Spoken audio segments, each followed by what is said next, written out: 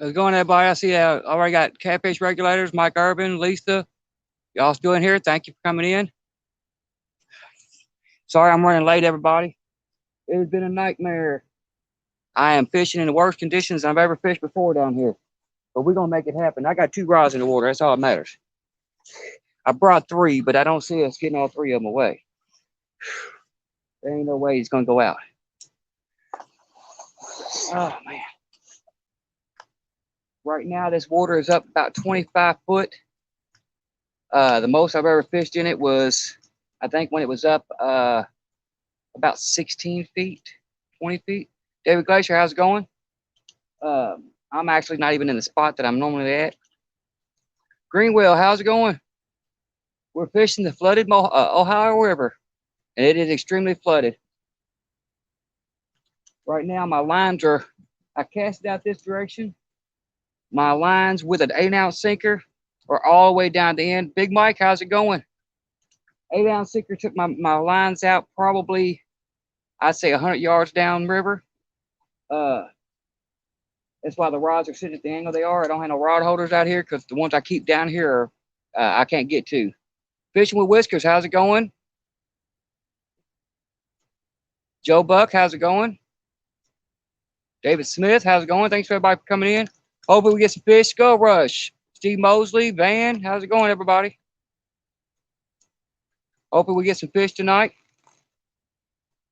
It's a good possibility because we got some good current. Current usually equals fish. Now, if I can land them off the hook, how's it going? It's going to be a different story. I'm going to have to work them around this tree right here and try to get over here to where I can land them. It's not going to be fun, but we're going to try. 252, how's it going? Now it sounds like we got some pleasure boaters out here acting a fool. There's too much debris out here to be acting a fool. Lance, how's it going?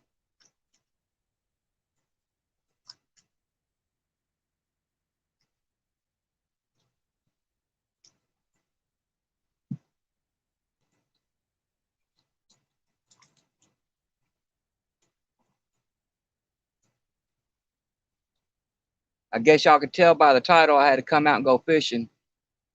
For those that don't know, I suffer with severe PTSD, and the stress in the house right now has gotten to the point to where I can't deal with it anymore. I had to get away. I had to get away. So here we is. 3B, how's it going?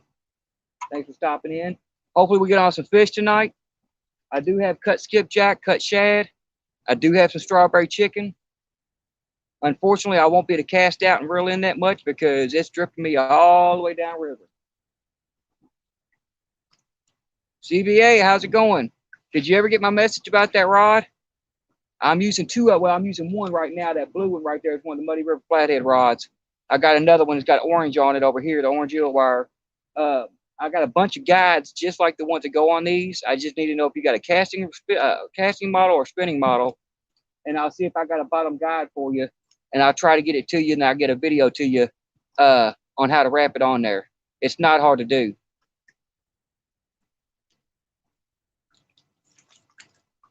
Now on the blue rod, I've got a cut piece of skipjack, the body piece. On the green rod, I got a shad head. So we're gonna see what it takes.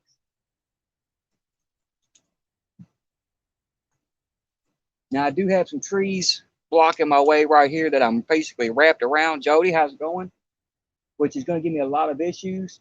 But I think if I have to, I can walk up this little route right here a little bit and be able to get to everything. Danny Stone, how's it going? That's what I'm doing, man. It got so stressful at the house. I mean, my PTSD got me so bad right now, being the holiday season, the extra stress, um, you know, just everything in general. I couldn't deal with it. I started basically getting to the point where I was biting everybody's head off. Tinkerbell, how's it going? You never sent me an email to get them stickers, or yeah, send me an email. It's on my about page. Your boy Troy Catfishing. I know you're in the Philippines, but I'll still send them to you. Let me bump it up. Let's see if we got one. Come on, man. Hey, you want it? get it.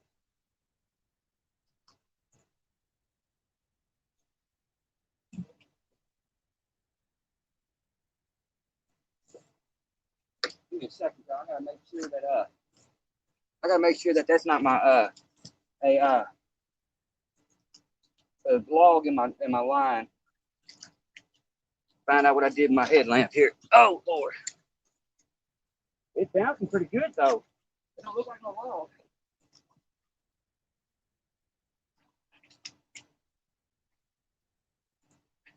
I don't see no debris out here. I can see my line. I don't see no debris on it, so I don't know. I guess if they want it bad enough, they'll try to take that rod off the bank. They can try, but they will not succeed. Mike's Fishing Home, how's it going? Big Mike, I don't know if I said hi to you earlier or not. How's it going, Big Mike?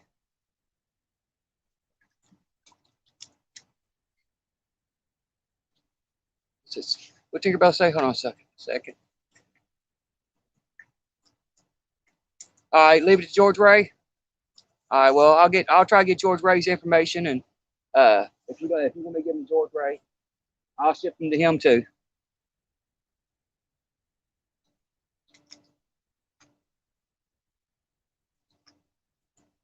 Got another barge coming through. I have 3 barges in the last half an hour. John Holiday, how's it going? 3 barges since I got down here. I've been down here about half an hour trying to figure out how to set things up. Matter of fact, I'll give y'all a little bird's eye view of what I'm talking about. I like to do that when I come down to this flooded water so y'all can see. It's all mine. How's it going? Let's take a little trip, y'all. Like y'all know how I do. We're going to take a little trip.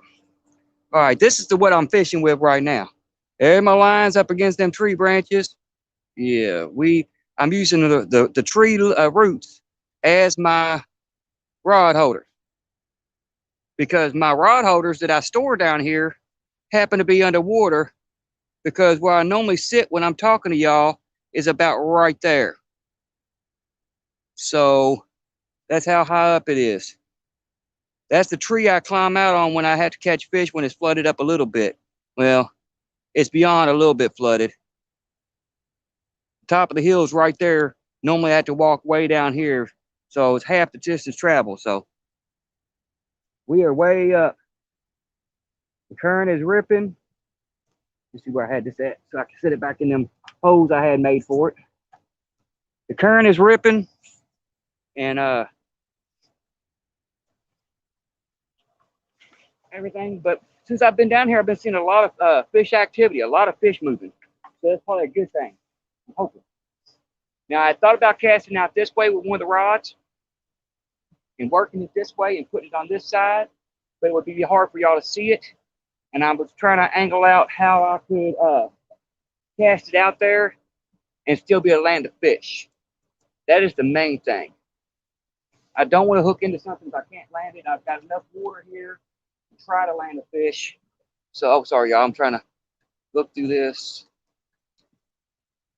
Make sure I didn't miss anything. Exactly, John Holiday. I told my kids the other day, John Parker's got you can't fish worth a lick. I got to jump in there, get them.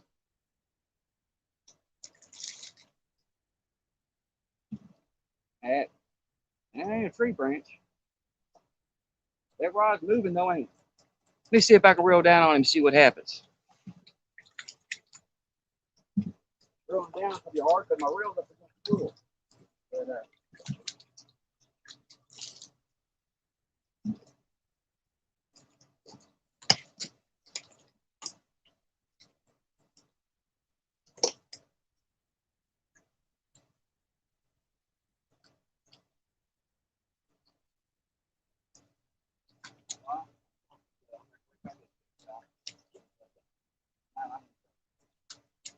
I'm in trouble.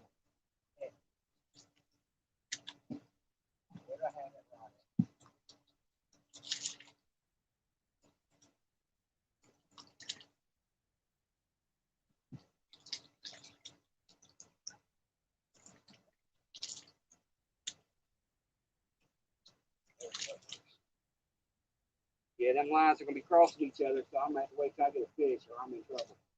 I'm gonna have to run a pull them both in when I pull them one. So I'm gonna wait till I get a takedown. I've had to do that a couple times being up here. It is what it is.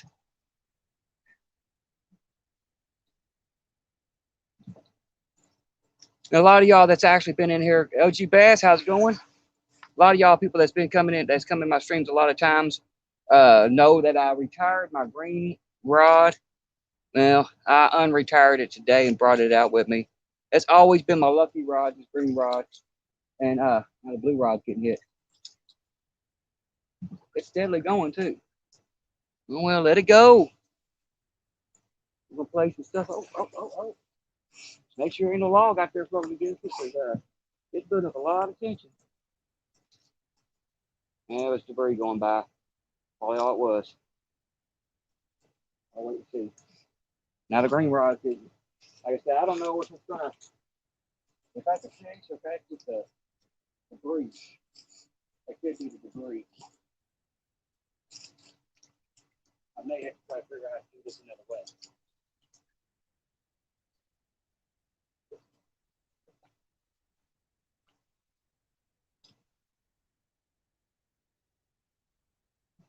I don't feel no fish on there, y'all. It's just the current and debris coming through.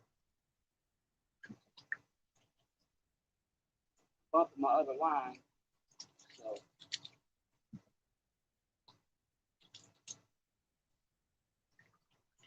that's not what I wanted. That's high.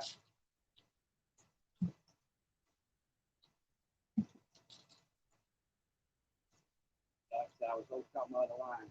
Yeah, that's what we're gonna get a lot of, y'all. We're gonna get a lot of that. A lot of that in there. It's that winter look. Tighten this other line up.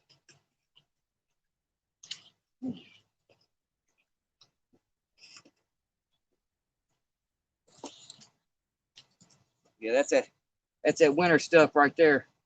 We get a lot of that in here. Grass and debris, especially since I'm up on the bank. We're gonna get a lot of that. But that's all right. We got our line in, our bait and stuff still on it, so we good. We were tangled up a little bit though. Let's get her back out there. See if I can't get her in a better spot.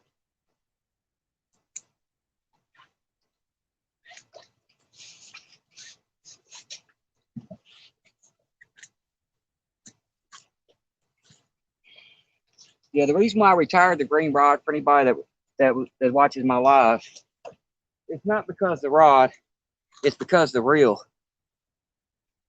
It broke off on me. I've got another reel to put on it, but this has always been my lucky reel also. So I really don't want to change out the reel unless I have to. Now I looked at it, I'm like, you know what? I can still land a fish with that. I'm going fishing. And I figured I'd bring it on back out. So that's what we're going to do. All right, let me see if I can get it out there. It's down here by the danger zone, y'all. The danger zone.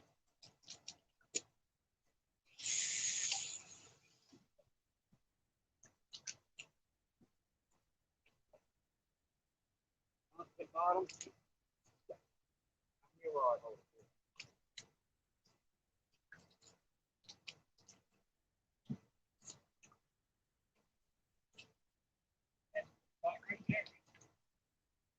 That's good. It's not right there. All right. And we back out, y'all. You know, I still see you still see both rods good. Thomas, how's it going? John boys, how's it going? We got 34 wonderful people in here. That's amazing.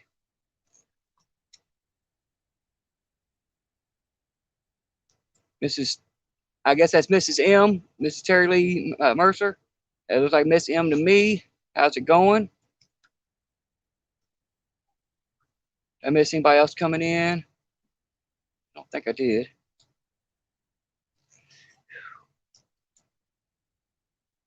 $34 amazing people. I can't believe that. Thank y'all all for coming in. Now all we need some fish. We definitely need some fish. I don't know why my comments are not going up now. Steve Adams, how's it going? Brandon's Outdoors, how's it going? Thank everybody for coming in. Like I said, we're going to try to catch a fish, y'all. We's going to try. I may try to see. I really ain't got no space to back up any, but I may wind up trying to see if I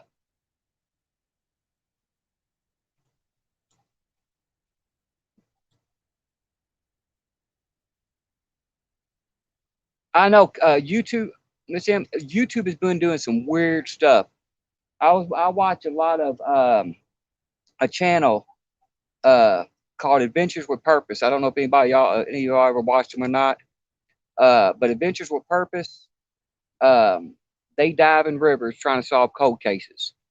Um, Great group. I mean, they're awesome. I love watching their videos. Last night I was watching one of their videos, and turned the YouTube off on the TV and went to bed. Art, how's it going? I got up about 6 hours later. I decided I was gonna go in there and watch something else. And every time we clicked on it, it would go right back to the last video I watched. It took me straight back there. I don't understand it. It just kept on doing it.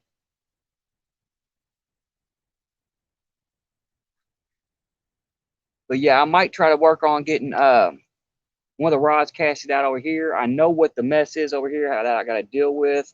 I know it's a nightmare. But if I can get one casted over this way, then one casted out this way, they're still going to drift all the way down river. But the chances are they won't cross each other's bad. And the chances are that I have a better chance of landing a fish. Uh, so what I'm debating on doing is walk in that direction and looking to see if I can't get out by my tree and cast out over top of the normal tree I cast out on, and then just bring it over here and put it back where it's at, where it's on this side of the tree. Because it's going to go down river like this anyway, so I'm going to be in branches no matter what I do. At least this way, it's more of a straight shot. But there will be a straight shot going this direction. Air Run, how's it going? Thank you for coming in. Dale Hayslip, how's it going? Thank you for coming in. Y'all, all y'all are very amazing. Y'all are very amazing people. Vincent Fowles, thank you for coming in. I think this is probably a record, y'all. I think the most I've ever had in one of my lives is like 28, 29 people. I've done seen 34. Potomac River Monsters, how's it going? Thank you for coming in.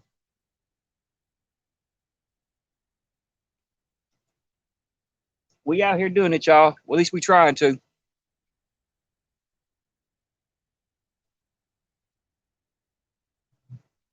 I would love to get my third rod out. Put some strawberry chicken on it just to see if they're biting on chicken. But I'm one of them firm believers in fish. This river's full of skipjack and full of shad, so that's what I use usually, is skipjack, shad, white bass. I don't know if that's a fish or if that's something else. It's bouncing.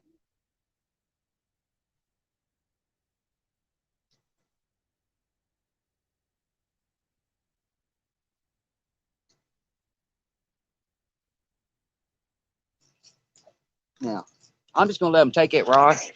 They're not gonna get the rod in the water.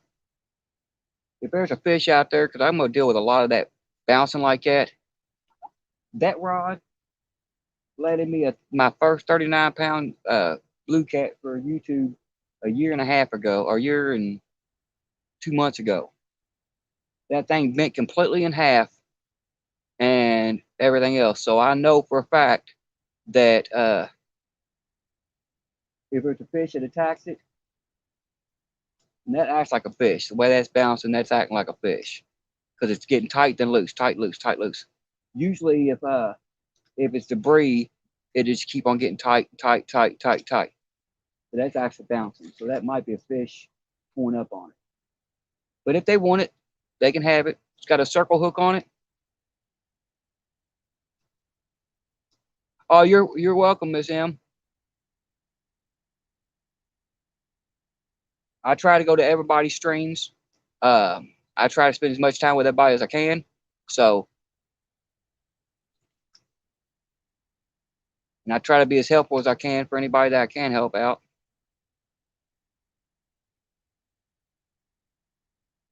I don't know, man.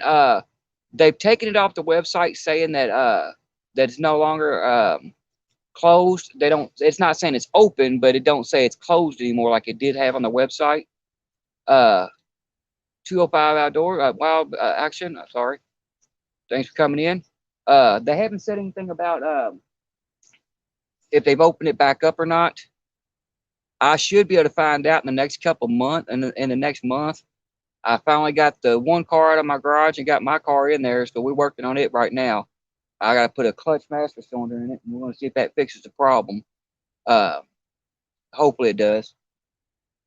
Because this spot, I'm in the same spot I was in when you and Sandy come down here, and the water is up by about 10, 15 foot higher than what it was when y'all come down. That'll tell you the situation I'm in. I'm almost on the top of the hill. Monster Fish Gals, how's it going?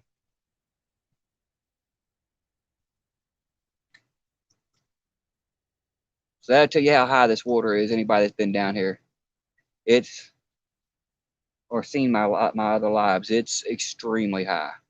But it is what it is. We're gonna try. We got current. Current usually equals fish.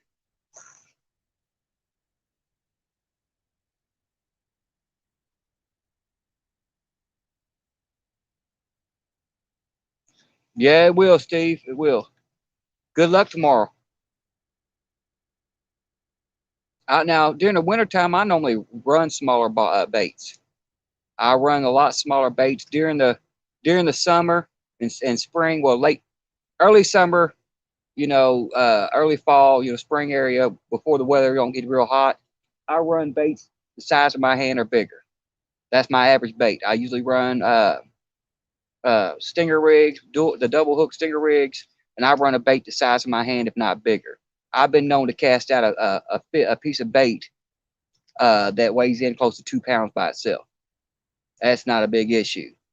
But they don't usually want them big baits during this colder weather. Wild Turkey, how's it going? Now, we've had some weird weather here lately. Anybody that knows anything about Kentucky, we just had some major tornadoes go through. Actually, a world record tornado went through 2 days ago, 3 days ago, and hit a lot of Kentucky, demolished it. We got blessed where I'm at right now. We did not get the uh, tornado. It stopped before it hit us. So we were blessed for that. All we got was the wind, the damaging winds, because my motorcycle got knocked over. A piece of somebody's roof wound up on my front porch. What else? That's about it. I mean, it wasn't nothing major. I mean, we didn't get much of anything, but we did get the rains. It did almost flood down here, and I tell you what, we got this water's up to prove it. But we also got beautiful weather tonight. The wind is very mild. I think we got like a 3 mile an hour wind, very mild wind. When I left the house today, y'all, it was 55 degrees. It's December. We shouldn't have 55-degree weather.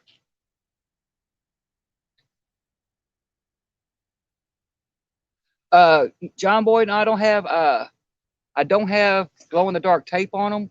That's actually Illwire lights on the green rod right here. It has a glow in the dark tape. Well, I don't know, really not really know if it's like a glow in the dark tape. It's a high reflective type tape, but it's faded so bad you can't see nothing. It glue real good. I mean, under a black light, it would glow real good, but it's faded out real bad. That was one of the reasons why I also retired it, because I had wrapped it in tape and it didn't glow like it's supposed to, even under black lights. And the tape's done got stiff and hard, and it's starting to unravel. So I was just gonna paint it and make it go under black lights. Uncle Lou, how's it going? Got your tackle on my rods. That's what I'm using, is Uncle Lou tackle. That's how we do. We call Uncle Lou.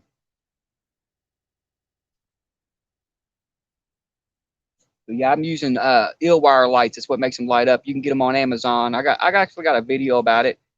It's only like $9 or $10 to get the Illwire lights and to put them on. It runs off 2 AA batteries. And if you get, I buy the cheapest AA batteries we get. We got a place called the Dollar Tree. You get 6 batteries for $1. They're junk. I'll put those in my rods and they'll last for about 4 hours. So you get a good set of batteries. I've had them last me 10, 12 hours without changing the batteries. So it's worth it. And you can see them from a distance, as you can tell. They're only 12 foot from the camera, but at the same time, if they was 20 yards from the camera, you could still see them. They glow pretty good.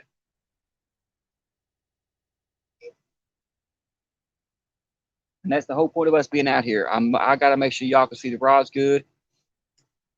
I do everything home done. I make my own rod holders. I make my own sinkers. I customize my own rods. I do everything. And I try to pass it all on to y'all so y'all can learn how to do it and save yourselves a whole bunch of money.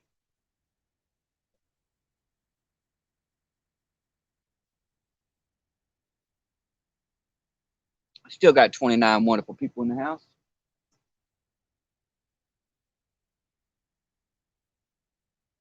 That is greatly appreciated. Brian B, how's it going? Driving and listening. All right, brother. Well, we ain't got no fish yet, so you ain't missing no action.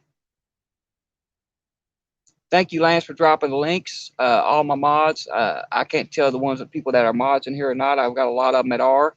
Um, if somebody's supposed to be a mod that ain't a mod, I'll have to check back later because I had to redo all my mods because YouTube took them all away. I went to go live one day and didn't have no mods. So I had to redo a bunch of people. So I'll go through, and if I find out that you're supposed to be a mod, I'll make you a mod after this live.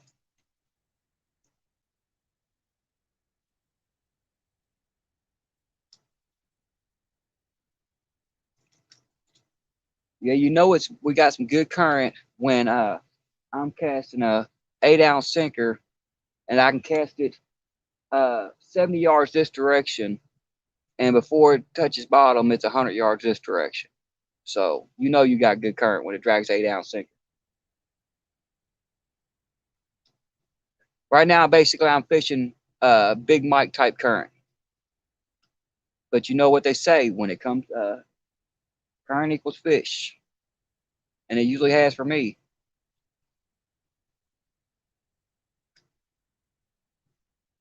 That's fine, John Holiday. Thank you, buddy.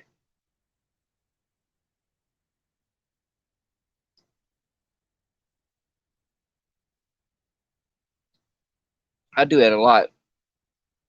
A lot of y'all, if y'all have an extra person lurking in y'all's lives, a lot of times I'll have y'all on my TV. And unfortunately, I can't comment on the TV, but I'll go into everybody's lives and watch them and stuff.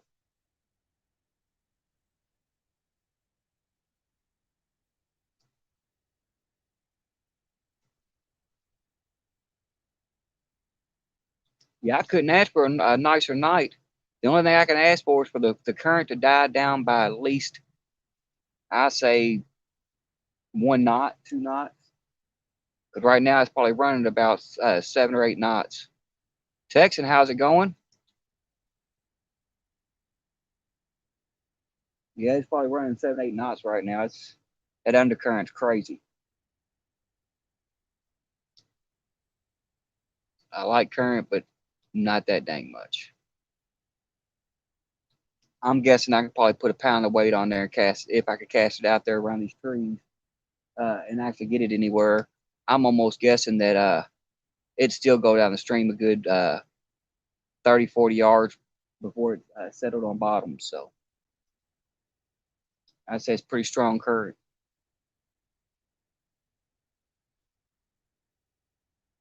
You only tied 2 knots, huh?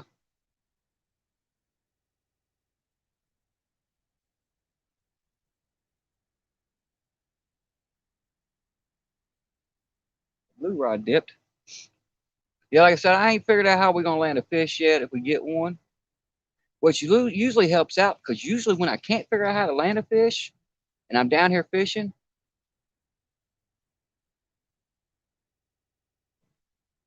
thanks, John boy. Yeah, that's all it is Illwire lights. Like I said, you can get them on Amazon. I got a 15 foot section that takes AA batteries. I think it was $9. You can actually buy a 6-piece kit that's got 6 different ones, and it'll run you about $26 or something like that. And you can get 6 of them. Crappie Day, how's it going? Thanks for stopping in. Yeah, and they work good, man. I mean, literally, you can see my rods from about a half block away. I know because when the water was down where it's normally at, this bank, I can walk the beach about a quarter of a mile down, from here where I'm at, almost a quarter mile straight this direction and a quarter mile this way. I can walk the bank. And I've had my rod sit right here in this spot and be, a good 100 yards away until if I get a bite on my rod. So they glow pretty good.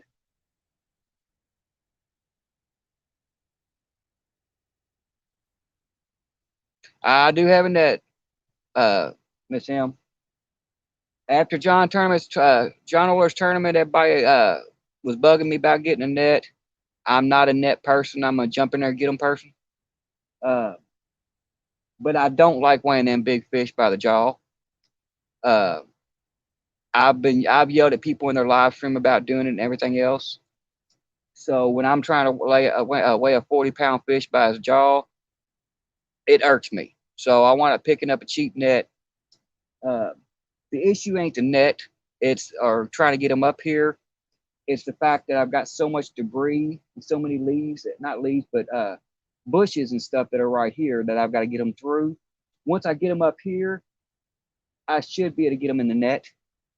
If I fight them, they come around this direction, around this tree. I could probably get them in the net right here. So we'll make it work.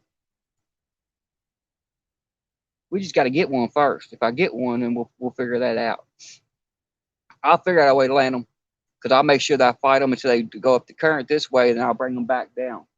Because I can cause them. I have made them go by jerking on them enough underwater, cause them to run down, against current, have them run down river, and if they do that, then they'll be straight. There's an empty path right here that I know there's nothing there, and I can bring them right up here to the bank, right up to the bank. Ain't caught nothing yet, Aaron. I'm still waiting. I think we've had a nibble or two. I can't really tell because the current's so bad, but I do believe at least one of those was a nibble. Because it was bouncing. It bent like this and it bounced up and it just kept on doing this. Usually when you get the debris on there or if you get it's the current, it's a constant pressure. And sometimes you'll get a release, but once you get the release, it's usually once it comes up, it slowly goes back down. This was doing like this real fast. So I'm thinking we had a bite there, but the blue rod. It's a Muddy River flathead rod. The green rod is a South Star rod, as far as I'm aware. South Star, an old South Star. Both them rods have landed 39-pound fish. So G-Style, how's it going? Well, we'll say 40-pound fish. So you count the almost an ounce of weight that I use and everything else and all the gear, the other tackle that's on there for it. I'm dragging about 40 pounds through it. So they've landed 40 pounds. Chunky, how's it going? Now I feel like a celebrity. But yeah, I've drug in 2 40-pound fish on one on each one of them rods in the past. And I've also seen them rods bend completely in half. So if I know they can bend in half, then I know we'll be able to know if we get a fish. And I've also seen a 10-pound, I got on one of my videos, I got 11-pound flathead that bent that green rod almost completely in half. So it's got good action on it. So we'll know if we get a hit. We'll know if it's just the current and debris or if it's an actual hit.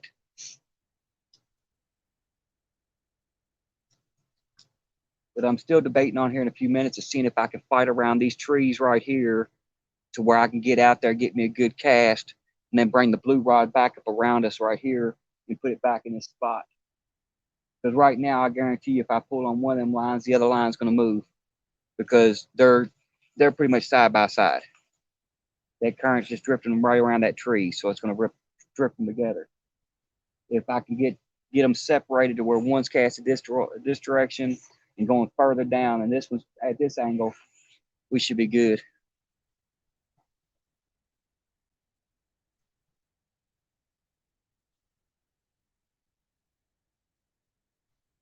Yeah, the temps are crazy right now.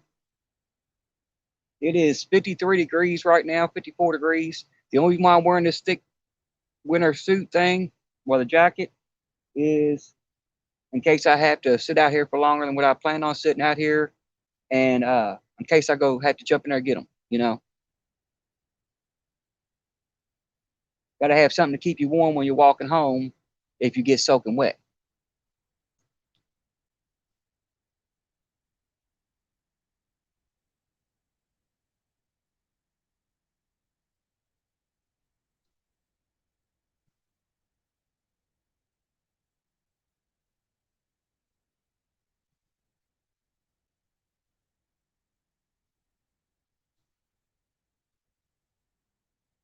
Now, when I first got down here, oh, you're good, Jody. Um, when I first got down here, the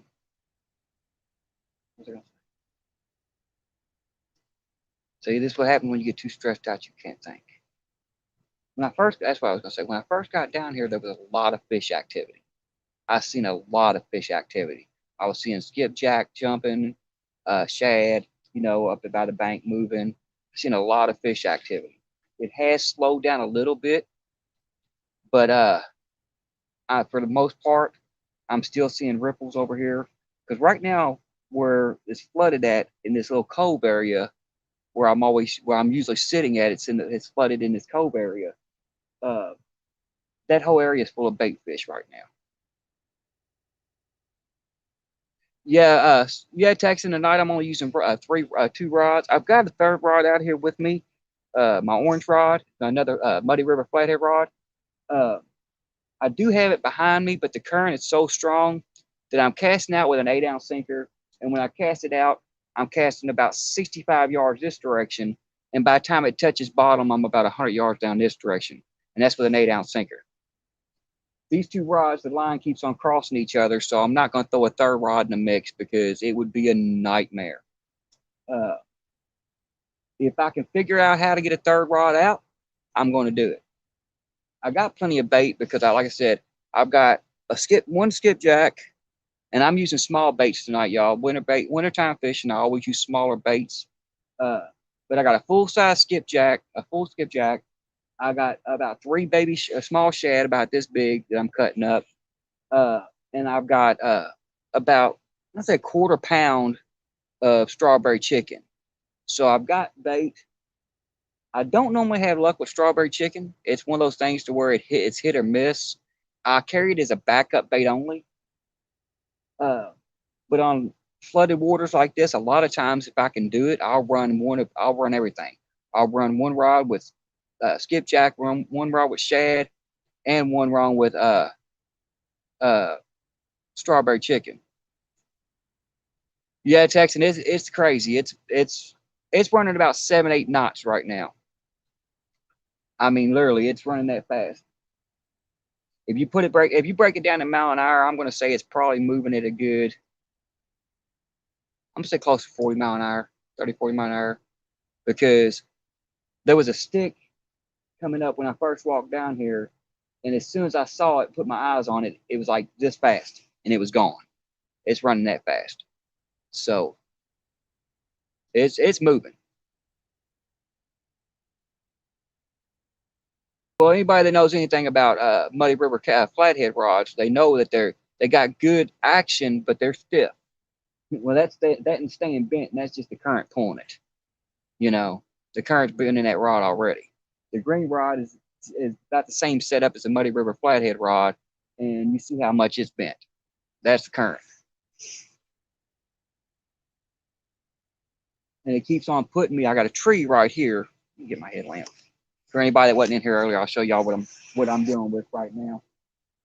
I love doing this. That way everybody knows, gets to experience everything I'm experiencing. Okay, right here, I have a tree right here. And the little spot that I'm able to fish, you see I'm using the roots of that tree for my rod holders. Now, you can't really see my line, I don't think. You see some of it when it angles a certain way. My line is actually rubbing up against one of these trees. It's actually touching one of them trees, which I don't like, but there's really nothing I can do about it because the current is that strong.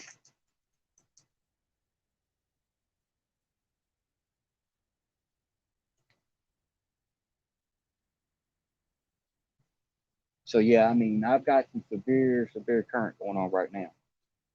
I don't know if that helps out any better or not, but yeah. And you can tell, I don't know if y'all can see that or not. There's a little line dangling up there in the tree. First cast, be trying to get around these tree branches because I'm underneath a bunch of trees. There's a branch I got hung up on right there because I'm trying to cast in between two of those. Bugman, how's it going? Thank you for coming in. Yeah, I'm trying to cast in between two of those trees that have branches on them. That's why I'm looking at this angle going, can I cast out around this tree, walk my rod up this way? Oh, sorry. If I cast over this between these two trees like I normally cast, and then walk my rod up back here and run it through here because the tree branches are low enough to where I should not be crossed into the tree branches. The only issue is trying to bring the fish in because I've got a tree laying right here in the water, under the water, that would stop them from coming in. If it gets tangled up in that, it'd be over with. Big Dan, how's it going? Thanks for coming in. Matter of fact, if y'all give me 30 seconds, keep each other company for 30 seconds. I'll go ahead and walk over here real quick and see if I can't get a third rod out, or see if I can reposition this blue rod to where we can better our chances of catching and landing a fish.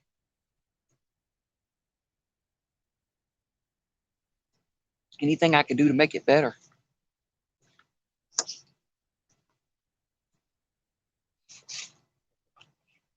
Okay, I'm losing a bunch of stuff. Oh.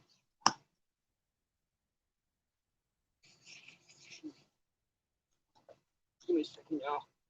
1 second, I'm gonna walk down here and see if I can't maneuver some stuff. I want to see if we can't get us a fish.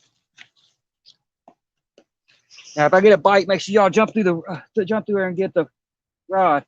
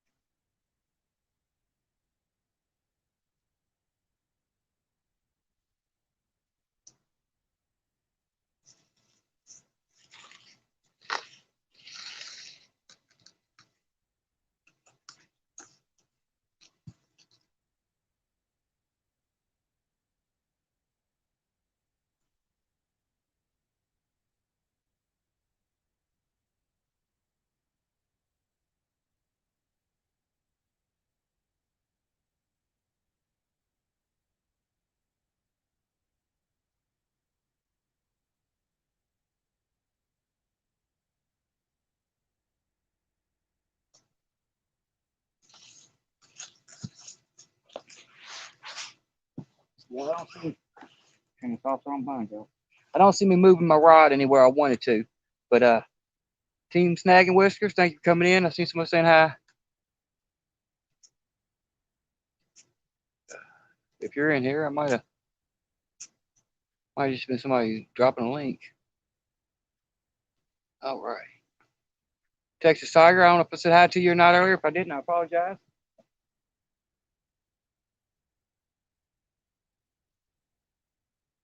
Yeah, I walk over. I can't get far enough out in this cove to get past these trees to cast. So I guess we're gonna leave them like they are.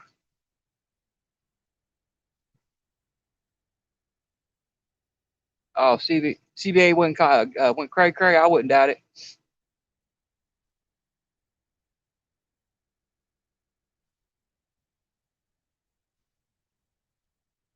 The only good thing, I don't know if y'all can see the cove, but if I showed y'all the cove earlier, but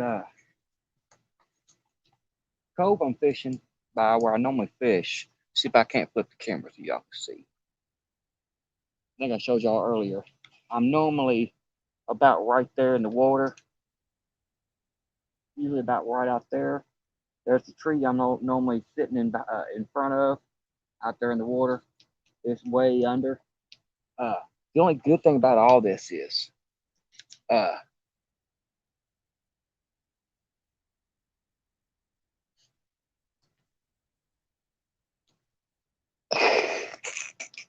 Jody's causing a hostile environment. I believe it. She's always causing a hostile environment. Just remember one thing: don't take a side bet.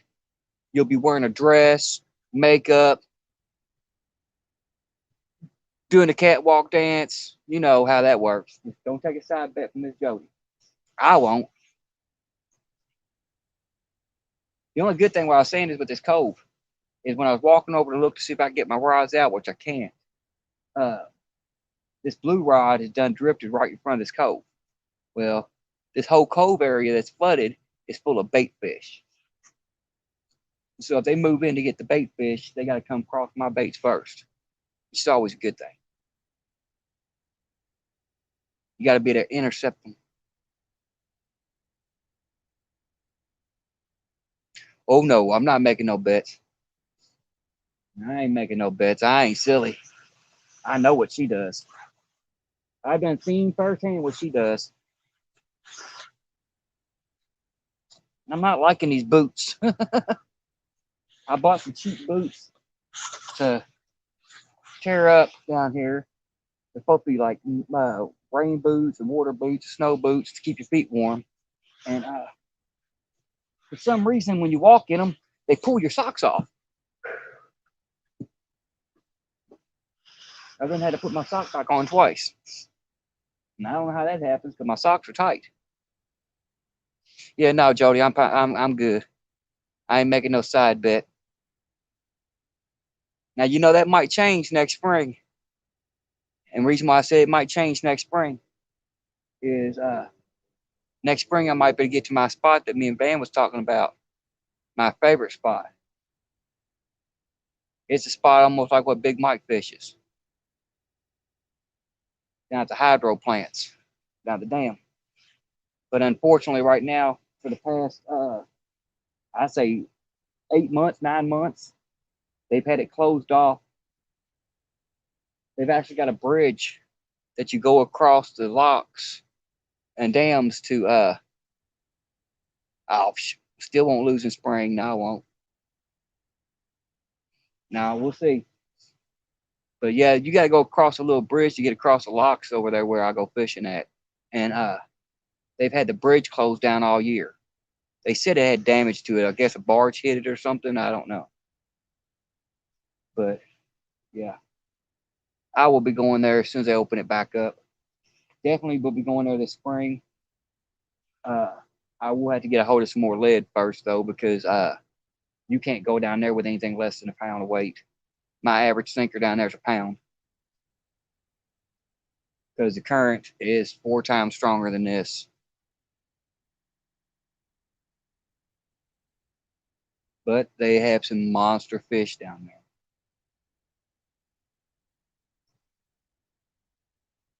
I've hooked into fish down there in the past years that would snap one of these Muddy River rods in half, break the reel and snap the line all at one time. So had them do it. Not I haven't broke one of these rods, but the South Star rod right there, that green one, I had 4 of those at one point in time, and I can easily land an 80-pound fish with that green rod with no problem. Uh, Down there, I've had one of them rods with a similar reel on it that snapped in half. I was running an 80-pound main line, and 80-pound main and leader, and it snapped the rod in half, and then it broke the reel seat before the line snapped. So there's some monsters down there. It's just getting to that part to do it.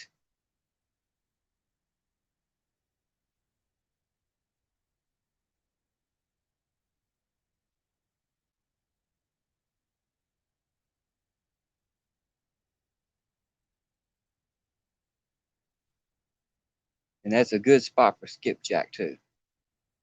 Cameron, how's it going?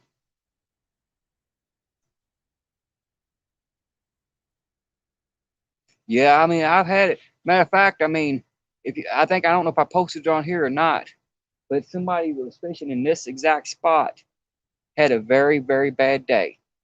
And the reason why I say that is they had an ugly stick rod, medium heavy. We all know ugly sticks don't break that easy. I found that ugly stick rod down here, snapped in half. It was a spinning rod, snapped in half with part of the rod still in. Part of the reel still in it. It broke the reel off and then probably snapped the rod at the same time. I've had it happen a few times.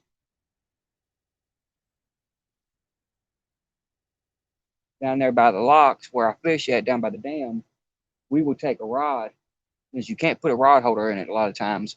We'll put the rod down in, because it's all rock, and we will bury the rod handle down in the rock to where you don't see anything. It's to the reel, and it does not budge. So you get a big enough fish, it'll bend that rod till it snaps. But it's fun, yo. It is fun.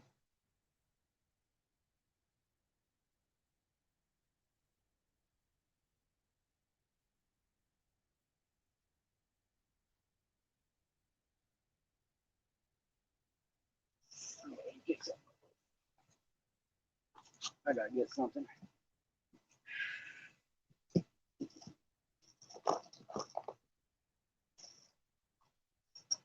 Oh, I need my coffee. Need my coffee. If it don't burn my lips off. Oh yeah. And Jody and them had to, every time they go on a stream, they had to break out the little Debbies.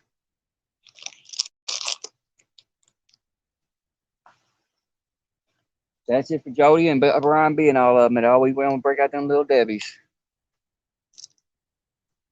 I haven't eaten dinner. I had to leave. So, dinner of champions, y'all. Dinner of champions. And I ain't planning on leaving here till late. So, this should hold me over. I got my little Debbie. I got my coffee. I'm good. It's not cold. I can sit out here all night. Yeah, I gotta have the little Debbie's.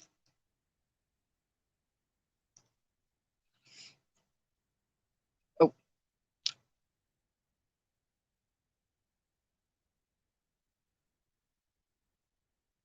oh, what the heck's it doing?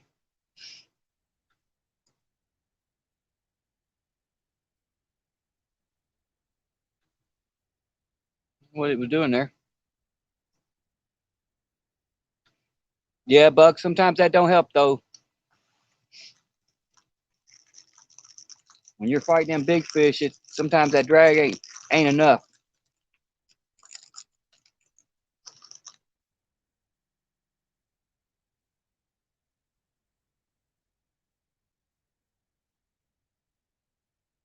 Of course, when I'm fishing up there, the lightest line I'll use is 60-pound main line.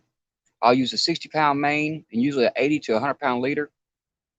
And the reels I use normally have about 30 to 40 pounds of drag, and I'll have them maxed out. So yeah, the rod has to be a strong rod so it don't break. Oh yeah, Star Crunch is a whole lot better. Whole lot better.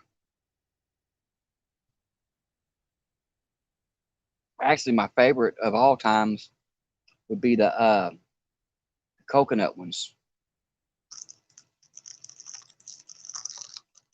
Those and the oatmeal cream pies. I love oatmeal cream pies. I'm not a big fan on these, but these are all they had up there at the time. Apparently, everybody in the catfish community come in to all the cities and wiped out the Little Debbie population, but it's gone.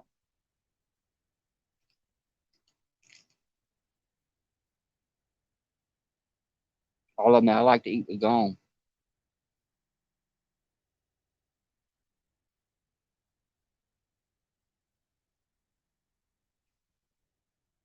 Yeah, they're very sweet. A little too sweet for me too, but it is what it is. I ain't supposed to have them. Supposedly, I'm borderline diabetic.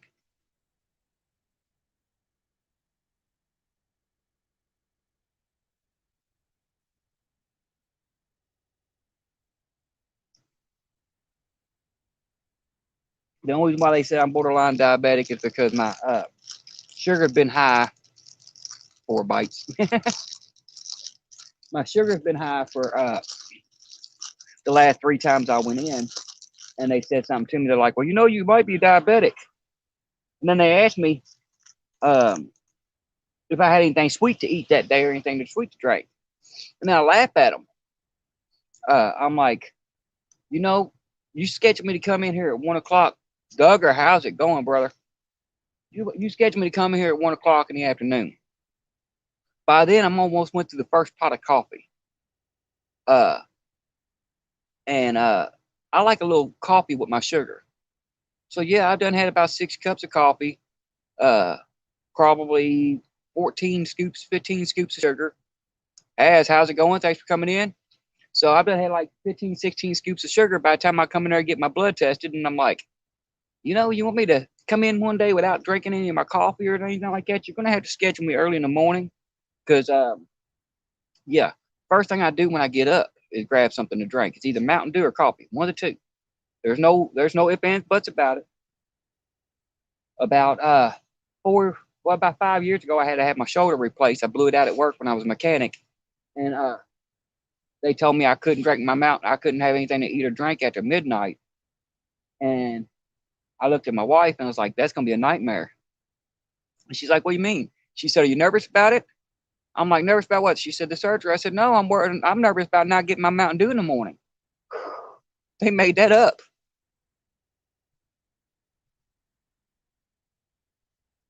Yeah, that's about what I use too. Miss M, I usually use about 2 cups of sugar, if not 3 cups of sugar per pot, and I'll drink 3 to 4 pots a day. And I don't put creamer in my coffee though. All I do is sugar, and that's it. Just coffee and sugar. But I got lucky today. I bought this little cheap old thermos. It looks better now because it's got the logo on it, so it looks a lot better now. But I bought this little cheap thermos, and I tell you what, it might still burn my lips off. Yeah, exactly, Doug. Coffee keeps people safe. Yeah, it's still hot. Now I've been down here. Let's see here. I've been live for an hour. I got down here a half an hour um, before I went live, maybe almost an hour before I went live, because I've been running up and down the bank trying to find a spot to fish. So I've been out here for probably a couple hours, about 2 hours. I poured this in this thermos. Let's see here. What time was it? Uh, I want to say about 5 o'clock. I filled this thermos up with coffee. And this little cheap thermos has got this so hot right now that it's still burning my lips. So I'm glad I found this thing.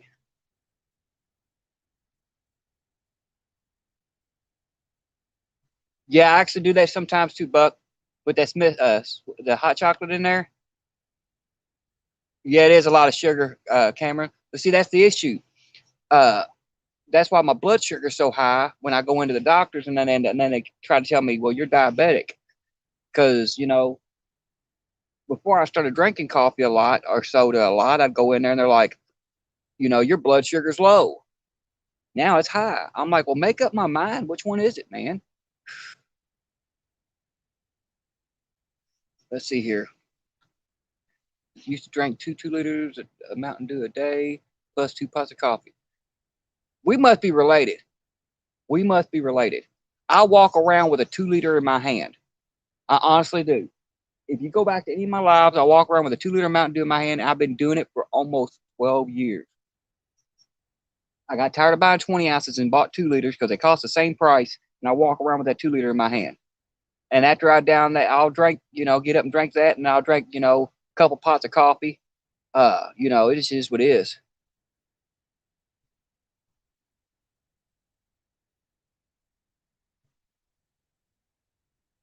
Really. And that's horrible, CBA. I don't know what kind of cheap junk this is. This was actually a Walmart thermos. Uh, I picked it up in the clearance aisle. It's normally like $16. I picked it up for $1. And I tell you what, this thing works great. Right now, the outside of this container is ice cold. I poured hot coffee fresh out the pot, and it's like it's ice cold out here, but the coffee's still smoking, steaming hot. At the temperature it is right now, I guarantee you 2 hours, 3 hours from now, it'll still be hot.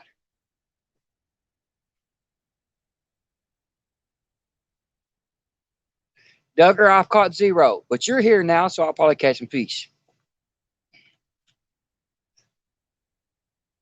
I will probably catch some fish now that you're here.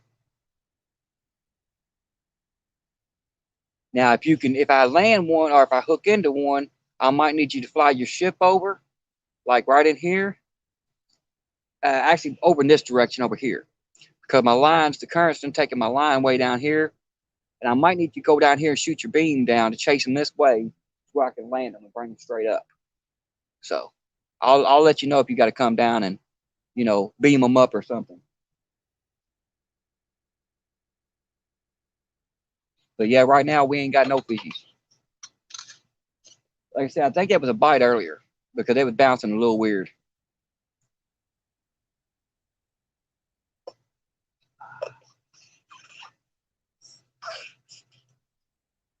I know I'm talking a lot, y'all, and I apologize. I am a little wired.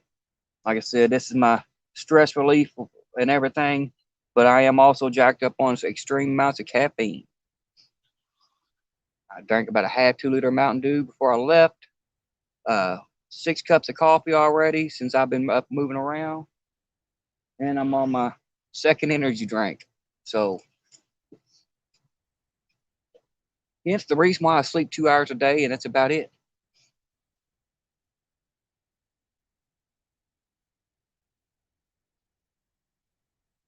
Here, fishy, fishy, fishy, fishy. Here, fishy, fishy. I'm trying, y'all.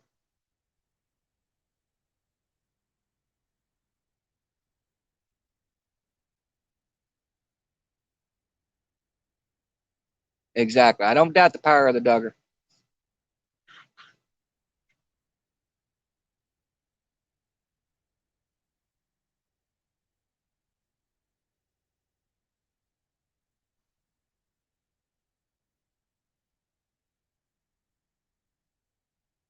Man, I hope this weather holds out like this till Christmas. Andy, how's it going? Yes, I am extremely addicted to caffeine. Caffeine and nicotine is the only two drugs I use. The only two drugs. Don't take any kind of drugs. At the time, I won't even take medicine for pain, even ibuprofen and Aleve. I usually only take those. It's just always, deal with it. But yeah, I am addicted to caffeine and nicotine. I gave up the alcohol. Don't do any kind of drugs. So yeah, yeah, that's me too, Lance. I'm still drinking. It's actually funny because before I got with my wife, and actually, uh, hey Alvin, how's it going? Actually, I would say less than 3 years ago, 3 or 4 years ago, you couldn't get me to drink a cup of coffee. You couldn't bet me to drink a cup of coffee. Uh, I would literally, I drank 1 cup of coffee a year. I'd have a weird craving for a cup of coffee, and that was all I would, once a year I'd drink a cup of coffee. Got a bunch of that 3B. I got a bunch of Tennessee whiskey in my garage. Just because I gave it up don't mean I don't have it. I am a prepper, by the way, so yes, I probably have 55 gallons of alcohol. I've got 4 different kinds of whiskey, tequila. Yeah, I'm ready for a party if I ever need one. I was actually going to set up a bar in my house, but the whole family, most of my family's alcoholics, and I decided against that. So right now I've got it locked away, aging nicely. But yeah, you couldn't get me to drink a cup of coffee for most of my life.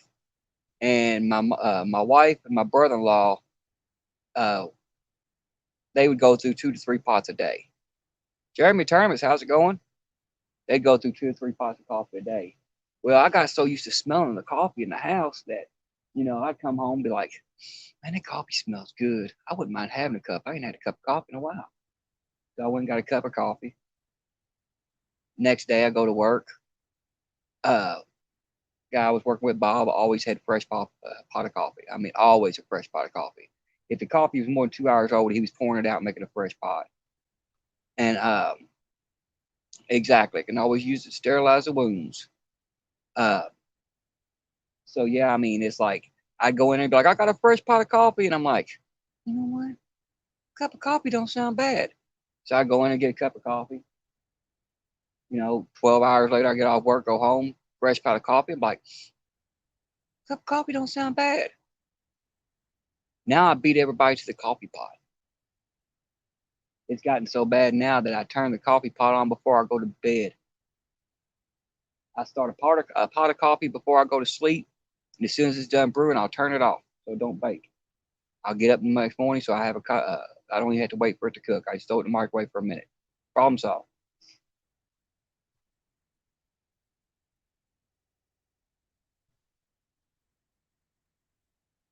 The spring rod is moving, but I'm thinking it's current or debris because I saw it drop a little bit and then it started pulling tighter and tighter, but it's not. It does not have any reflect action. If it was to go loose real quick like that, then I would be pretty sure it's a bite, but it's not. It's going like this. No, Big Mike, we ain't got no fish. None yet. I'm actually fishing in current like you do. Right now, I think the current I'm fishing in is probably, I'm going to say about 6, 7 knots is what it's running. I threw 8 ounces out, 8 ounces weight, about 75 yards this way to my right. And by the time it sunk to the bottom, I was 100 yards to the left with an 8 ounce sinker. And you see how much the rods are bent. So, yeah, it's some crazy current today.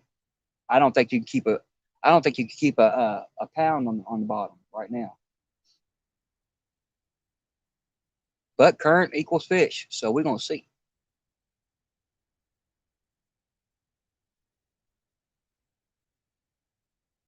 And I'm pretty sure the fish ain't gonna get my rods out of the rod was not rod holders. It's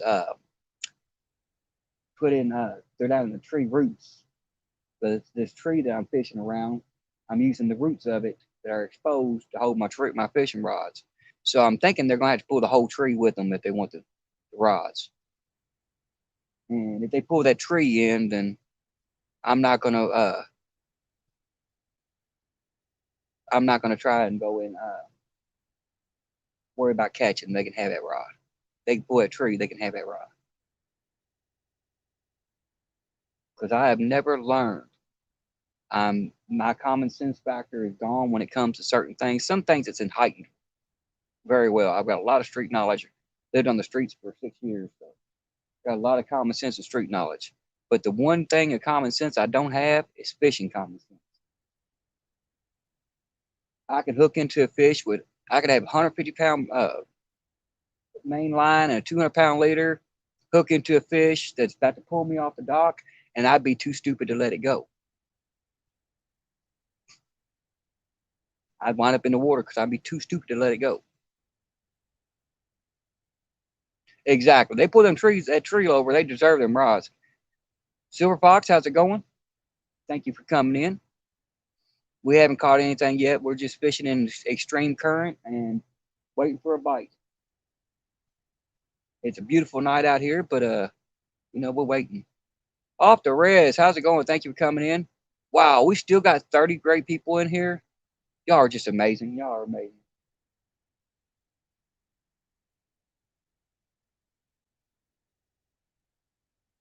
I'm not used to seeing, 20 people in my live at, 10 o'clock at night. Now I've got 30. That's just y'all are unbelievable.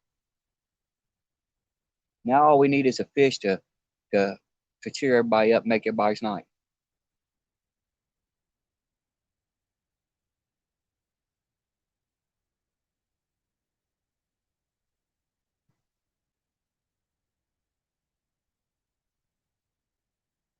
Yeah, if this weather holds out till Christmas Eve, y'all gonna get a treat. Y'all will get a treat. I got something real funny planned, but we're gonna see. My waters, even though we've got a lot of rain coming in, uh, my waters should be back to a fishable depth by Christmas Eve. The reason why I say that is I was checking the Alpine Lock and Dam page. That's where you go to see the flood stages of the water. And by the 21st, this river is supposed to drop 19 feet. I only needed to drop maybe 10 foot right now to get me where I can get out to my spot.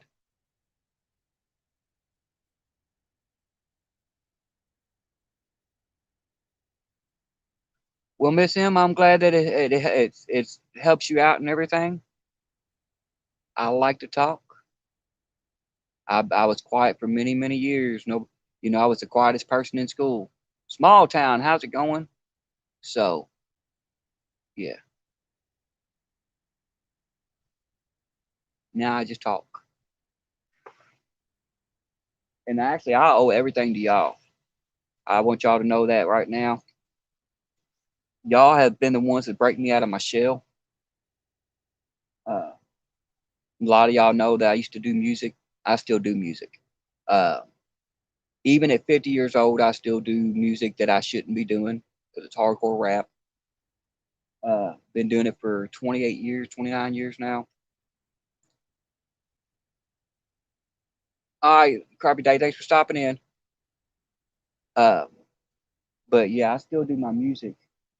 I had a chance to sign about 19 years ago. I had a chance to sign with a group called 3 6 Mafia, and also had a set up an interview to talk with the producers that produced Bone Thugs and Harmony. I don't know if any of y'all know who those people are or not. Back in the day, they was the big people. Uh, but I had stage fright. I honestly have stage fright. I had a chance to do some concerts, open up for some major musicians, and had to back away. Couldn't do it. Could not handle the stress of it.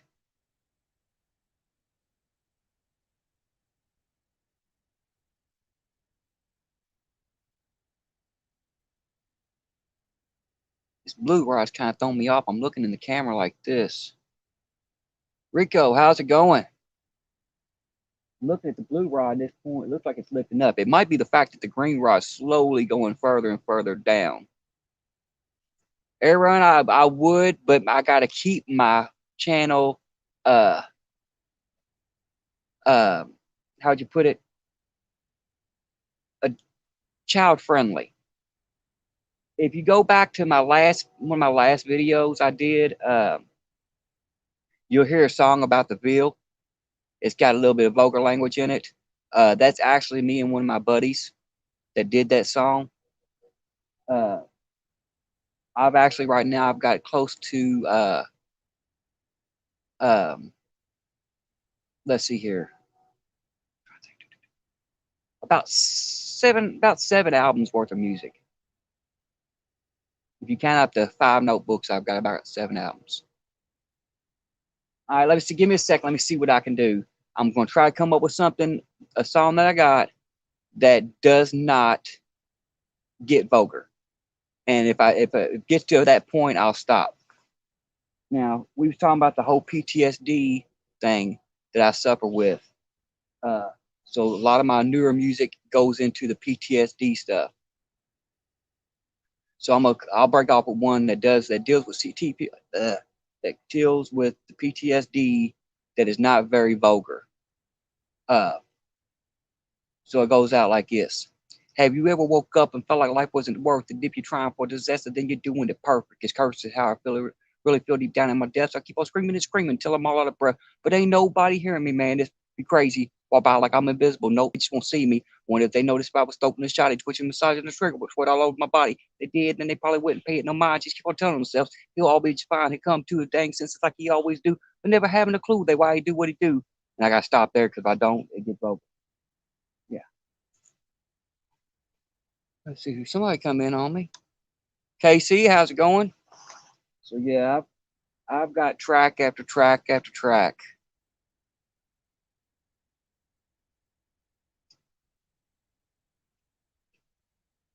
But I have stage fright. But see, I can do that on here because y'all have broken me out of my shell. And I'm working on starting a second channel. I've started it. It's called the Ghost of War. Um, I'm trying to get it where I gotta get the channel authenticated because it won't let me upload anything to it. I gotta get it authenticated and go through all the crap that you gotta go through to start your channel off. I stop, collaborate, and listen. I back. Now you want to hear a funny one about that, Jody? I used to be in a rock band back in the '80s, and I played bass guitar. And our first gig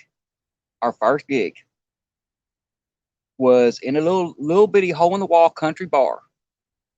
The only reason why I could do that show is there was only about 20 people there at the most. Uh, and that was part of the reason why I got stage fright was because of shows like that. And my brother could not stand rap music, hip hop of any kind. Raymond Williams, how's it going? He could not stand any kind of music like that. He was a lead guitar player, played metal music, and we played a bunch of music like Def Leppard, Motley Crue, stuff like that. Well, me being a bass player, I knew Ice Ice Baby.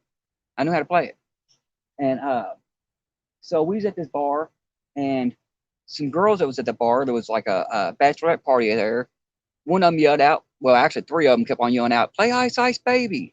So I started playing the song on a bass, and my brother walks up, grabs my guitar, my bass by the neck, and looks at him after he stops it from playing. He goes, "We don't play that kind of music." And he was one of the greatest guitar players in Louisville. He won second place in the guitar contest here for the best in Louisville. He probably could have took first place, but he backed down. Um, and I don't know why he did. Well, I do now because I understand the respect factor of it. But he backed down and everything else and just took the second place and walked away. But he's one of the reasons why I got issues with my music, and that's because I believe I'm in an open mind with music. I'll give all music a chance. He wouldn't see it that way.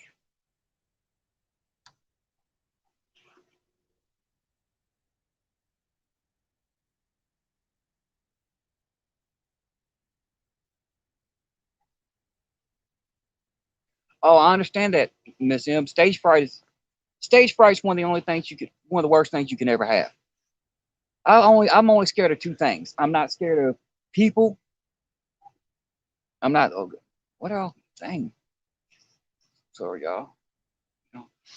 I'm not scared of people. Not scared of guns, knives, bricks, swords. You know, I've got a hole that went all the way through my hand. I know y'all probably can't see it, but had a hole go all the way through my hand from a knife, went through my hand. Been shot 3 times, stabbed twice.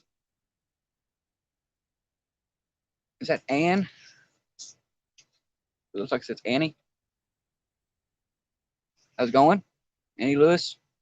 Uh, so I'm not scared of anything like that. I'm not scared of dogs. I'm not scared of wild animals. Smart around wild animals. I don't want to turn my back on them, but I ain't scared of them.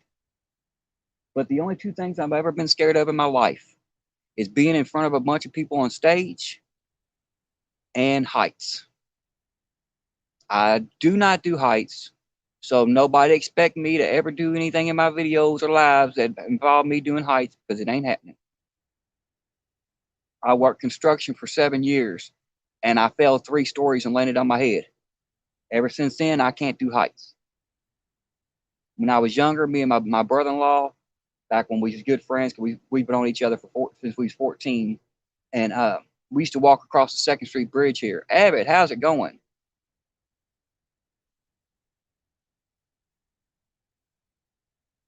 Oh no, I'm not too sexy for my shirt. Sorry, y'all, I'm not.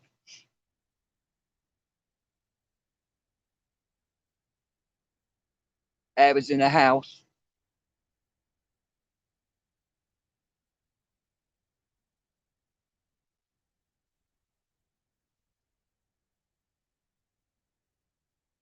But yeah, I mean, I used to go across the Second Street Bridge, which is a walking bridge here that goes over the river, and it's a 1/4 mile drop, easy. And me and my brother-in-law used to hang off the side of it like it was nothing. Hang off the side of it, grab a hold of the rail, and lean back. Like some idiots. Never bothered me one bit. And then I started working construction and fell 3 stories. After that, I can't get on my roof, and my roof's only a 1 story roof. I could jump off of it without hurting my ankles. Probably not even stinging my feet because I know how to land, but I can't get up there. I did last year to try to fix a leak, and I tell you what, it was the most hilarious thing y'all ever seen. I should have recorded that, and that's for sure.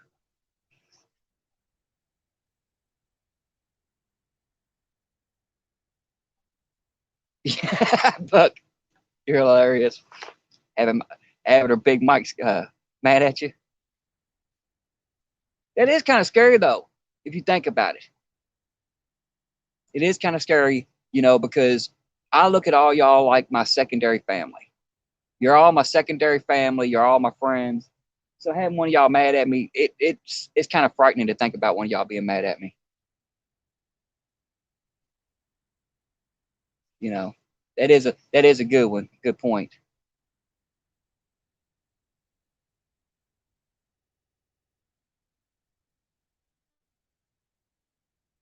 David Smith, I wish I could do that. I used to do uh, dart tournaments. I've got about 28 dart trophies at the house. I used to do tournaments, but they were so small that I didn't feel pressured. I didn't feel pressured. I think it's more along the lines of part of what caused me to get my scared of heights.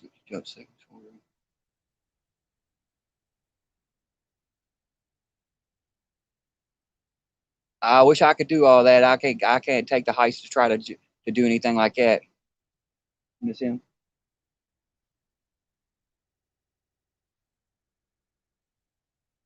I lost my train of thought. My caffeine level's wearing off, y'all.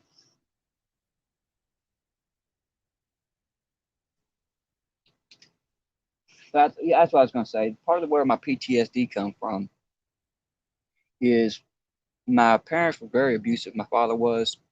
Um, when I was younger, I lost the tip of my tongue. Uh, so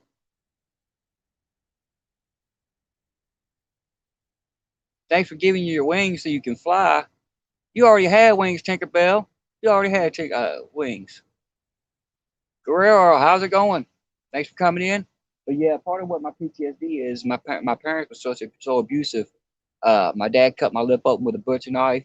One day he smashed my mouth together, called me bite off half my tongue, a part of my tongue. That's why I talk funny when I do talk. And I think because of that, I think the stage check part ain't me playing instruments. I don't have a problem with doing that. I can get on stage, play guitar, play bass, drums, no problem. don't stress it too much. But when it comes to doing vocals, yeah, I shut down. I shut down like, you know, put me in an egg or something. I'm crunched in.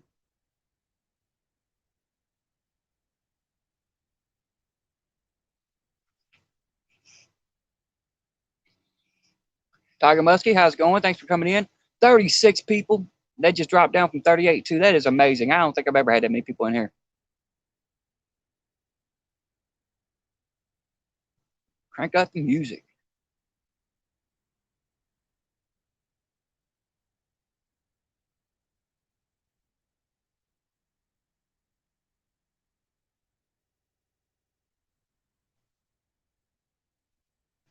Trying to catch some of these things people are saying. Let's see here.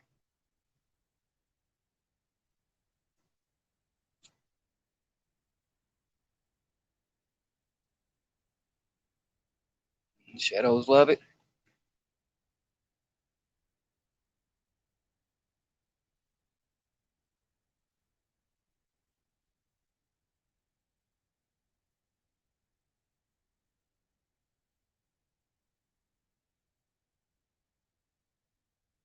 That's I don't know, Steve. That's pretty crazy.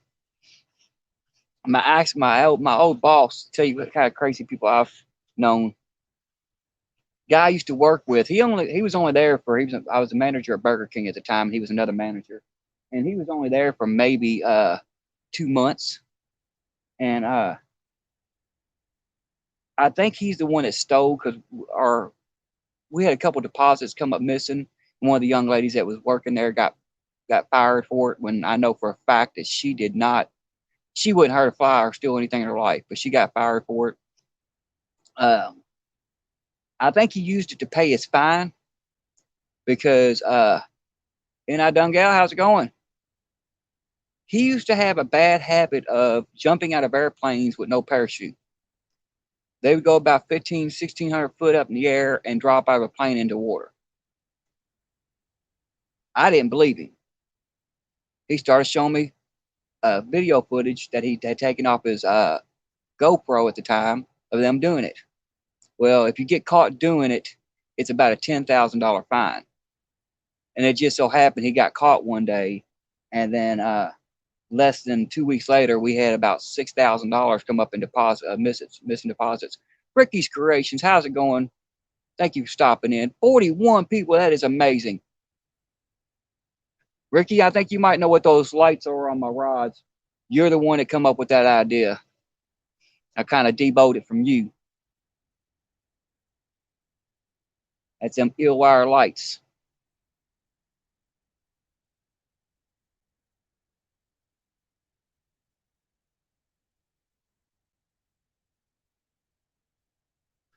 Cameron, I don't know. I plan on staying out for as long as I can.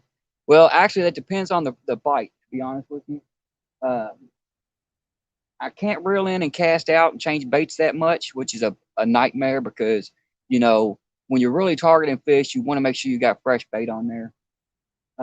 Plus, you don't want to be fishing on credit, so every so often you need to check your baits.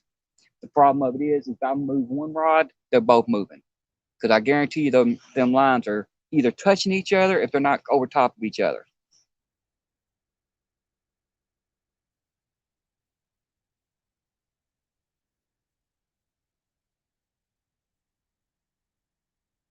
Thank you, Miss M. Yeah, the green rod looks like it's bouncing a little bit again. But yeah, I need to check these baits. All right, Abbott, as soon as I get out of here, I'll send you a link to all that. Anybody that wants to know where that Illwire stuff, like I said, I get it on Amazon, but I'll send you a link to the one I get. I get it on Amazon. It's just called Illwire Light or Ill Lights is what they call it. And I'll send you a link to it or whatever, Abbott. It's no big deal. My wife bought me, the reason why I've got so many colors is I told my wife that's what I wanted for Christmas last year because I couldn't come up with anything I needed. And she's like, well, what do you want? I'm like, well, I'll take some Illwire Lights. And she bought me like the 6-pack or whatever. It had like 6 different colors in it. And then a couple weeks later, I decided after I looked at them, I was like, you know what? I want more. So I ordered 4 more packs of the orange and 4 more packs of the green. So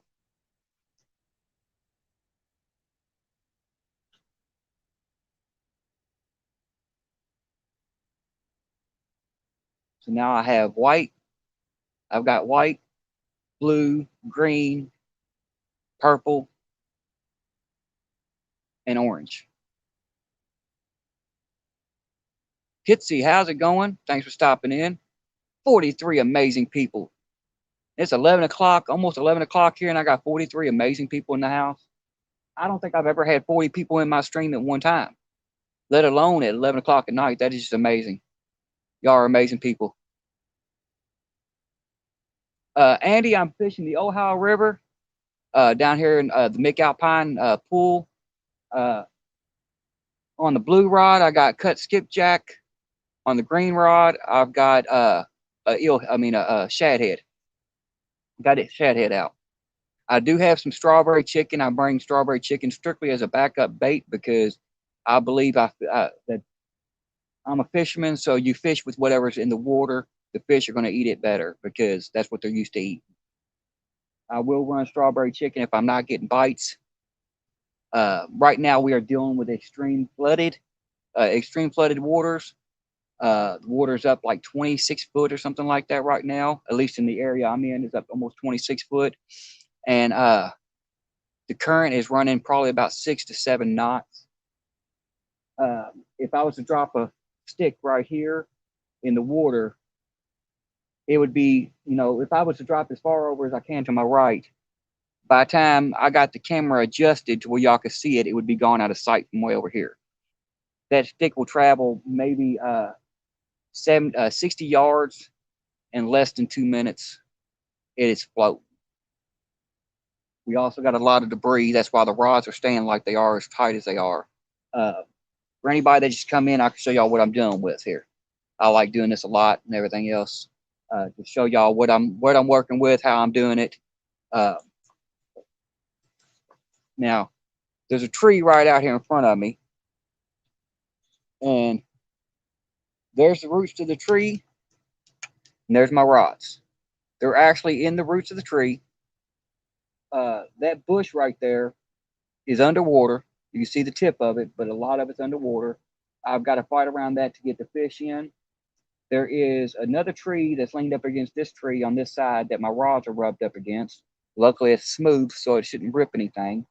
But my lines are actually, I cast them out 75 yards this way, and now my lines are stretched out. Y'all can't really see them right here, but they're stretched out going, 100 yards this way.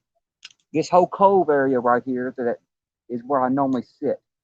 Right there where that tree is sticking out of the water. I don't know if y'all can see that tree right there that I'm lighting up. I'm usually sitting in front of that. The water is backed up to way over here. So we are basically in a extremely flooded waters. This is probably the only calm part of water which is in this cove. And it is full of bait fish, which is a good thing. Quiet Man, thank you for coming in.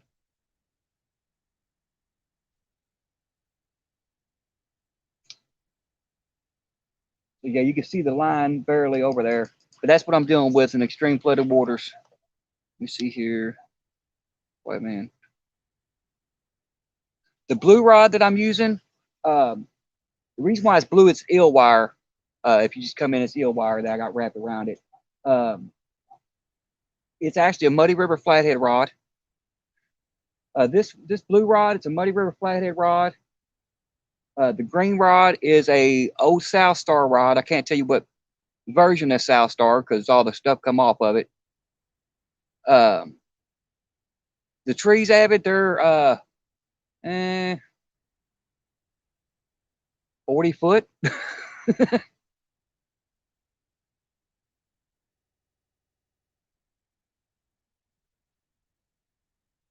Yeah, no doubt, Brian B. Put your nutty buddies in the freezer. But yeah, I'm using the blue rod's a Muddy River flathead rod. The green rod's a South Star rod. It's medium heavy. I can't tell you what style of South Star rod it is because it's old as can be. Green rod has a Cast King Rover 60. Let me check. I'm thinking I got an Ambassador on my blue rod. Give me a second. Nope. I'm running a Ming Yang 60 on the blue rod. Both of them are got 30-pound braid. I mean, 30-pound mono on them. 8/0 circle hooks. Those are Uncle Lou hooks too. Y'all know how we do. We call Uncle Lou. Uh, but yeah, I got 8/0 hooks on them. I'm running hold on a second, y'all. I need my caffeine. I'm running shad and skipjack. And I really need to try to see if I can't reposition these rods and get another cast out here, because I guarantee you they're covered in gook. Anybody was in here earlier seen the gook I had to pull out, but when I pulled that green rod out earlier, it had a ball this big of leaves, grass, everything wrapped around it. That's why it's pulled so tight right now. Luckily, it's only going around the sinker and not the bait. That's why I haven't moved them, because normally I would have done and checked them 3 times already, but I haven't moved them because I got to fight to get around this tree and fight to get through all this debris right here, which is going to make landing a fish fun, but at the same time necessary. And when I shine my light over here, it almost looks like the water went down a foot or half a foot, which is good. Now, usually when you're fishing a river bank, a sudden drop is a bad thing. It is. Usually when you're fishing a river bank, a sudden drop is a bad thing. Here where I'm fishing at right now, it is not as bad as it is in most places. The fish are used to that sudden drop. And the reason why there's a sudden drop and the reason why they're used to it is less than a half mile this way, I have a power plant that pulls in water and releases warm water discharges. A mile down the road on this side, I have a power plant that pulls out water. So there's times I'll come down here and you hear a loud thump, thump, thump. That is them opening up the locks down here and they're pulling water down. And this water will drop 2 to 3 foot in a matter of an hour. It's almost like having a tide. And it doesn't affect the fishing down here as much as it does other places.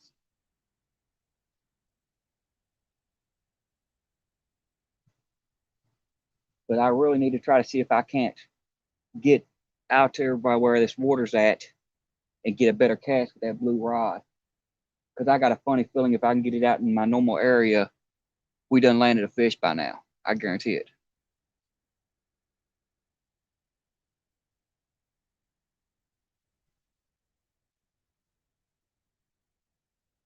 Three B, you might have. I only said one, so I don't know if you was in here for that when I did that or not.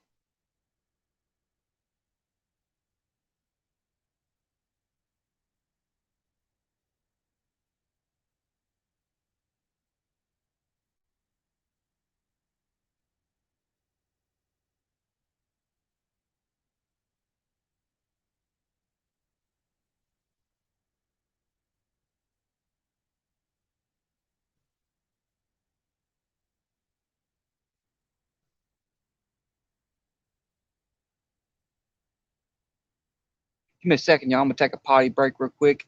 I gotta get rid of some of this energy drink so I can make space in my stomach for my coffee.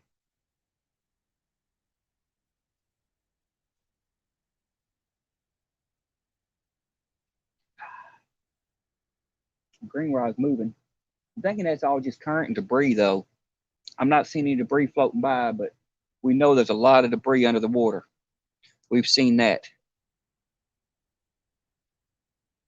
But maybe we'll get lucky and get a potty bite when they try to take that rod completely over. That's what I want to see. I've seen this rod. I've seen this green rod. Matter of fact, I got it in one of my lives. I mean, one of my videos. This green rod was bent like this with a 10-pound fish. So it won't take much to bend that down where we know we got a bite. Muddy River rod, a little bit stiffer. It takes about a 15-pound fish to bend it that way, but it does it. Give me a second, y'all.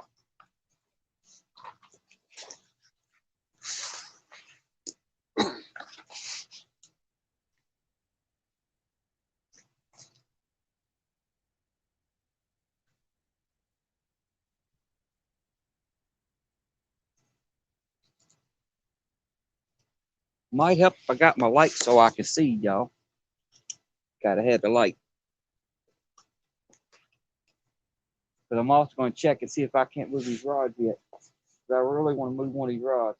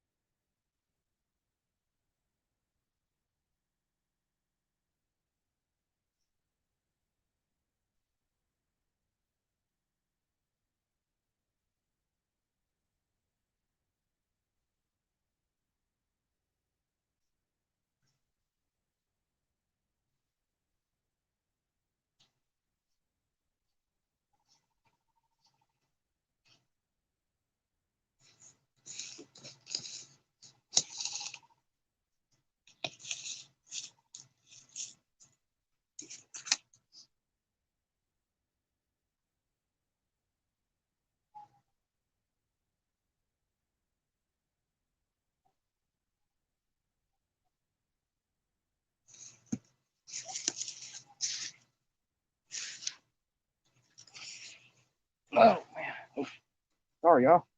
Blinded you. Blinded by the light. Oh, man.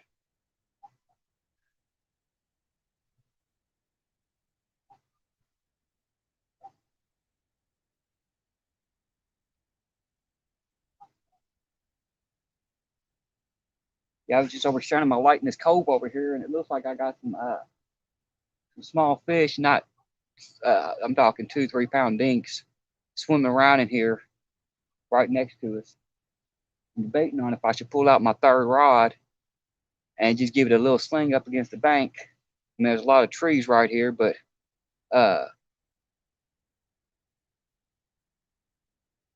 oh, Jody don't have a wrench. Oh, snap. Sorry, Jody. I thought you had a wrench. I thought you had a wrench. I'll have to fix that as soon as I can.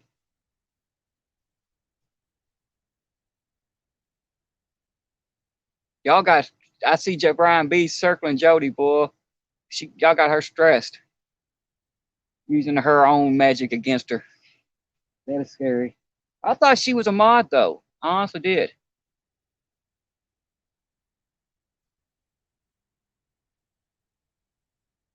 I thought she was a mod.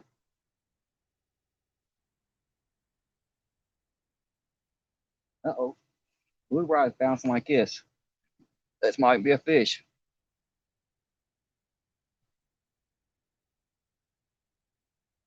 Any time that may.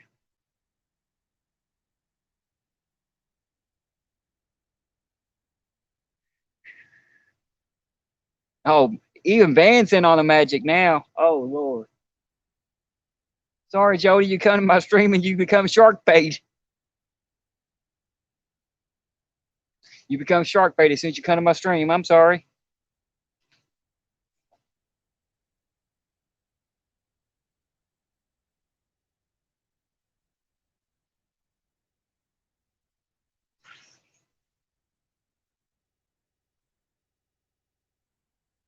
I'm gonna have to fix that, y'all. I'm gonna have to fix that. I can't look poor old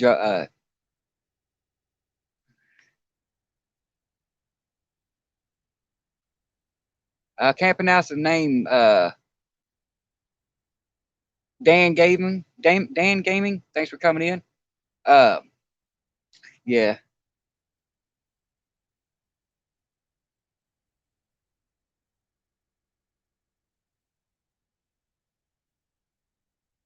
Poor old Jody, y'all making her talk nice tonight. What are y'all doing in the live?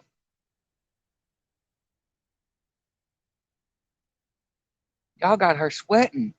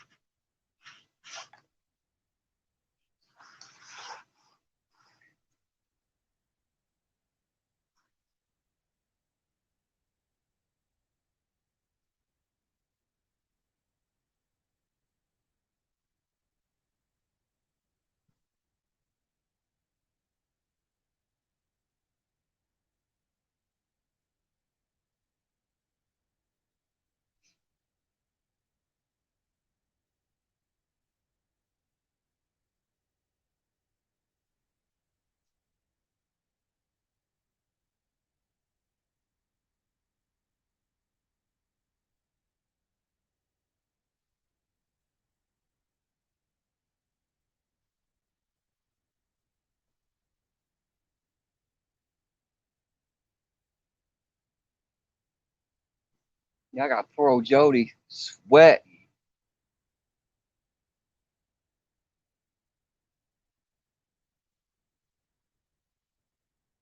Sorry, y'all. I'm down here trying not to do my bad habits on the stream. I'm trying to make it y'all can't see it.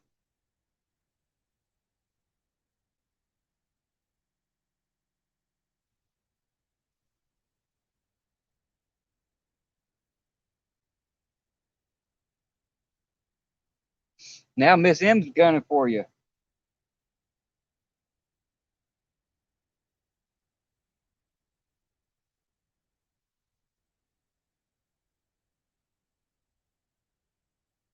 It won't let me access it right now. I was trying to save you, Jody. I promise. I was trying to mod you. I was gonna be nice and mod you tonight. That way you're safe. But thank you, Avid. Stand up for poor old Jody. I mean, she does it to everybody else when she goes in everybody's lives, though. But still, I got a message from Van telling me to call you when I get home. Uh, it'll probably be late. It'll probably be pretty late. I can still call you if you want me to. Ain't no problem. But it will probably be pretty late. Uh-oh. Where was that at?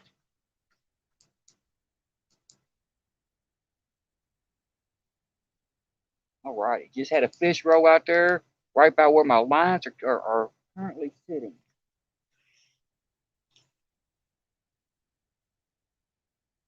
I need to test the current, see if the current slightly slowed down any. I don't know if it has or not. 37 great people in here. Thank y'all still for staying in here with me. Yeah, I think I'm gonna check the current. Throw me a stick out there. Shirley B, how's it going? Thank you for coming in.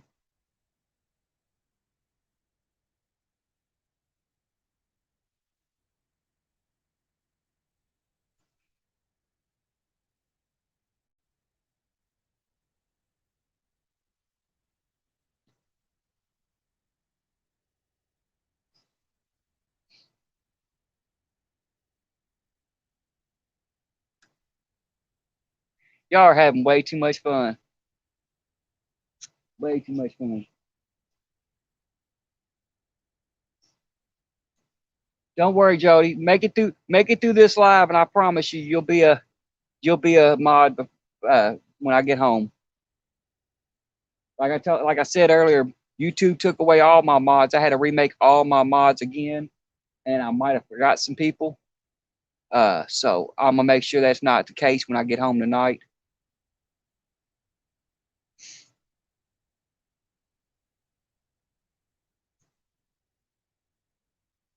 What y'all think? Well, should we waste one more rig? Should we waste one more rig and break out the other rod and throw it in real shallow? I got fish moving around in this cove over here, a bunch of bait fish, and I'm wondering if there's any bigger fish swimming in this cove to try uh to do it.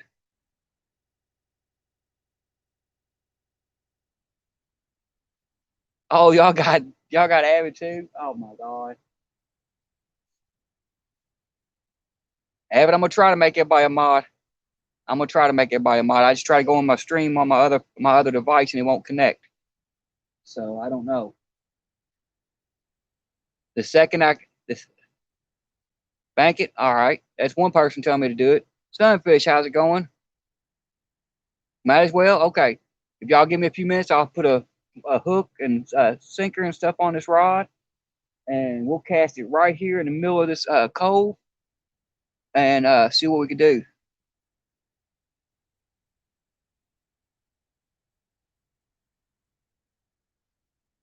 So yeah, I mean, it won't hurt. I got another rod sitting here ready to go.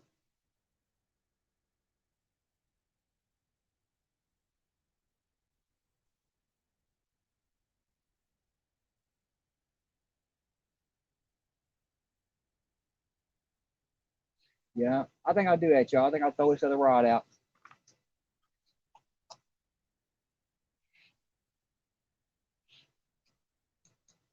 I'll throw it right here in front of me. I know I got some trees right here to stop me, but I ain't worried about those. Then we need to check the baits on these.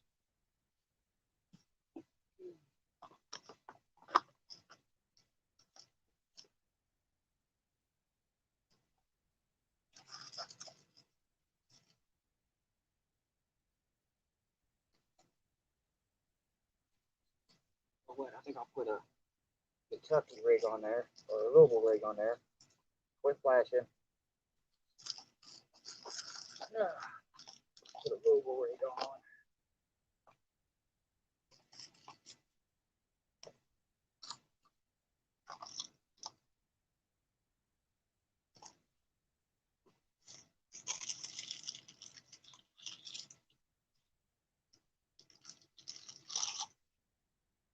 Where'd my other pack of hooks go?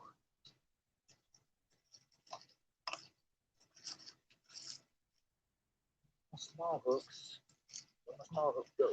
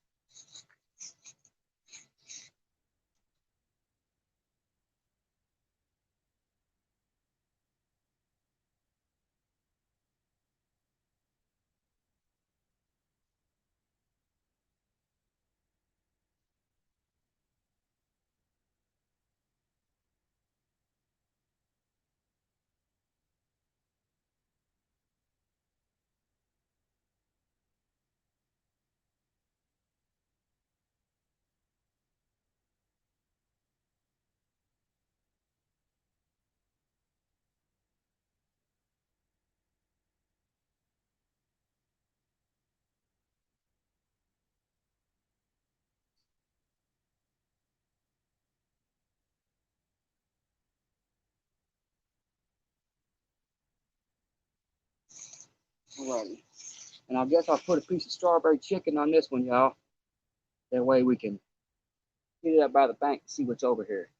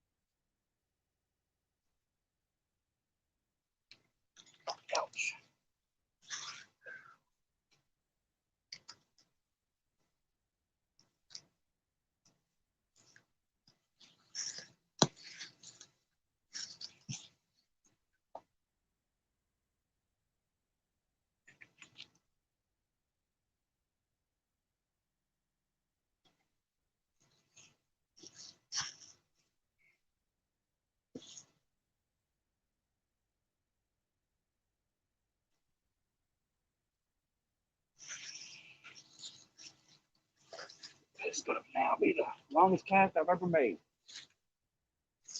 The longest cast I've ever made, y'all. All right, let's see here. What am I thinking? 10 foot, 20 foot?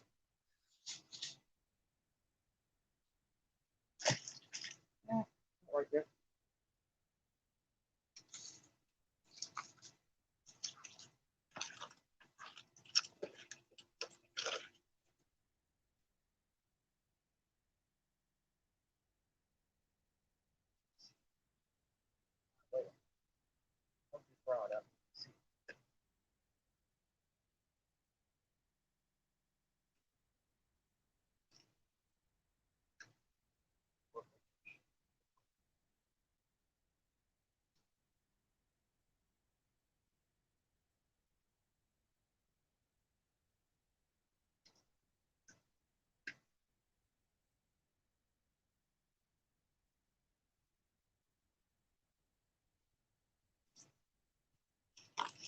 All right. Y'all see all three rods now, or just a? I can barely see that third rod. All right, y'all, give me a sec. I'm gonna try to go back in my phone, try to save some of my friends. See if I can make a mod real quick. I know y'all all having fun, but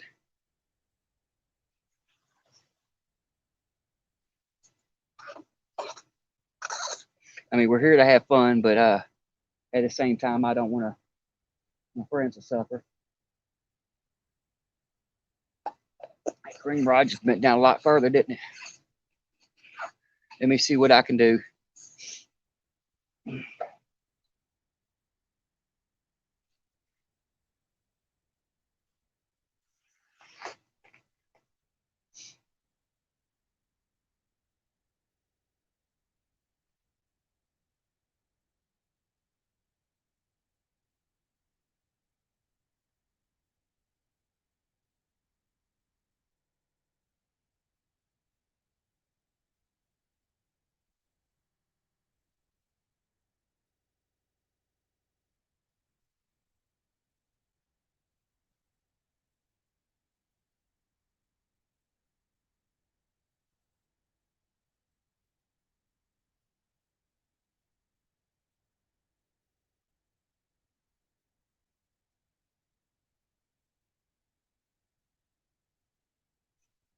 Come on, load up.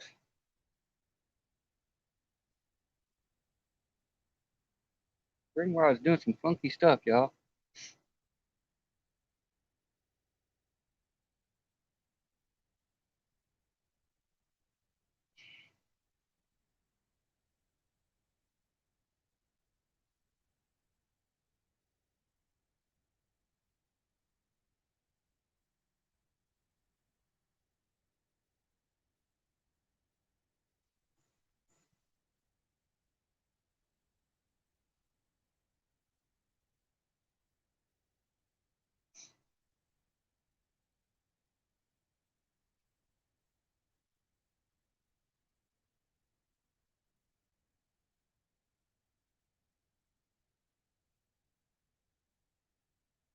I'm getting, it's trying to load.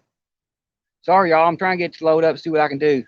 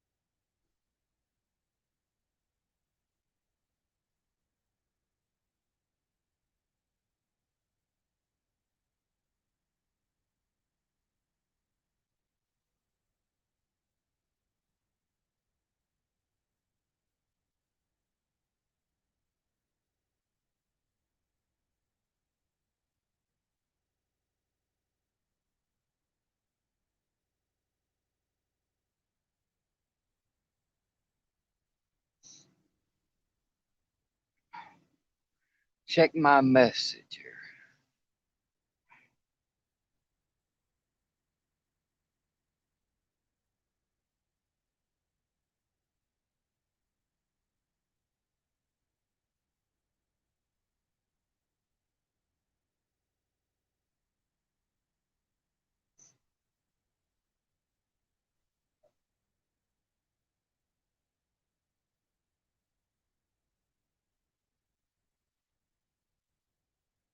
I'm checking my messenger. I've only got uh one message that I see, or two messages.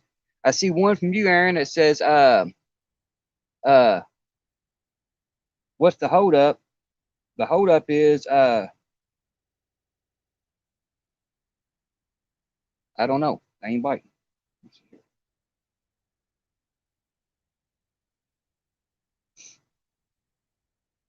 That's about all I'm seeing. It won't let me load up my YouTube to make people mods. I need to make mods like Avid and stuff. Of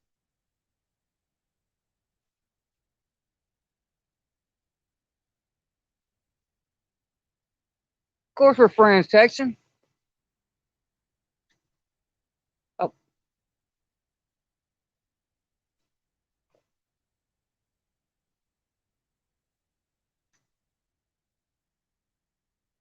see what I missed here while I was trying to check my stuff.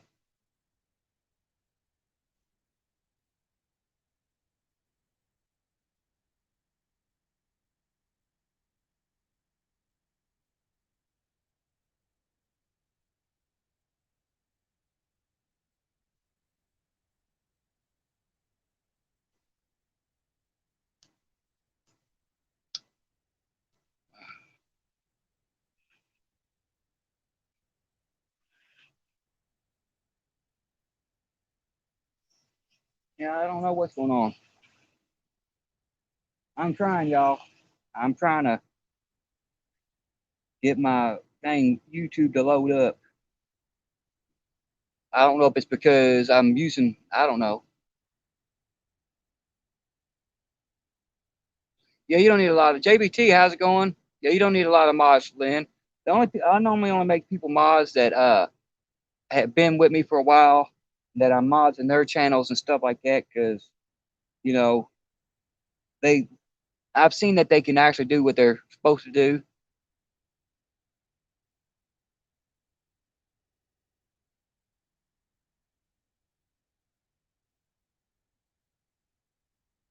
So yeah, I mean that's the only people I make mods are the ones that I've actually most of my mods that I did have before, um, which I'm not understanding because Avid was always a mod, Jody was always a mod.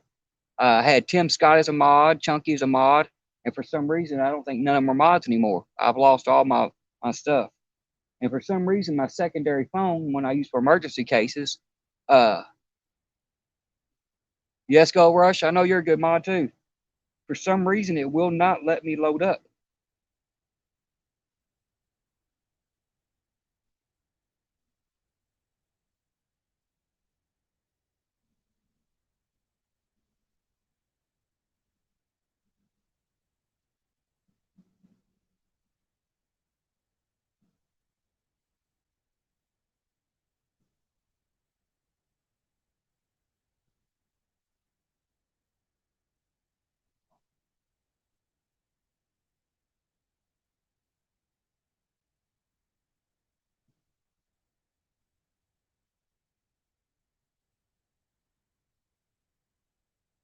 It just won't let me load. It won't even let me load up YouTube.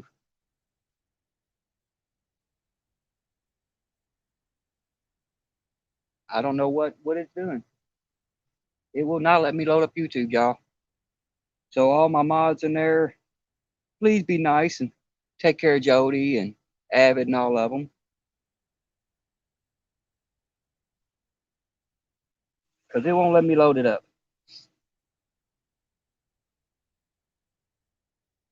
And that green rod's doing some stupid stuff. I don't know if it's just a bunch of debris on there now or what. Refresh my tablet, my phone, I guess you're saying. Uh, See what, that's what I'm gonna do. I'm gonna turn my phone off and restart it and see if it'll let me go in.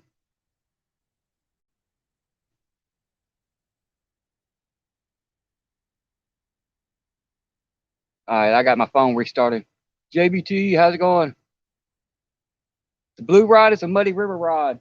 It's wrapped with eel wire, JBT. Eel wire that takes two AA batteries. Uh, it's got cut skipjack on it right now. The green rod over here has um, the green rod has a shad head on it. Couldn't think for a second. And I just casted an orange rod out. The orange rod is in a cove. Let me show you, because JBT, you show me a lot of things when I go into your stream. Let me show you this. I showed everybody earlier.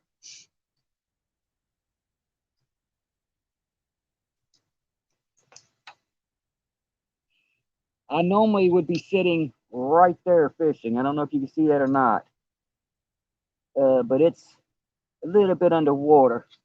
I mean, I'm a little flooded. The current is insane. I'm flooded, so we working it though. I got the 3 rods out. As you can see, I got an orange rod right here. I got to put batteries in it. The batteries are about dead on it, so you can barely see it. Blue rod, that's a Muddy River flathead rod.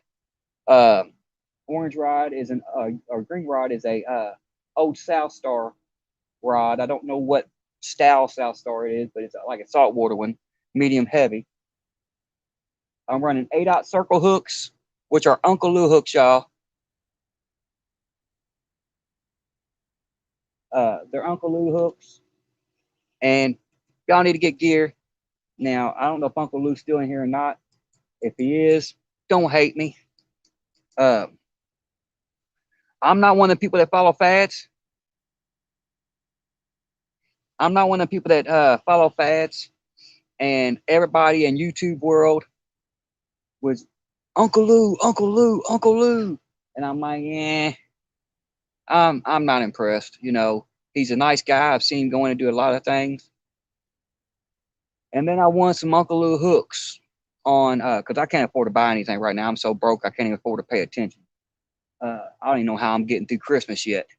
Uh, but then I won some Uncle Lou hooks on Eric Burnside's channel. And then I won some Uncle Lou rattles and some beads on Brian B's channel, which thank you again, Brian B, for those. And well, seeing is believing, y'all. Seeing is believing. It's not just a trend that everybody's saying go get Uncle Lou gear. No, Uncle Lou has the best gear. Plain and simple, hands down.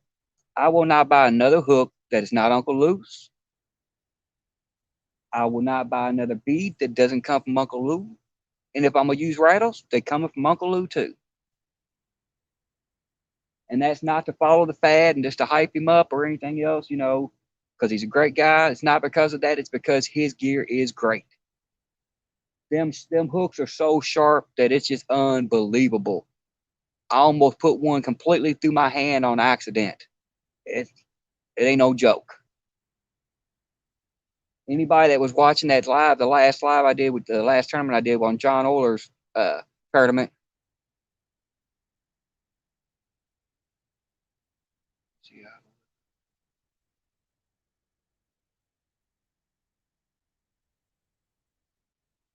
Let's see, that's me, JBT. I've been trying to win an Uncle Lou rod because I can't afford to buy one right now. I've been trying to win an Uncle Lou rod on every dang channel just because I want one.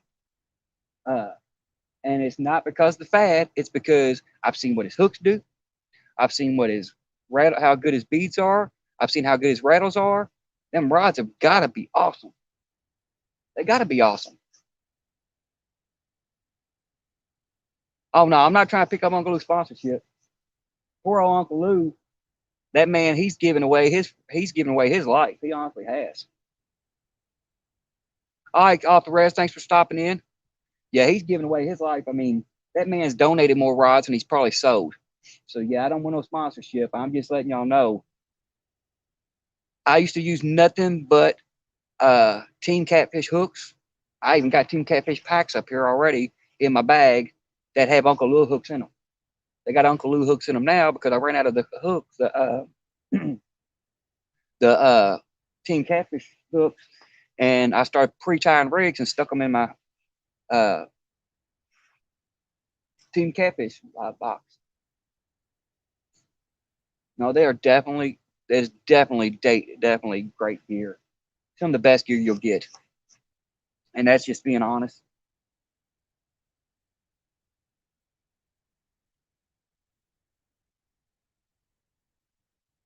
Now, against my better judgment, and this is what I'm saying by better judgment, no common sense here. I need to try to move that green rod. It's moving up and down, so I'm pretty sure. Thank you, Andy. Thank you. I'm pretty sure there's a ball of junk on it. There's either going to be a ball of junk on it, um, or it's just the current ripping it. Either way goes, I need to check that bait and move that rod. I know there's a good chance that when I go to move that rod to check that bait, that I'm losing everything.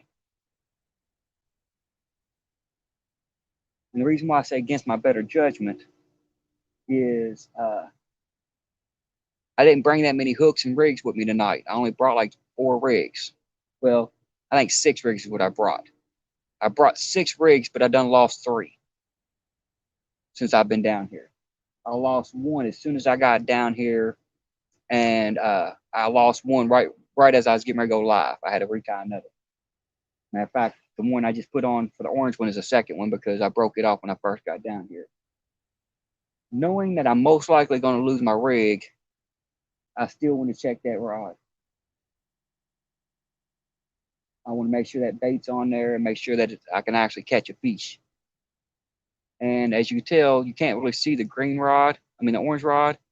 It's flashing a little bit. It's got like little Christmassy flashing colors, lights or whatever. But you can't even see that orange rod. I need to change the batteries in it so we can see it. And I might do that real quick. Get up, change the batteries, and maybe check the current. That's another thing I want to do. I need to check the current. Earlier, the current was running so crazy that there was no way to keep a rod in one place. I'm wondering if the current slowed down any at all. Uh, if it slowed down at all, I might be able to cast it back out and keep it over where I need it at. So I'm going to find a piece of this driftwood stick. I'm going to throw it out here and I'm going to see what the current's doing. It's going to come right back up on the bank anyway, like it always does. So, I won't throw trash out there, but I'll throw a stick out there and watch the stick float. And if the current slow down any at all, I'm definitely going to try to reposition this green rod. That way I can get it out here where I need it at. Because right now it's probably uncast almost up on the bank, as much as it's drifted. So give me a second, y'all. I'm going to take care of all that. Keep everybody, each other company, and we're going to try to rearrange some stuff so we can get a piece. I need at least one piece tonight. One piece. Here, piece. You get a small piece of driftwood. Small piece of driftwood. All right. That should be big enough.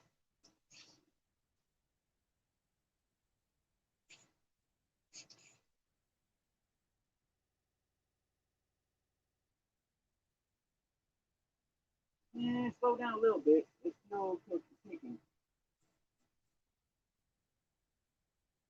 It's still booking it through there. It's already over there now. So yeah, it's still booking through there. But it seems like it's slowed down a little bit. So I might go ahead and try to pull this in and see what I can do. Pray I don't lose my rig.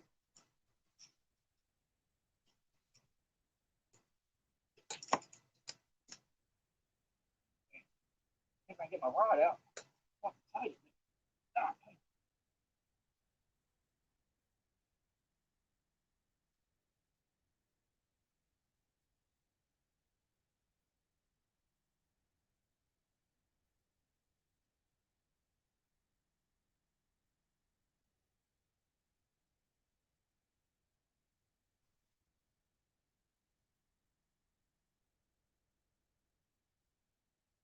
Bunch of debris on it. Can you see that now? See it? Come on, baby.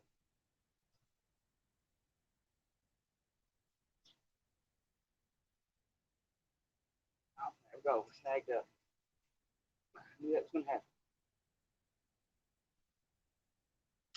Give me a second. I'm gonna see where I'm snagged at. See if I can. Oh, man down.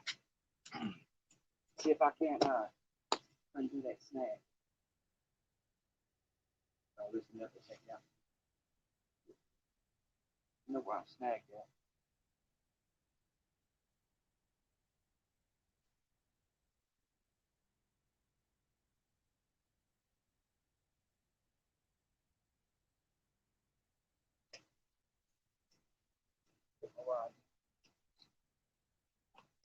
Check to see if I can't get around this tree. Put that in a snag.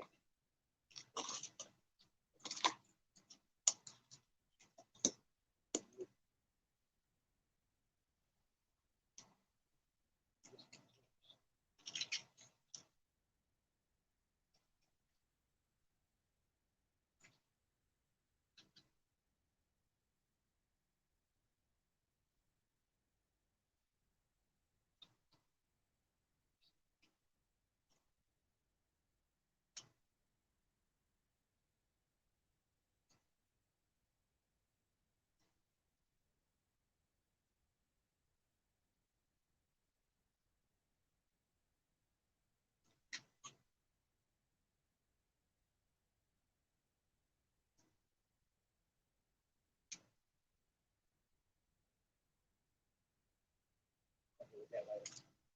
Always jumping again. As I always say, jumping again.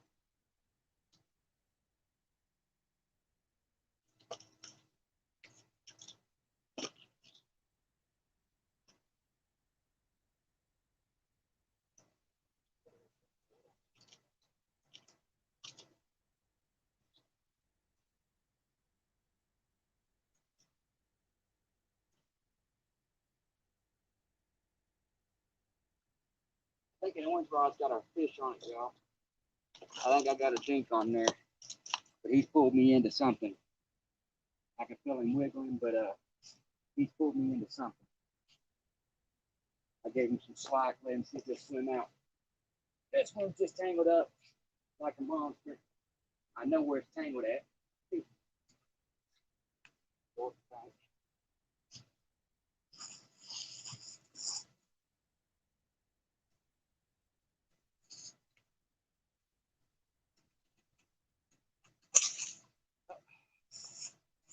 We gotta break off. Okay. Knew that was coming. Knew that was coming, y'all. Snap that line. Snap that line. That's all right. Knew it was coming. And I got another idea. Something crazy to try.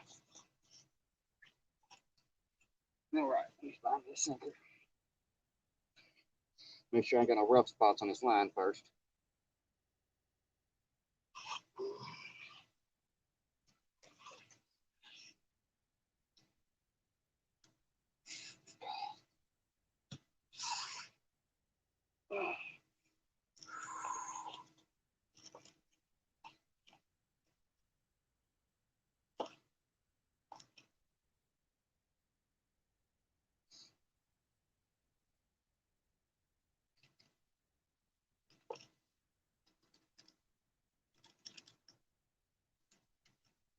Come here, bees.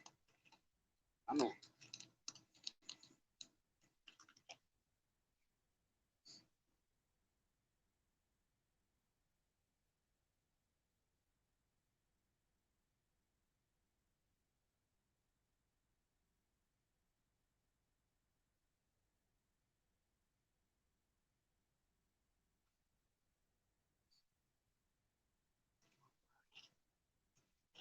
Swivel.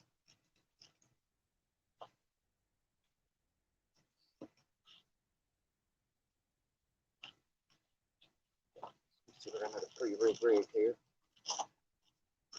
I have about 10 of them.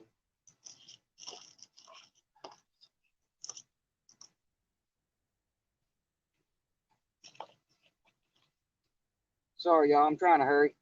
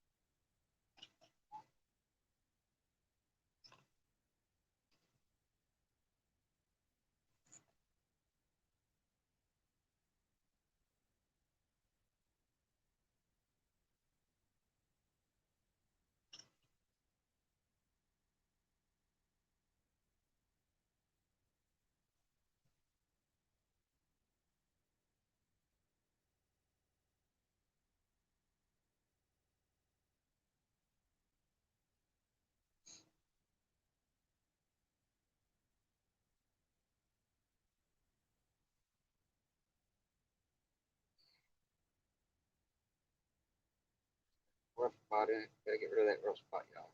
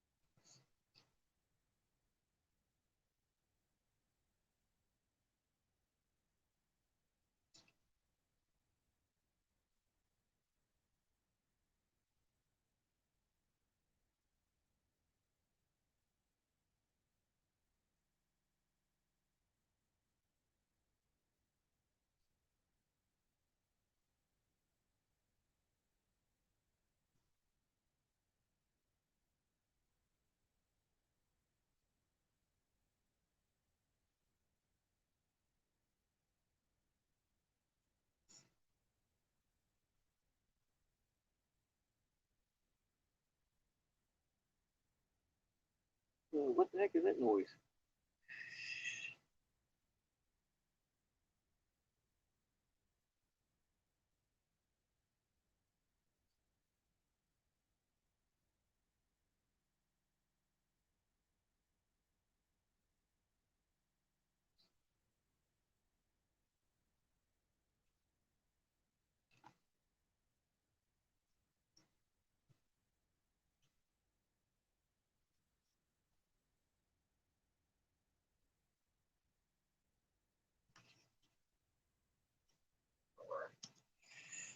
All right, y'all.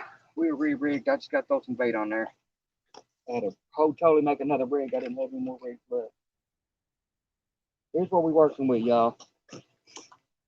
Got an 8-ounce egg sinker, Uncle Lou bead, my swivel, 8-aught circle hook.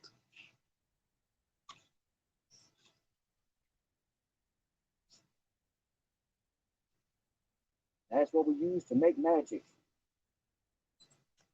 Make magic happen. I'm wondering, if I can hand the rod around to myself around this tree over here. I got a big opening right here where I can cast out, get out further and deeper without casting in the trees like I did earlier. I think my dink's hung up, y'all. I might have to figure out a way to free him. Hopefully I don't have to jump in there and get him. John Parker, how's it going? Boy, I said, boy, can't fish worth a lick tonight.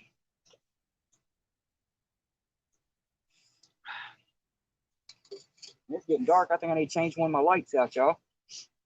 Give me a second. I'm going to change my bulb out so y'all can see. So we can all see. Because I can't see. These are bulbs I use. Super bright.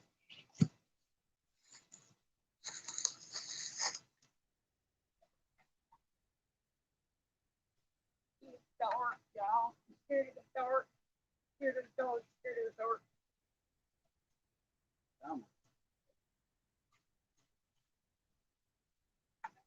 I'm gonna say right again. Yay!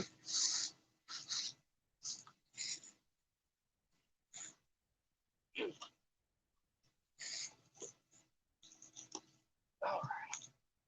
See what's going on in chat for a second. Let's see here. Make sure I didn't miss anybody coming in. I seen the John Parker come in.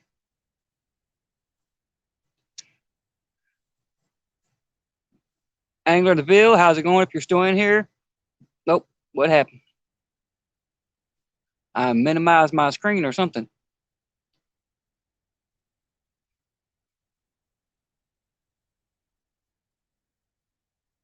All right, JBT. Thank you, buddy.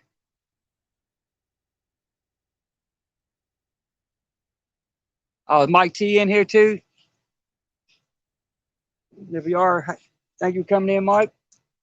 You ain't missed much. We ain't caught nothing yet. Yet. Those are my magic words is yet, because I don't give up.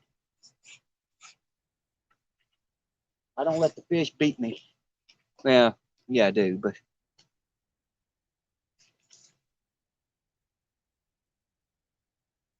I try not to let them beat me. Ooh, that don't feel good, y'all. Check that. Make sure it's just dirt. I don't feel confused. I don't want no rough area in my line. I ain't trying to break off.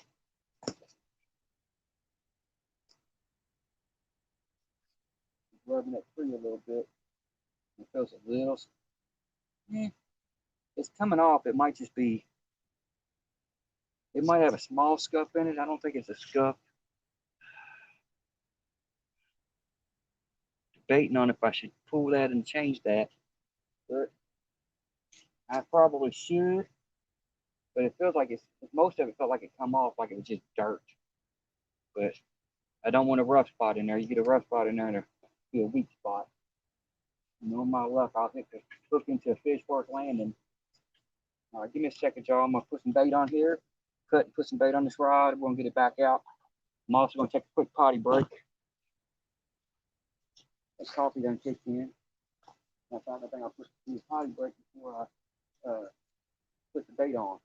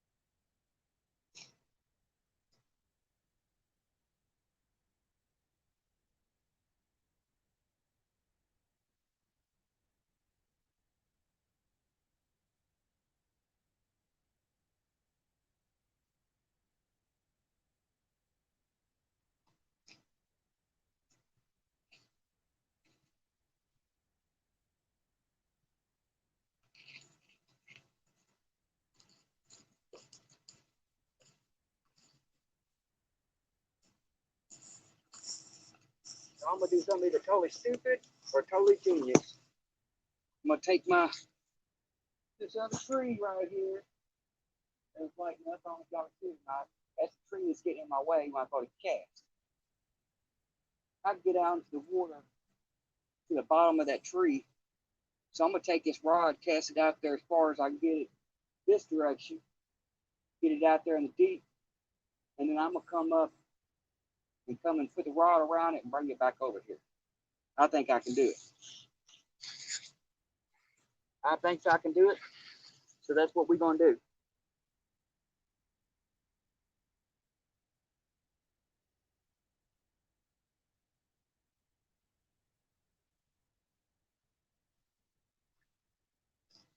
Got a good piece of shad body on there.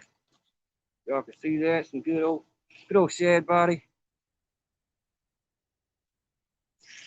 So let me walk over here and we're gonna see if I can't knock it out the park, y'all. Knock it out the park. Actually, I'll let y'all come with me a little bit. All righty. Make sure y'all can still see that one rod. But I'm also going over here. Y'all might be seeing slightly through the trees.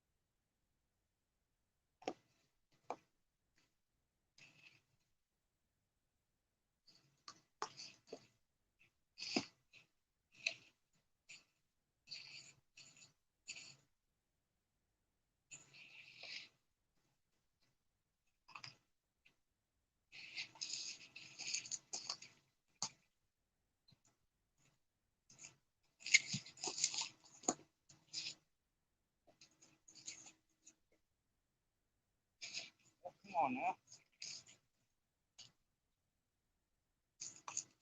One stick stop. There we go. One stick stop. The whole idea works.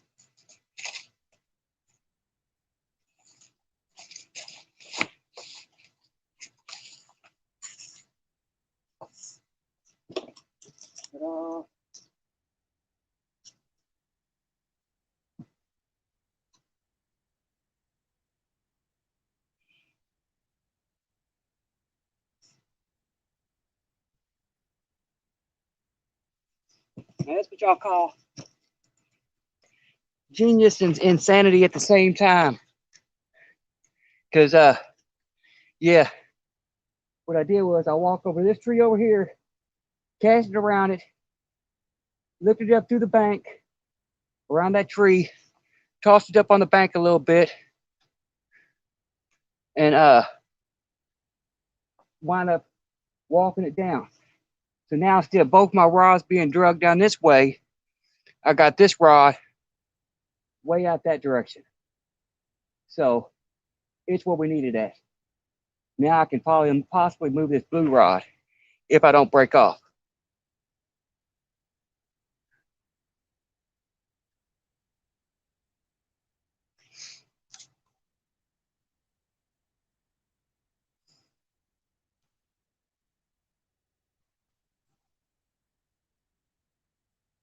Brian, you timing all my users? I mean, all my people?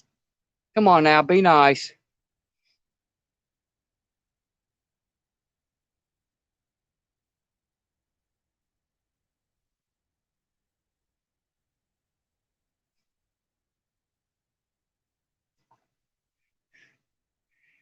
Who do you time out this time?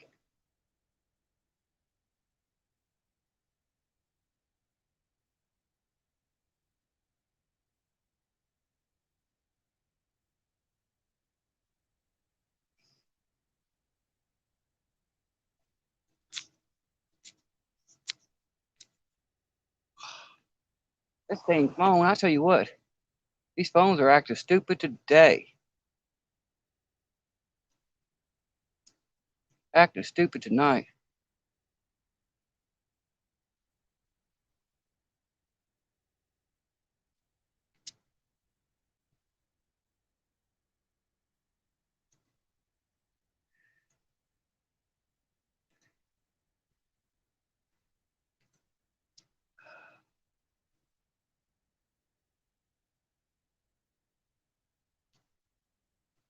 All right.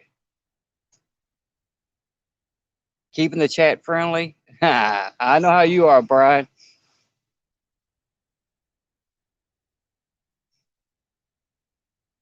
The only thing I hate about doing what I just did is the fact that these boots, every time I step and try to move a certain way, it yanks my sock off. I don't understand it. Never had that problem before with a pair of boots. But now my sock stuck down in my boot. There's a sock in my boot.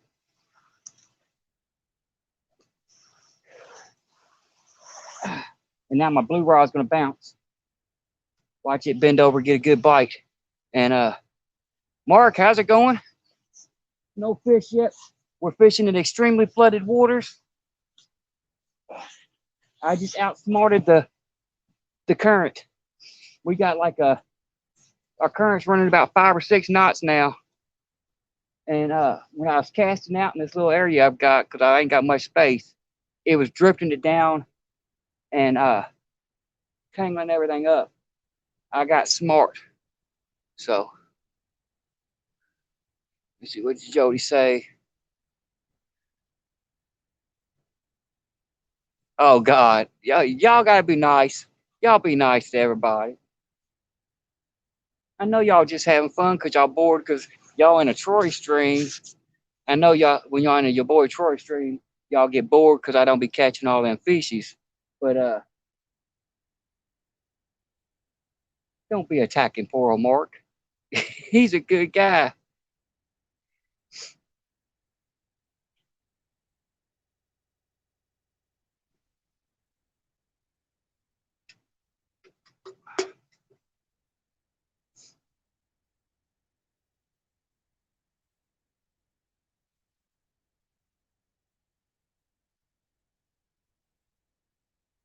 Now, this is usually when I start getting bites, y'all. Even though you can't see the current moving. Am I muted, y'all? Can y'all hear me? Let me know if y'all can hear me because somebody said unmute myself.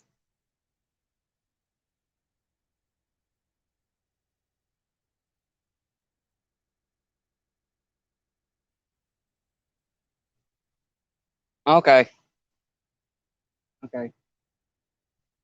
I think Texas Tiger asked, told me to unmute myself, and his phone's acting stupid. So I don't know. I could have muted myself and didn't know. So thank y'all for letting me know. But this is usually when I start getting bites. Um, Even though you can't really see the current, you can't see the current. We know the current's there. It's all undercurrent. The top of the river is just like a sheet of glass. That's usually when I start getting good bites. I really want to move this pull this blue rod in.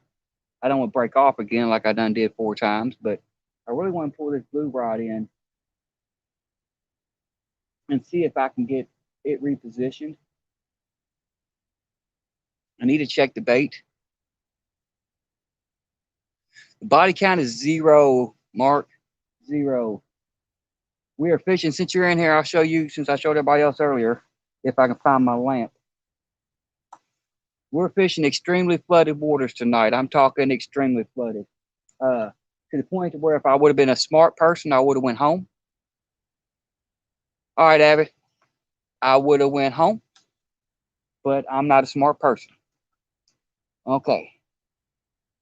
Right there is normally where I'd be fishing at. Let me turn this light up a little bit for y'all so y'all can make sure y'all can see that here.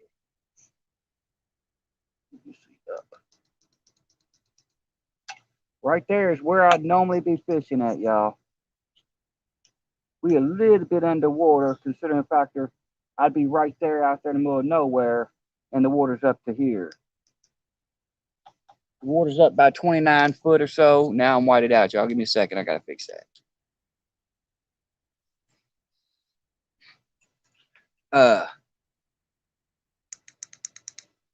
There we go. Show me in the water for Jody. Okay.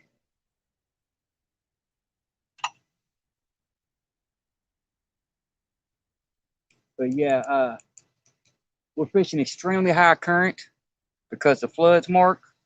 Um, the current's probably moving about between 4 and 5 knots now. It's slowed down a little bit, but it's probably running 4 to 5 knots right now. I can't keep an 8-ounce sinker on the bottom.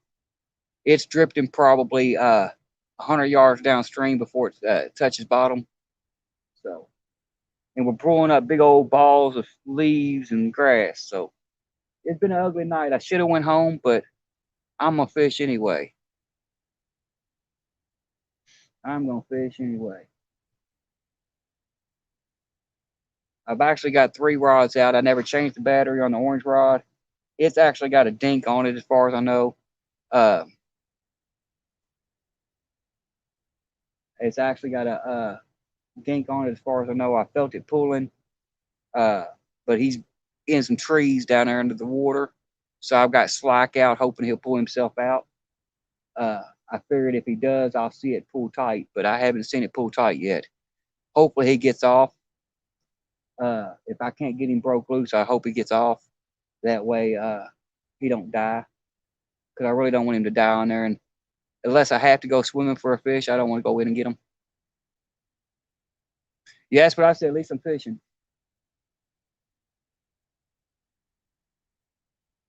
Usually when it's water's up a little bit, I have good luck. Uh, I fished a 7 to 7 on these in this exact spot when the water was a little high, and I caught 8 fish, and I think 3 of them was in the 20s. Uh, it was high when I come down here for John Oiler's tournament, caught that 49. So usually when the water's up, I do pretty good down here. Has not been the case tonight yet. And I say yet. I haven't had much luck getting my rods where I want them at either, because the current's been so bad. But now that I've started to outsmart the current, uh, maybe that'll change. We'll see. We shall see.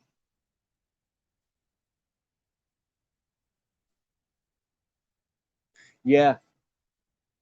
I'm talking about, let's see here. That one right there is actually green, but it looks white. But yeah, I just seen that too. I saw a little bounce. Yeah, I seen a little bounce on that too. And that's the one I just got positioned in the right way. Uh, it I had to go walk it way down bank, cast out, throw the rod up one bank around the tree like this, and throw it up here, uh, and then try to fish it out, get it out of the weeds to bring it over here. Because as soon as you cast straight out, because they got a tree blocking from casting too far this direction, and the current's going down, so as soon as you cast straight out this direction, before you can even lock it in place, uh, it's all the way 100 yards downstream. So, George Ray, how's it going?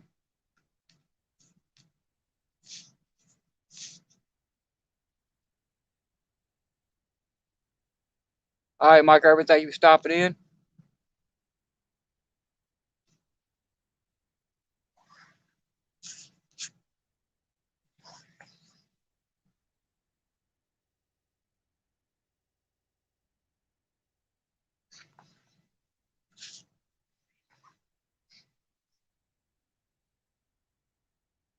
All we need is one fish. One fish to make this night better.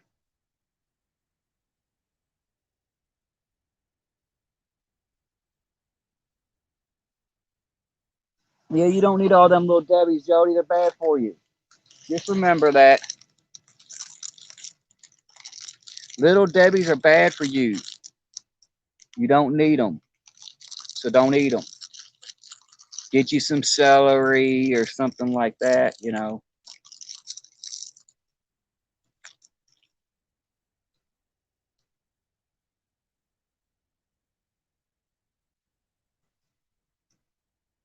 Mmm. Little Debbie's. Mm.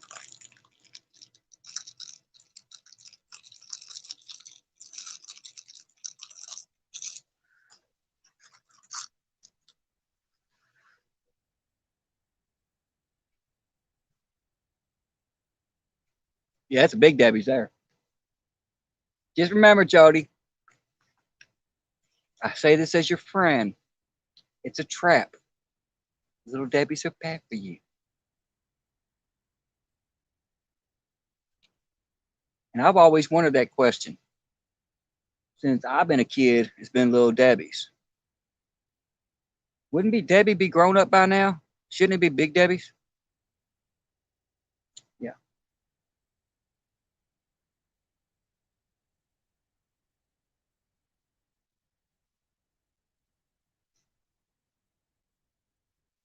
What y'all think? Y'all think I should try to pull that blue rod in and check it? Uh, we probably gonna break off if I do, but what y'all think? Should I try it?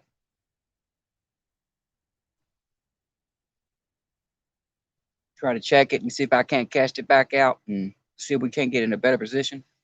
Since the current's slowed down like 1 knot already. Yeah, checking. Yeah, that's what I was thinking too, Mark. It's gonna be a pain because I got to fish or climb it around a tree because right now it's rubbing a tree. I'm gonna try to bring it down bank a little bit to where I can keep it from rubbing it. Uh, Luckily the tree it's on is smooth.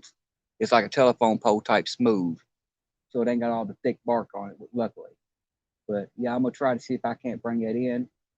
Uh, the only good thing I've ever found about fishing down here, y'all, um, is usually when I snag, there's a tree that's got rod holders on it that I put down here.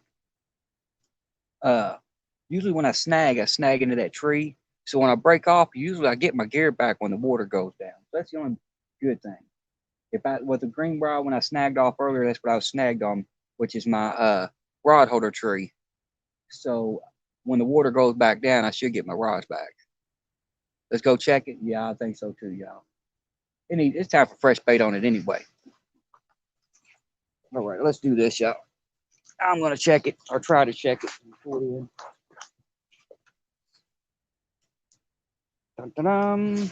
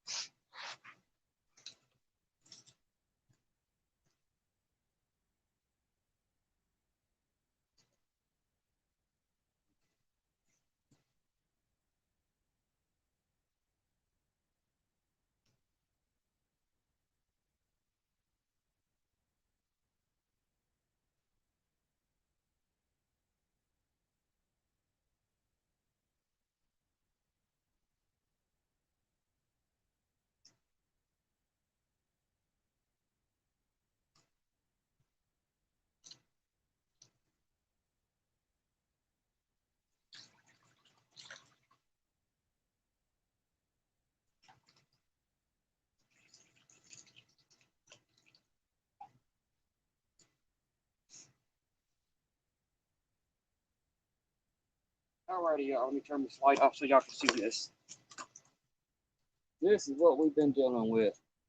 This is why we're having problems catching fish tonight.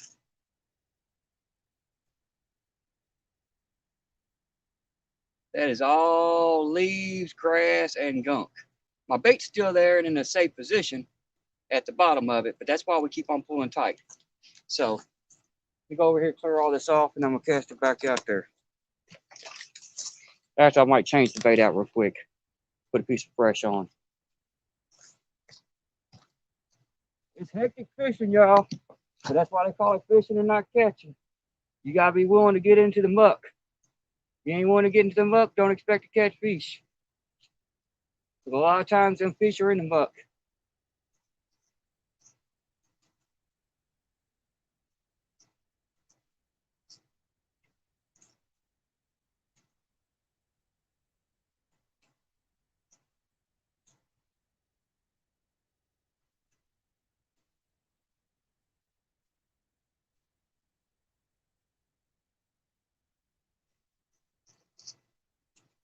Come on, first. Good job.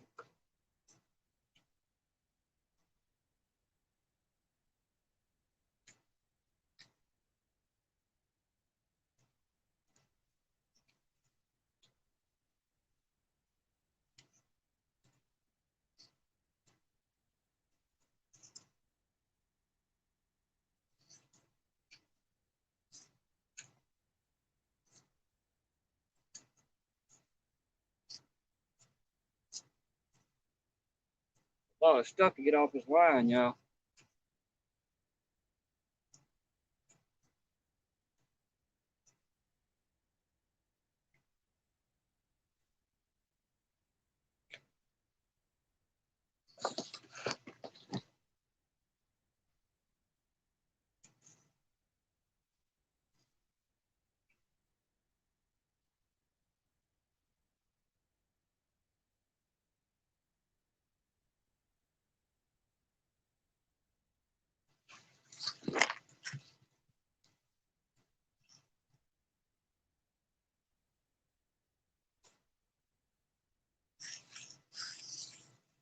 All right, I think we're cleaned up. Got the fresh bait on. Let's see if we can get it back out there and catch us a fish, y'all. I really want a fish. At least one fish. At least one fish. All right, let me see where this is at. That line back if I needed that. Here we are.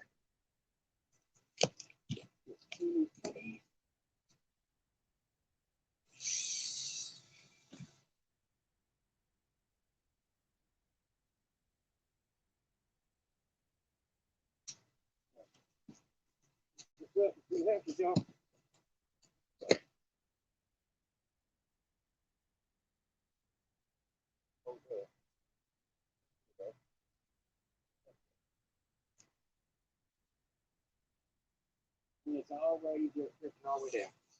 It's already about 85 yards on the bank, y'all. Oh well. It is what it is.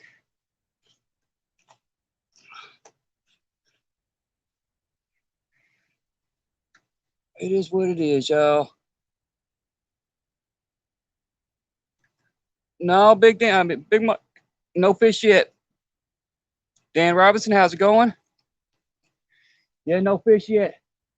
I just now started out smarting the current and all the junk. You go back a few minutes into the stream, you see how much junk I had to pull off that line. That's what's causing the issue right there. It's too much muck. Way too much muck. But the current's so strong it's drifting me. You know, if I cast out straight with 8 ounces of lead, even if I cast out 70 yards, it's up on the bank in less than 2 minutes. That's how much current we got. So, yeah, it's horrible. And I'm pulling 5 pounds of garbage off of 5 pounds of garbage off my line at one time. Just leaves, grass, and debris. So yeah, it's pretty horrible. I'm actually gonna say if we ain't got a fish within the next hour, I'm gonna probably call it just because I think we're wasting our time. Usually when the current's is strong, I usually get good fish, but I was trying to find some slacker, but there ain't none slacker right now. I'm literally up to my I'm literally up as far up the hill as I can go. The water's so high. The water's up like 26 foot right now, 29 foot is how high it's flooded.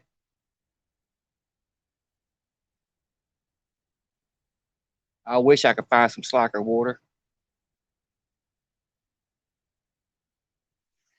but it ain't working today. But we got rods out in the water. I've got this one positioned. I had to walk down the bank and work the rod around the tree to try to get it up where I needed it at. So we've got it positioned out where it needs to be, straight outward. Uh, this one, it's drifted down, but it's not drifted as far as it did earlier. So it's probably in a good spot right now. So all we can do is wait.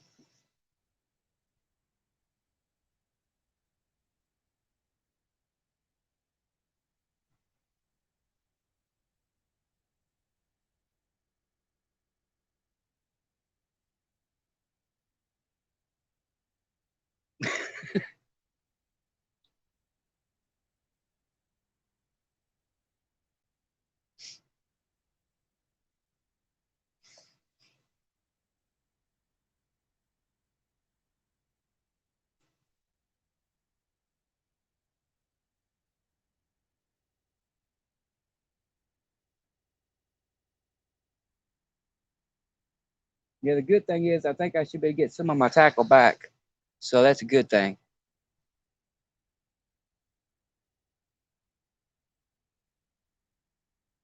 And I'm starting to hear fish move again, which is a good thing.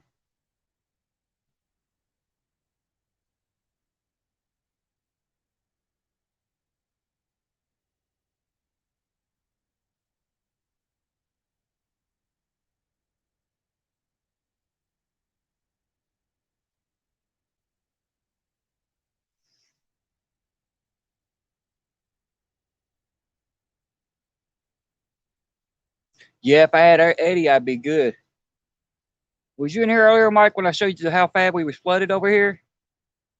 If not, let me know and I'll show you real quick. You'll get a kick out of that.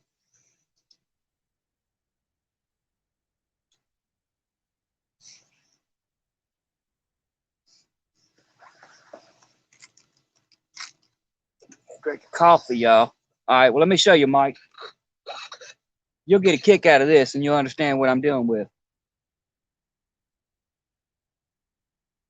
Dang, it's been in this coffee's been in this thermos since 5 o'clock, y'all. It is still hot. Hot as can be, which is always good. Hot coffee's better than cold coffee. All right, give me a second, Mike. I'm gonna grab my light and I'm gonna show you.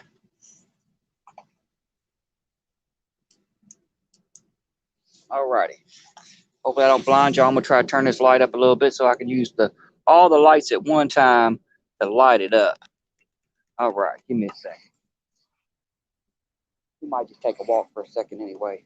You tilt my other light, and that'll give us more light over there.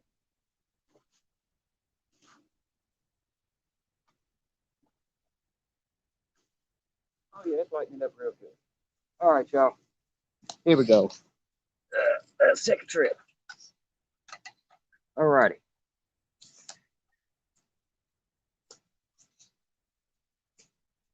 As y'all see, here's the cove. Normally where I fish is in front of that little white tree out there, that little tree branch. I'm 6 foot in front of that. When the water's up high, usually I can be right here and I can walk out on that tree and bring my fish around it. But as you see, all the way down the bank, there is no space. It is just the whole bank looks like that. It basically comes down the hill and drops straight into water.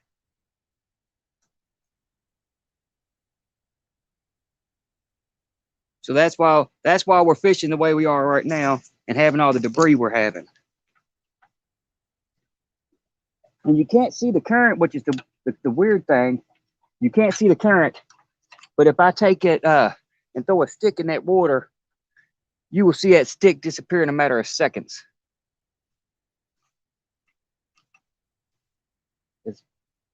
It's definitely weird, but it works. I'm crouched in a little bitty area.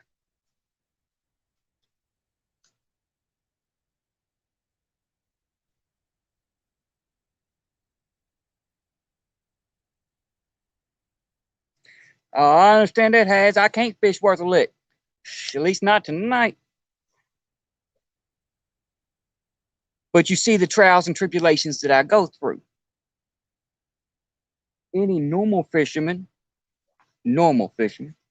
would have come down here, seen the way the bank looked, seen the way the water was, and they would have left. Not me.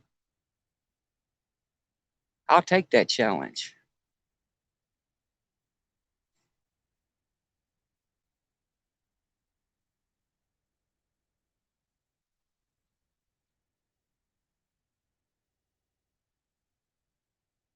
Because the way I look at it is you never know where the reward's going to be. And in this water, it could be 60 or 70. You never know.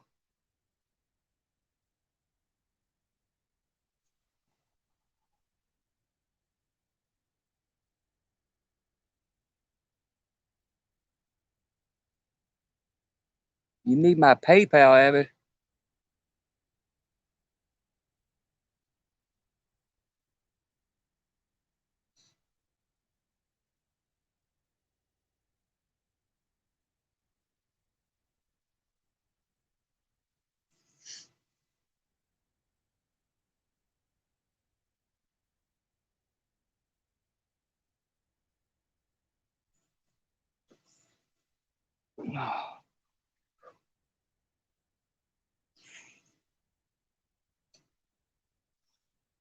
Were you going to try to bribe me? I will not take a side bet with Jody if that's what you're up to, Abbott.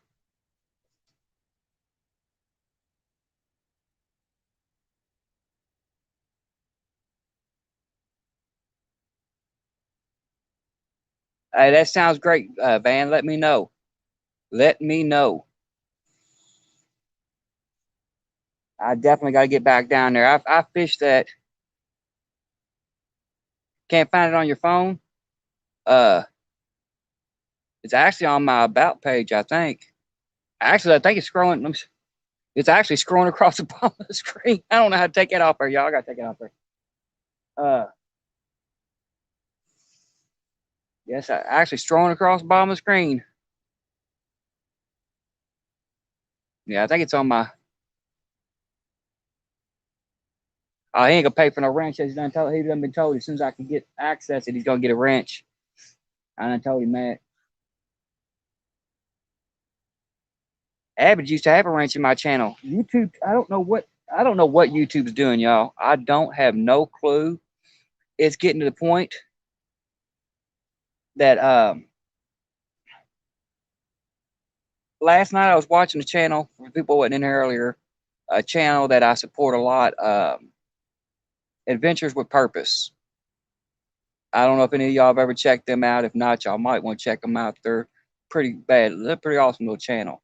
Uh, I found them on accident because they was recovering a car out of the Ohio River down here by me. Well, I started watching stuff, and they go look up. They go and try to solve missing person cases. People that's been missing where their cars involved, and they dropped off the face of the earth around water. They dive on the cars. They pull the cars out. They've solved a lot of missing cases already, bringing people home that the cops couldn't find and stuff. So it's a great channel. But I was watching them last night, and then my daughter wanted to watch something else, so I went to turn that off. And well, I turned it off, and about 4 hours, 6 hours later, she wanted to watch something, and um, I'm like, okay, well, what do you want to watch? And I was trying to pull it up on YouTube, and it kept on going right back to their stream, right back to that same stream. I'm like, I've been off that for 6 hours. I done shut the TV off and everything, and come back, and it wouldn't go nowhere else. All my mods disappeared, and everything. It was crazy. I had I had a bunch of people subscribe one night. I know for a fact I had uh I think I gained 9 subscribers one night, and the next morning I get up and none of the 9 are there, and I lost 5 more. I'm like, that makes no sense.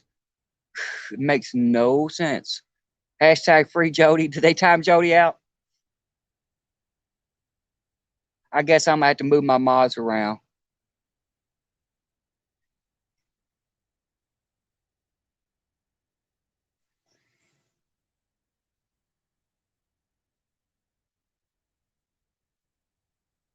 I might check that out, JBT. But yeah, I tell you what. Oh, didn't mean to. Yeah, I tell you what. Adventures with Purpose. That is a great live. They have a great live stream. Uh, their videos are just unreal. Um, and the fact that they can go in under the water and bring back people that's been missing from their families for years. Some only been in there for, missing for a couple months. Some been missing for 26, 27 years. Cops never found them. That's pretty amazing. And the fact that they don't charge the people nothing or nothing else, they just come and do it on their own dime. Mike T, how's it going? I don't know if he was in here earlier or not. Yeah, it's pretty awesome that they do all that. And then, of course, if y'all need weather, when if there's some storms coming through, y'all make sure y'all check out Ryan Hall, y'all. Mike's got me doing it. Big Mike's got me doing that now. Uh, when we had them tornadoes come through Kentucky a few months ago, uh, or no, a couple months ago, look at me talking. A couple days ago, when we had those tornadoes come through here a couple days ago, now you can tell I ain't slept in days. Uh, if it wasn't for Ryan Hall, I wouldn't have known anything about it. I was literally sitting out in my garage working on my car, and I wound up clicking on YouTube. Backflash, how's it going? Thank you for coming in. Wrench Wars, y'all play nice. Yes, it is the best wildlife for weather by far. I agree. I was sitting out in my garage and didn't even know there were storms coming.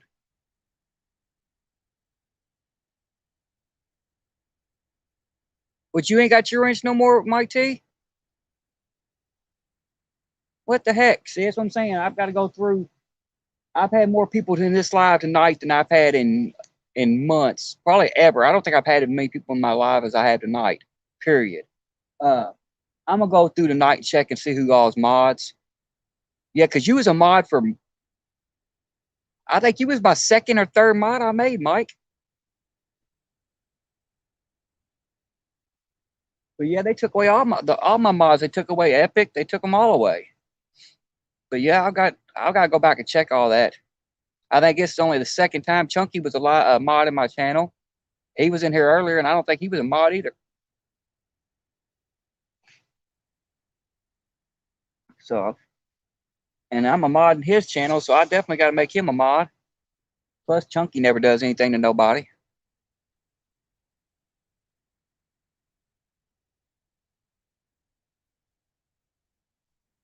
None, Jeremy. We still waiting. We've caught about a 10 pound. We got about 10 pounds of debris off the bottom.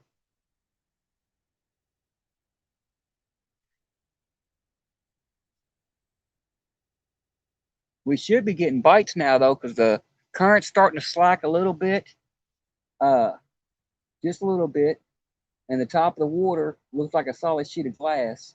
And I'm seeing fish moving. I'm seeing fish activity. So one of these rods should have been hit by now.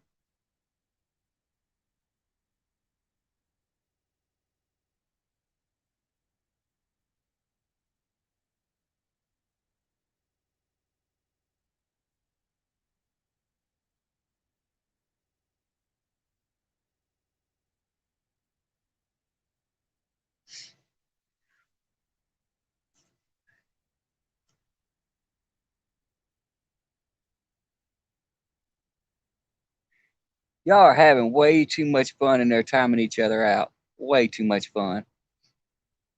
Maybe that's what we ought to do. Maybe we ought to play a game. Who's going to be a mod today? I'll keep my main mods, the ones I know that do, like Duggar, that does what they, uh, keeps the trolls off there. And now I might start switching mods around. Let's let y'all have some fun. As long as y'all don't attack innocent people, I don't care. Getting ready to go to work, backslash. Yeah, I wish I was going to work.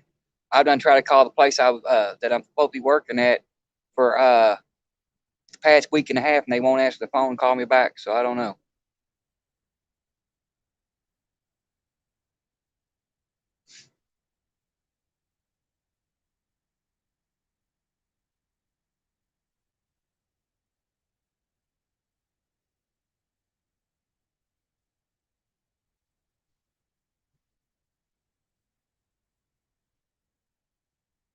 Exactly that mod. That's what I'm gonna do, Jody.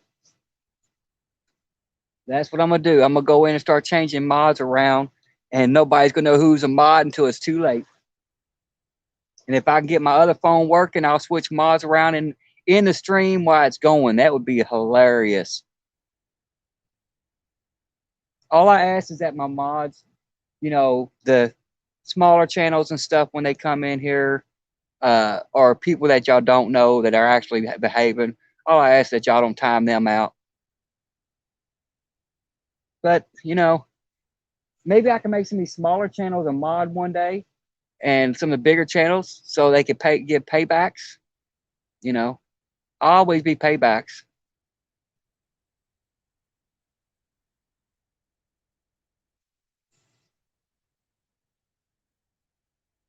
Oh yeah, that's a lot of concrete too. Yeah, I just poured concrete in my front yard, but I did the old-fashioned way with the bags, and I tell you what, I did 650 pounds. I didn't do cubic feet or cubic yards. I did about 650 pounds of concrete the old-fashioned way. Put it in a bucket and mix it and pour it. Put it in a bucket. Oh yeah, I was hurting. I poured 3 steps on my front porch. Yeah, I ain't doing that again. I'm too old for that. 50 years old is way too old to be mixing and lifting that much concrete. Turned out nice though. My mother-in-law couldn't make it up the steps because the steps was too high. Because I only had one step out there and it was broke. So she had one step and then you go 14 inches to the next step.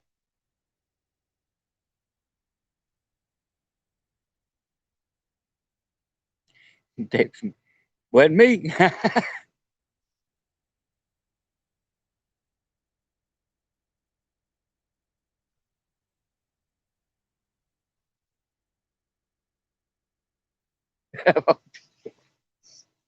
Yeah, y'all having way too much fun in this. I'm gonna let y'all have fun.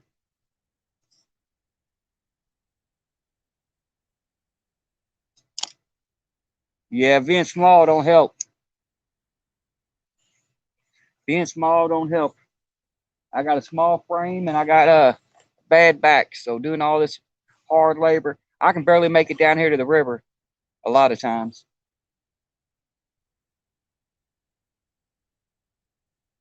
Uh-oh, I need my light. Give me my light. Give me my light.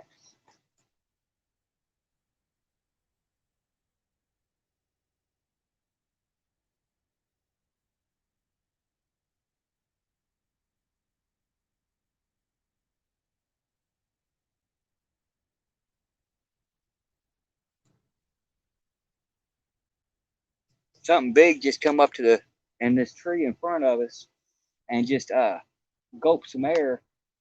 He's pretty far. He's out there by my rods right now. I don't know if it's a beaver or if it's a fish. It looked like a fish. If that's the case, he's out there by my rods, by my lines now. Maybe he'll run into one of them, grab that bait, and run with it. Hog leg, how's it going? Thanks for coming in. Welcome to the new game show called Who's That Mod? Oh, it ain't Bigfoot, Dale. It's in the water. It looked like a big fish. He's big around, so I'm hoping it's a big fish. What it look like. But I got some huge beavers up here too.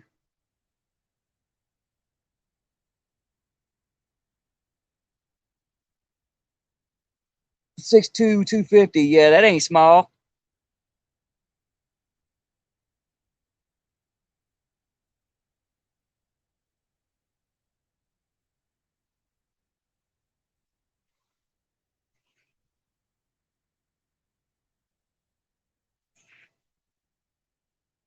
You going live at 1 o'clock, Brian B?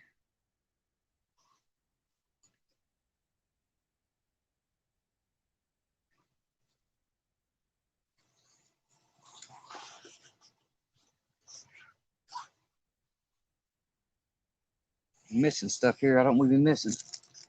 Mm, mm.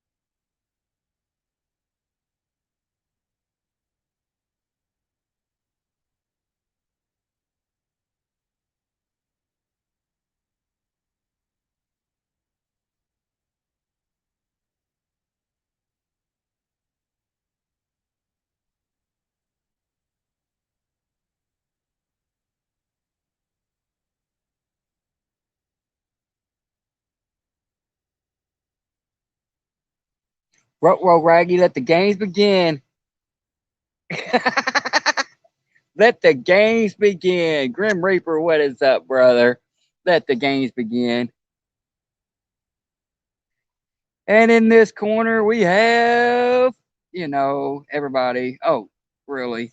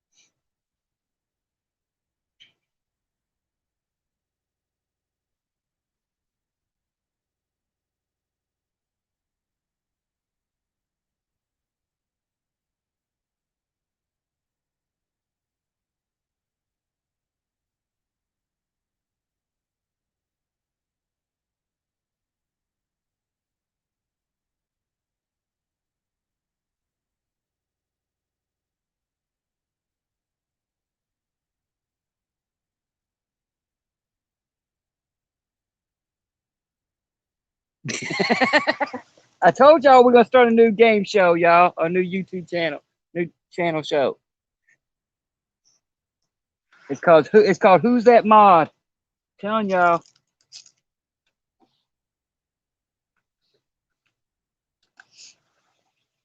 Dum dum dum dum dum dum dum dum. There are sharks in the water. There are sharks in the water.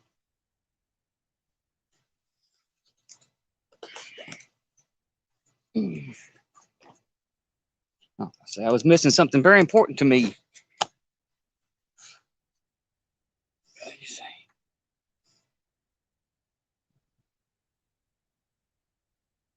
10 millimeter wrench, no doubt. I could use about 40 of them. I done lost about 10 this week. Telling you, it's the elves. The elves like the 10 millimeter wrenches. They take them all.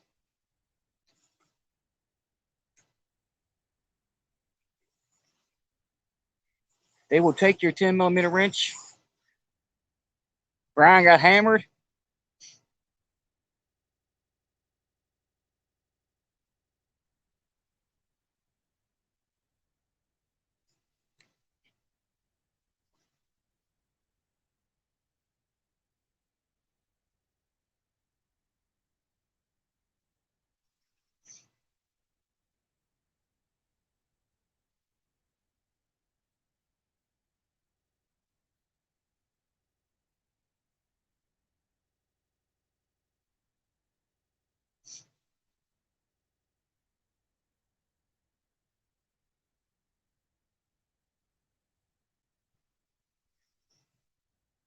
Yeah, 10 millimeter wrench and socket's gone.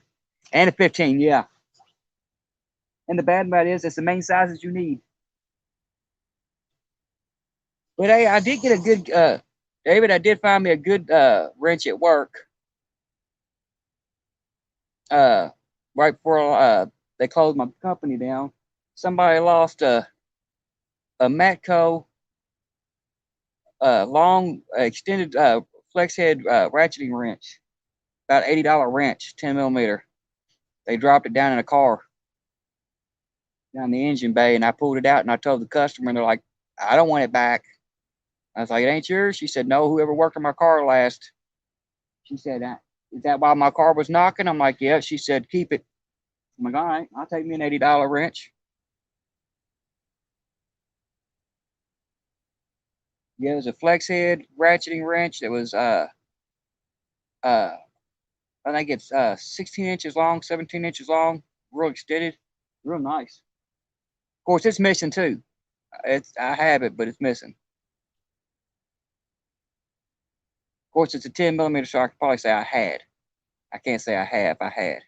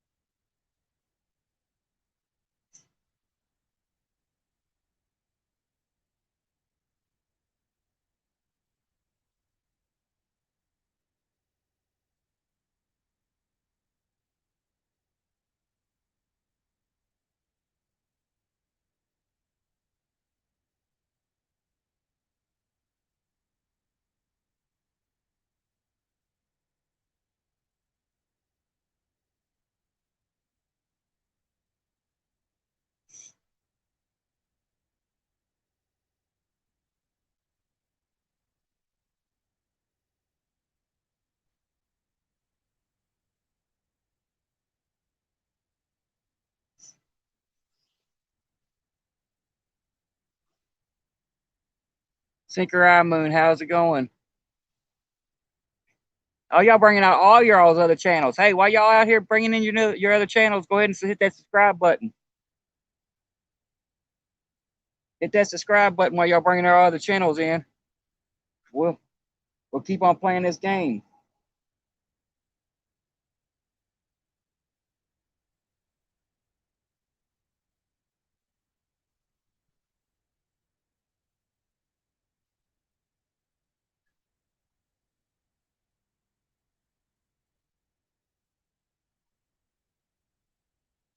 All right, let's spin the wheel, y'all. Let's see who loses their wrench. Dum dum dum dum.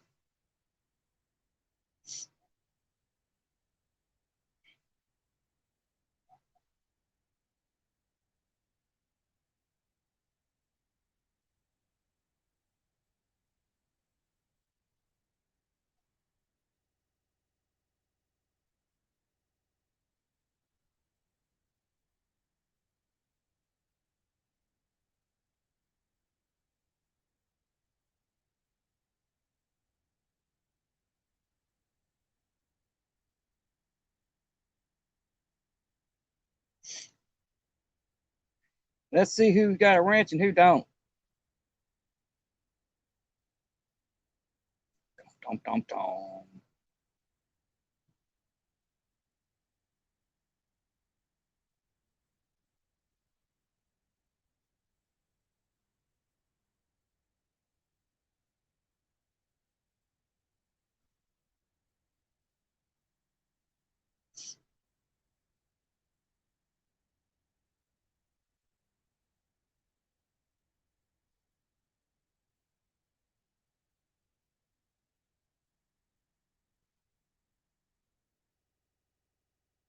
What, roll Raggy? What, roll Raggy? Everything's changed.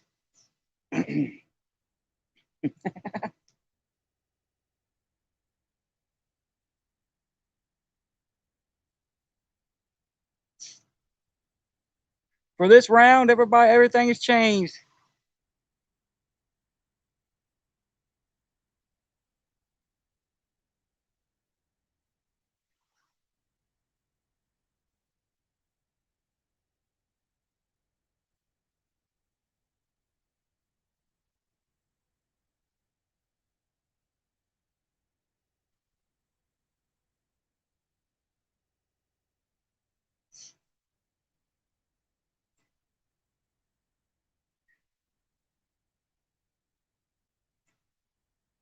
Hey, if we ain't catching fish, we gotta have fun, right?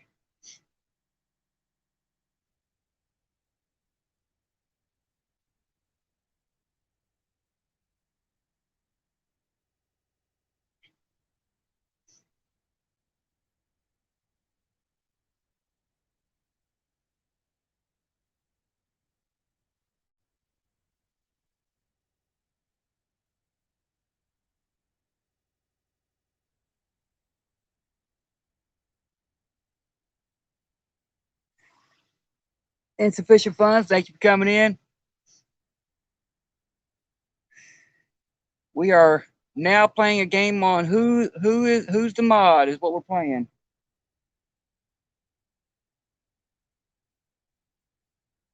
We're playing who's the mod.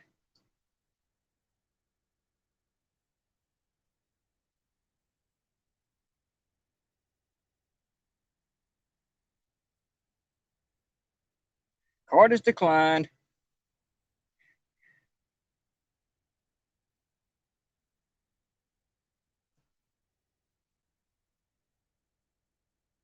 What the fish snatcher?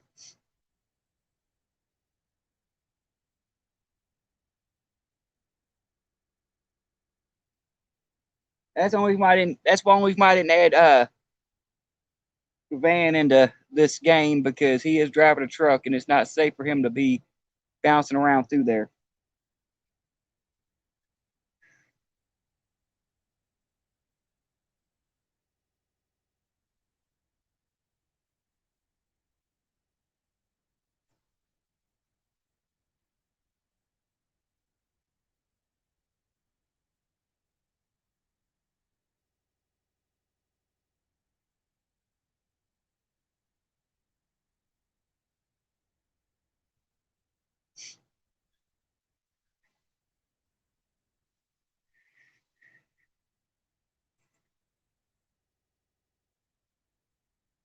Yes, and y'all having a blast with this.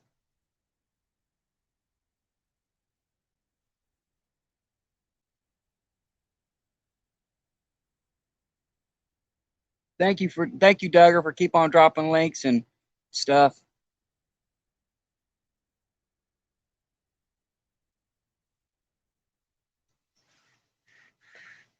Let's see here. Who said that?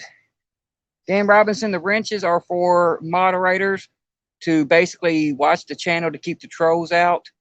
But in a lot of channels, people go in and if they got a wrench, uh, like say Jody goes into my channel one day, she's got a wrench. If Brian B comes in, he don't have one, she'll time him out. The next day, she'll come in and she won't have a wrench, and Brian B will. So it's one of those things to where they're right now they're just having fun with each other. So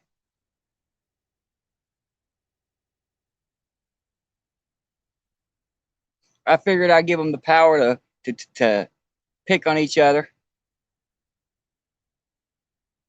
I figured I'd give them the power to pick on each other for a few minutes while we're waiting on fishies. Now I've got to go home when I get done with the stream and change all my. Alex has sent you. Thank you.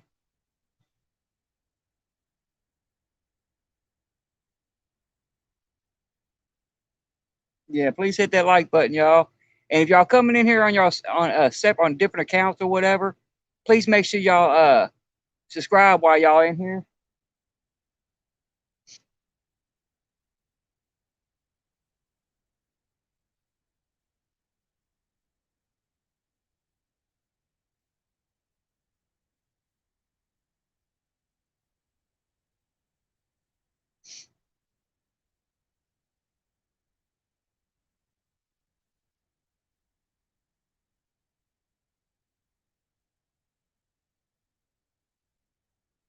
Yeah, no doubt, David Smith. That's about the truth too. I'm sitting here watching the live. I'm sitting here watching the live, playing around with all this funny stuff, and yeah. Thank you, boy. I said, boy. Thank you. Yeah, they're all out in here having fun with things, and I'm watching it and getting along, getting in the middle of it, moving mods around for the fun of it, and yeah, now one of my rods is gonna go in the water, and I'm not gonna pay attention to it. Yeah, it's all funny games until somebody gets hit in the eye with a sinker, no doubt. You ain't lying, Buck.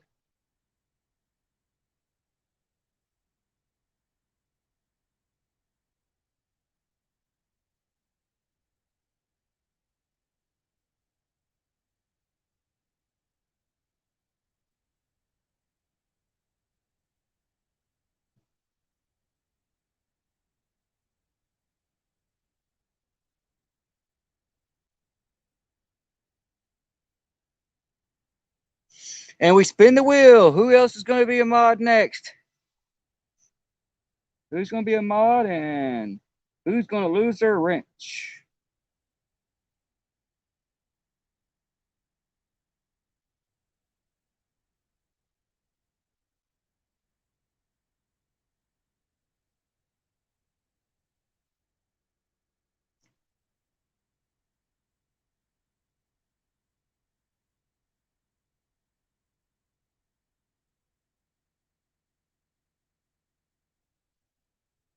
Ooh, we got a big fish roll out here, y'all.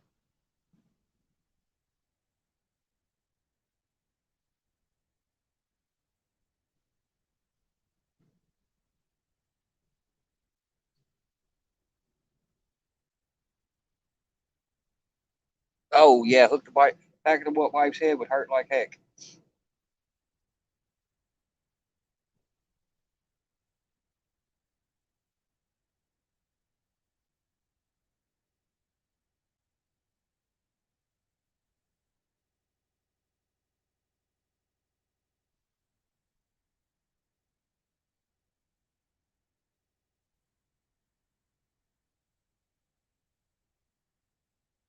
We just had a big fish roll out here. Maybe it's a good sign. Maybe they'll start fighting.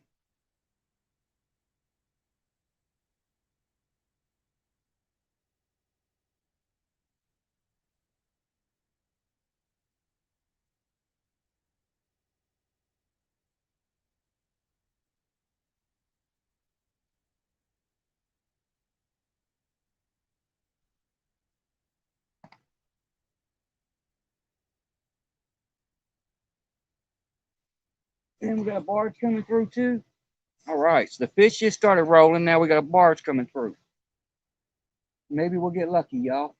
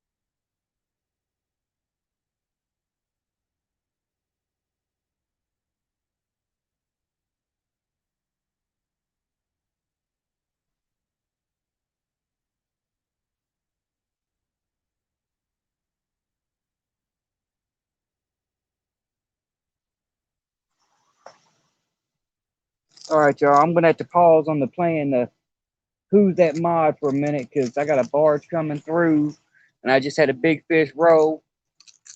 Those are usually times when I get bites, so I need to pay attention to the rods for a minute. Make sure we out here to fish anyway, so I gotta make sure.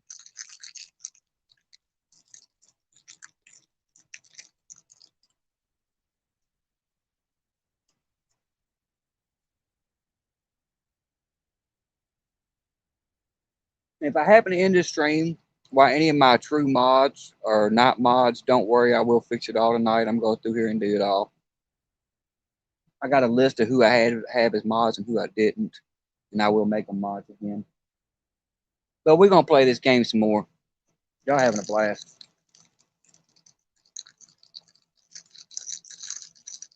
And it's a good way to kill the time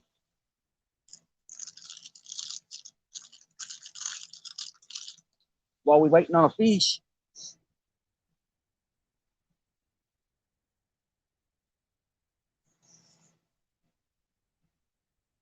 Yeah, I had to give Duggar his wrench back, y'all.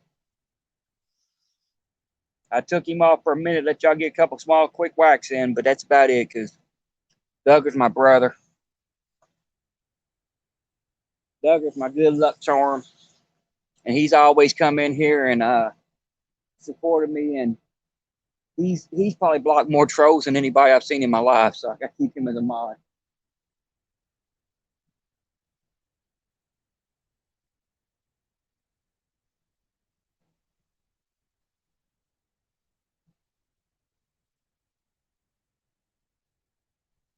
Oh, getting lit up. Y'all see that light? Hey, shine that light up there. It's pretty cool. Oh man, damn. We had we had light, y'all. We had light. He lit the bank up. He's cooking too.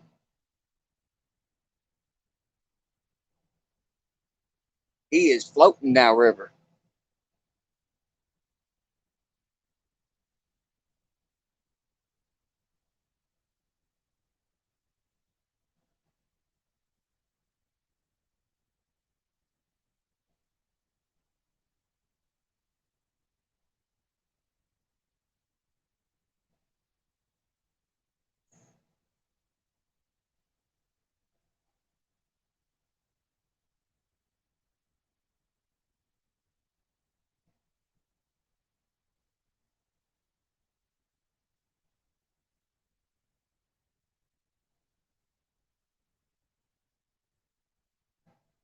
I don't know if y'all can see that barge or not, how fast he's moving. He is booking it. Booking it, booking it, booking it. It's gonna get loud here in a minute because them waves are gonna crash hard. I bet you the bottom of my rods are gonna be soaked. They're almost touching the water.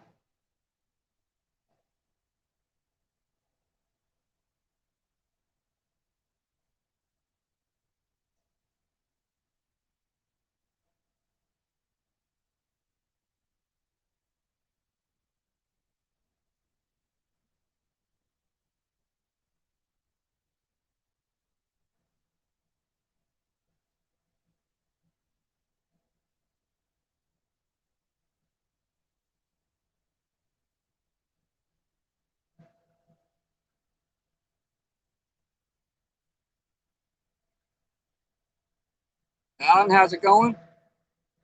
Thank you for coming in. Be careful, there is a mod war going on right now.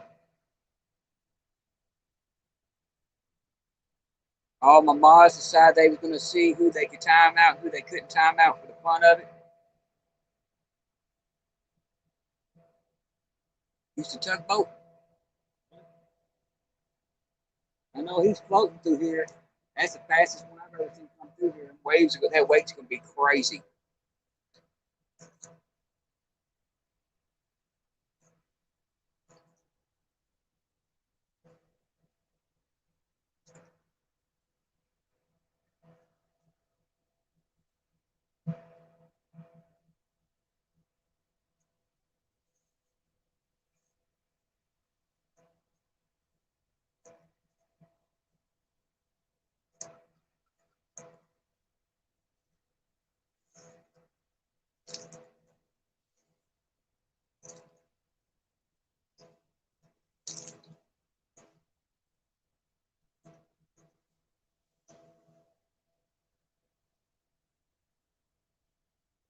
If that barge don't wake up them fish, ain't nothing gonna wake up them fish, boy.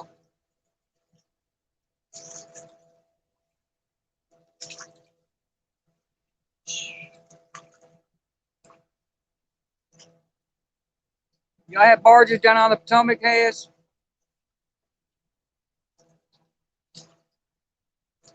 Pretty sure y'all do. Turn the camera a little bit.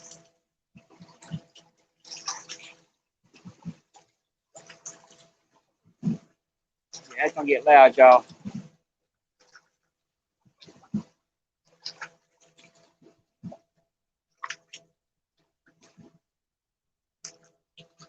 Like I said, if that don't wake up the fish, ain't nothing gonna wake up the fish. Oh, yes, they do. He lit up his bank, and I'm like, hey, leave it right there. It's daytime. I can feel the warmth off that heat. Oh, that off that light.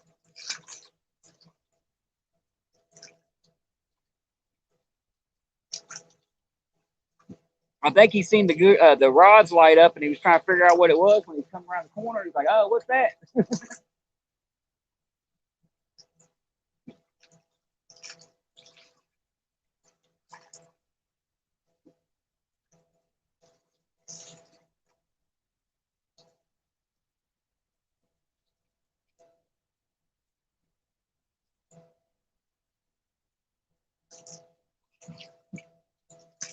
Well, y'all, if I don't get a fish here in the next 20, 30 minutes, I'm gonna call it a night. And I'm gonna be catching up with Chunky. I think it's been my third stream in a row.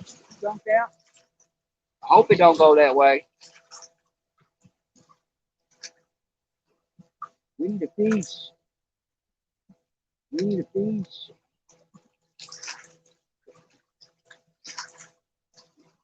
I'll take a drink at this point. Yeah, there's a lot of trolls on here.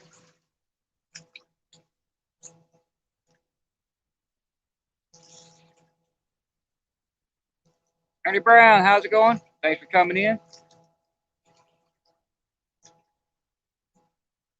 I don't know if you're a mod in my channel or not, Ernie. If not, duck.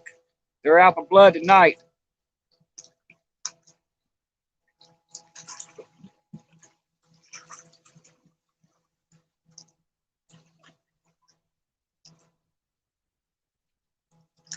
YouTube took all my mods away, and I had to remake mods. And I made some people mods and forgot the other ones because I couldn't find them in my stream. And then all my mods come in and started attacking. They was attacking the weak.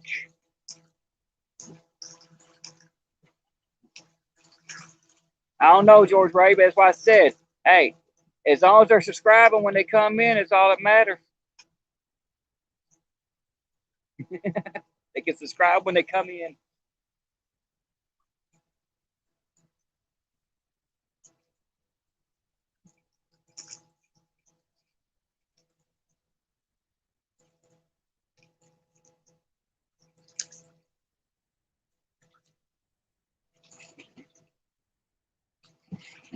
That way their channel's saved in here, and then if we play this game again, I'll have more people to play that. Who's that mod?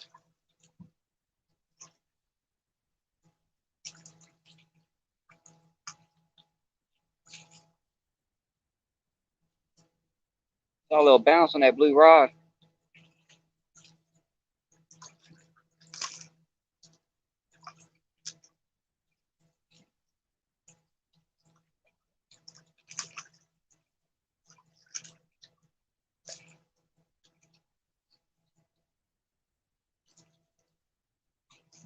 Take it. Blue rod bending, y'all. Mods are overrated. And no, I've needed my mods a couple times, unfortunately, Andy. A couple times I've needed them. Uh, I actually had a live, one of my biggest lives I had when I first started, that some people come in and did some bad, nasty stuff.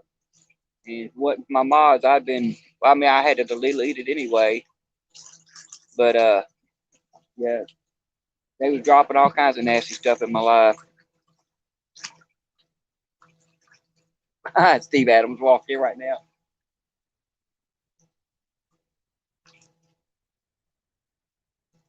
I think Steve's a mod in my channel too, but Judy. I don't listen to Jody. I don't know why I called you Judy.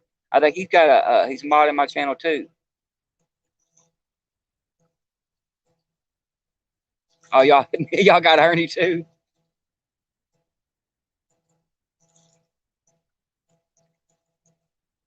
Stay tuned next week to find out who's the mod.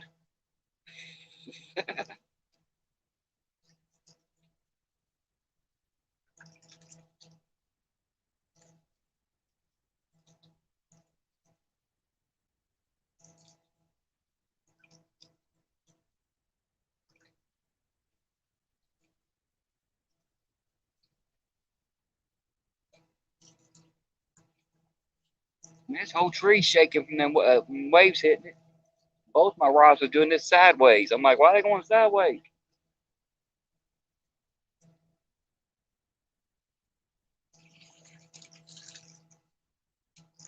Missing the tree roots. Of course, this tree is going to be one of the ones that fall in the river soon. 30, 40-foot tree in the water. Going to be a lot more structure in this water.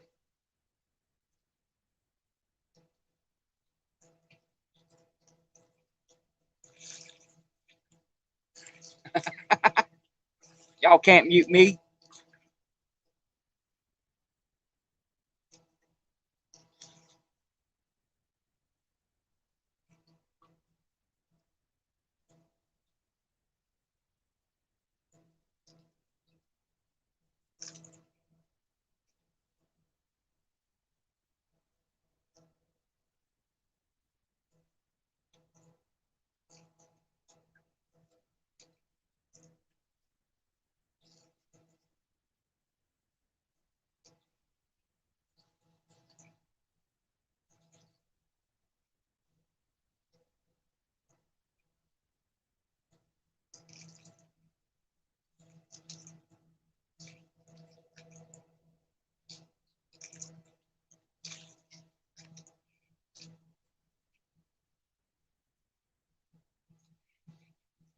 Yeah, I think y'all started something for real.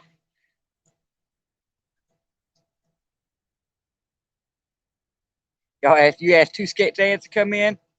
Oh, let him come in. Y'all don't. If he comes in, don't let him. Don't get him yet. I'm gonna make him feel like he's a mod for a minute. And I'll take it away from him because he don't know what's going on. I'll make sure that y'all all get a chance to get him.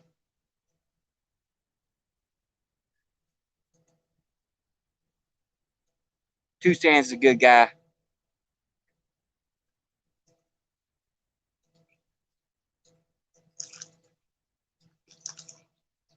Y'all the reason why I keep on coming out here doing this crazy stuff.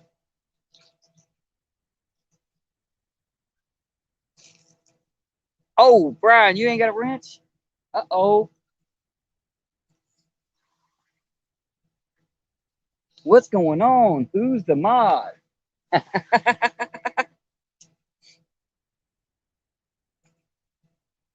Who's the mod?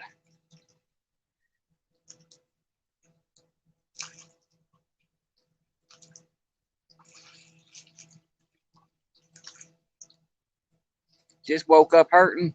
Sorry to hear it, Ernie. Yeah, I'm sorry to hear that because I understand that 100%.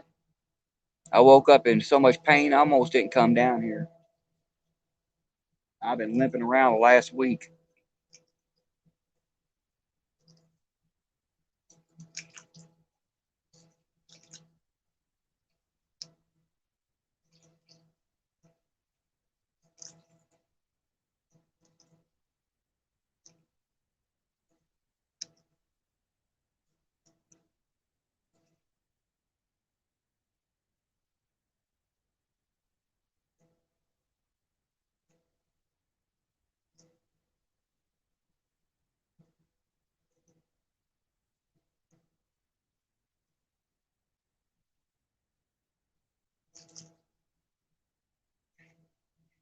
David Glacier, how's it going?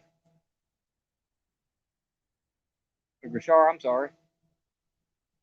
Trying to read too quick at an angle. Thank you for coming in, though.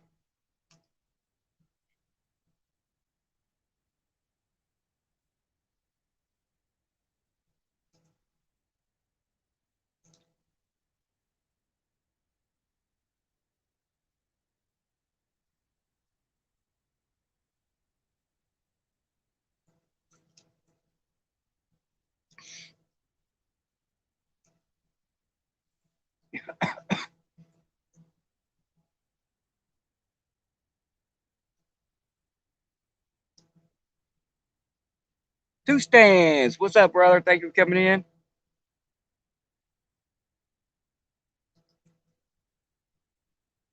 We ain't got no fish yet.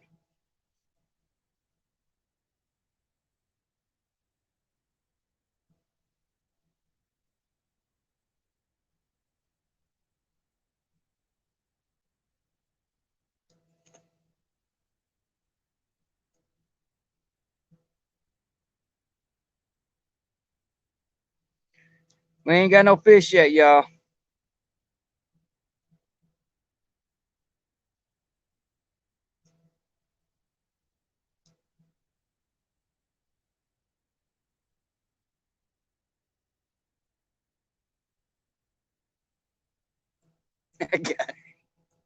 Stan, if you're still watching, uh, you unwillingly walk into a game called Who's That Mod? Apparently, our mods are having way too much fun with this.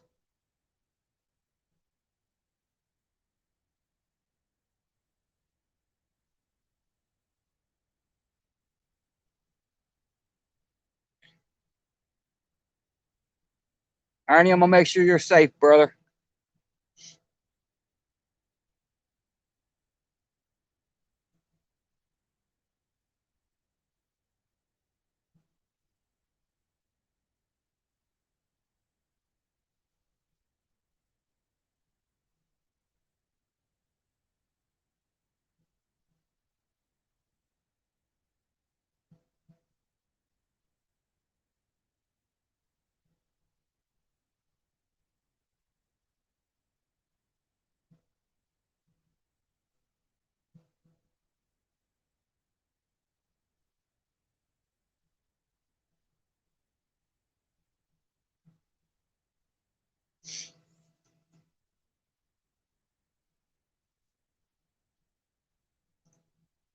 Mark, danger, danger, danger, Mark, danger.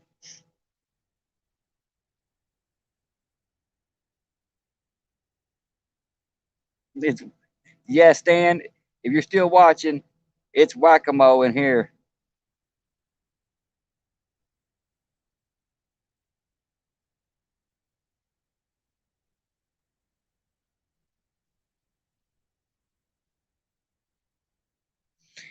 Now, when all the timeouts are gone, it's Who's That Mod again? Because guess what? I just changed a bunch of mods around again.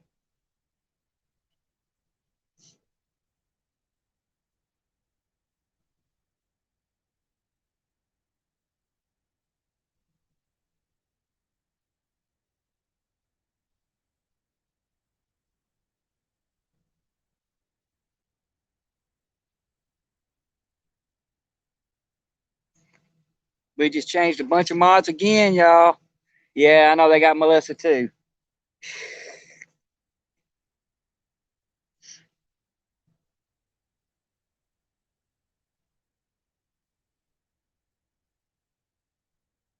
I can breathe again. Woo-hoo.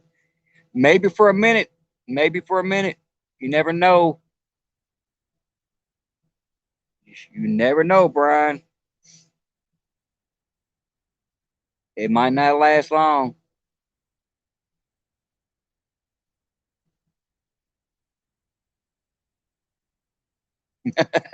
Uncle B has the power.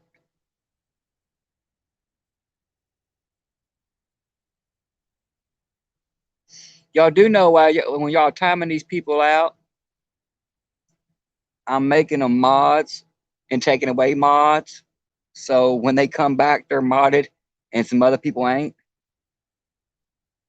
Just to let y'all know.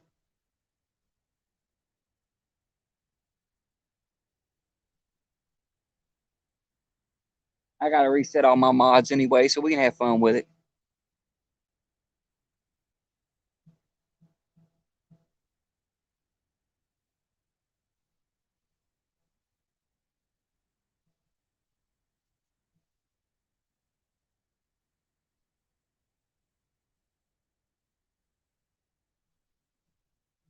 I'm sorry, one with the Stones are just playing games.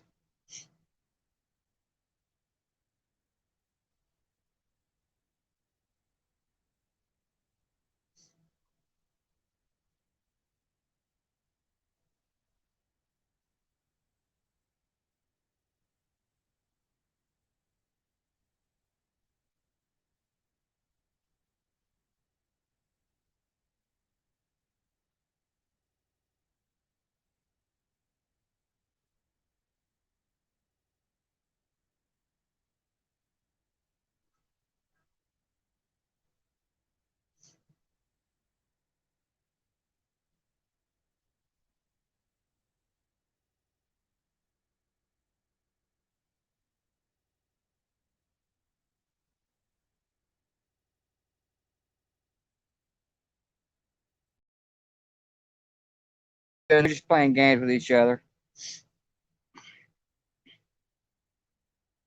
That's what happened when you have a lot of people that are mods in different channels. They come into a channel that ain't mods in another channel. YouTube took all my mods away, and I made a few people mod. And when I did, uh, yeah,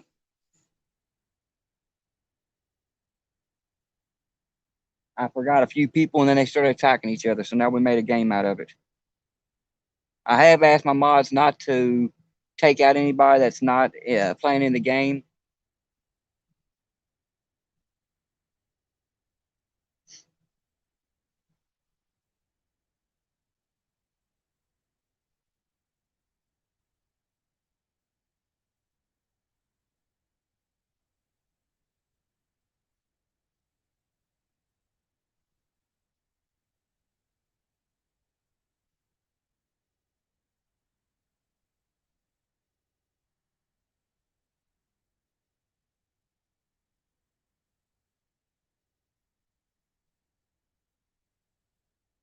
But it is time to change some things around, y'all. It's actually 1:12, and I got ready to call it a night here in about 10 minutes. So I'm going to go ahead and make some people mods and just go ahead and lock them in.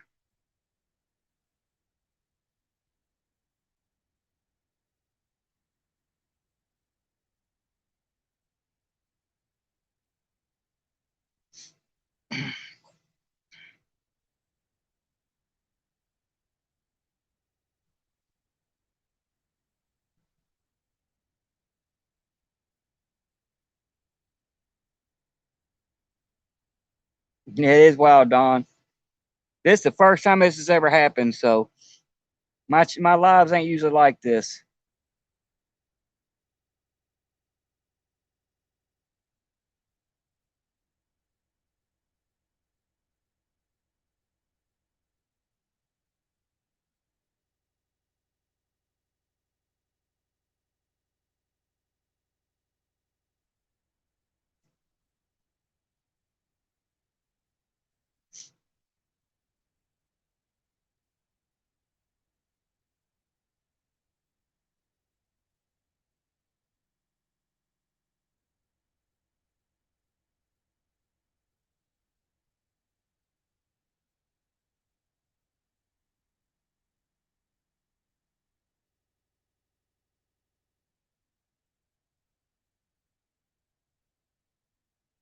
All right, I think I got everybody back to mod where they're supposed to be at. For now, I've got to go home and change a lot of people around,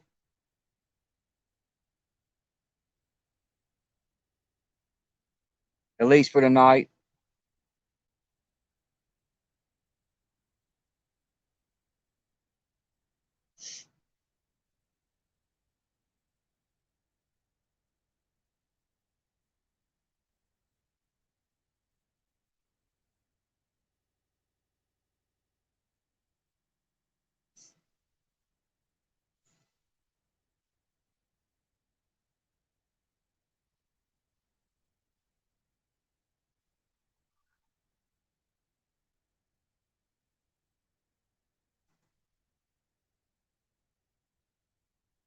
Night, Lisa.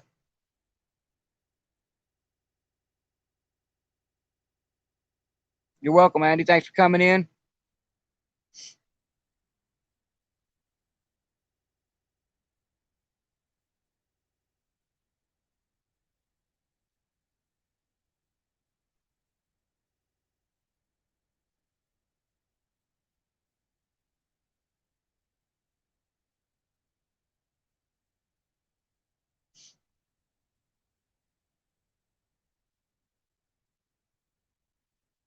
Yeah, I think we did come up with a good game though, waiting on these rods. From now on, I think we have to figure that out. It might slow down, like a couple people have made comments, it might slow down some of the me some of my subscribers from coming in, getting new subscribers.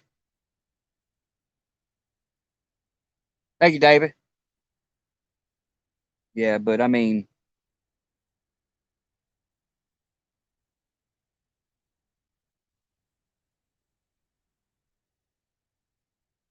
yeah, it's been crazy, Melissa.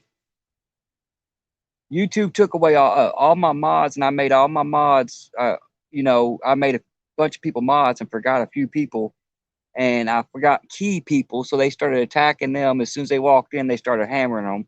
So I decided, you know what? Let's play Who's the Mod, and I'm gonna start taking away everybody's mods and handing them back at random. So they didn't know who was a mod and who wasn't until they made a comment. By then, it was too late. Turned out to be a good little game. And I think we'll keep it going. I mean, like I said, it might slow down me getting new subscribers unless they understand the game. But yeah, it turned out pretty fun though.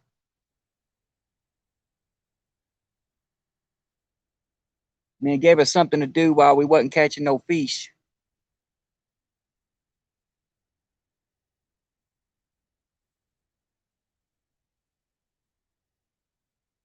I don't know what to do with these children either.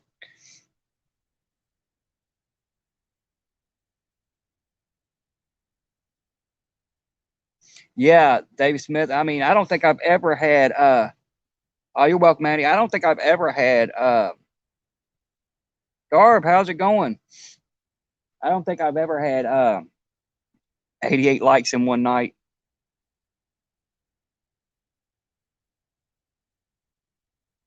No, I didn't time you out, George.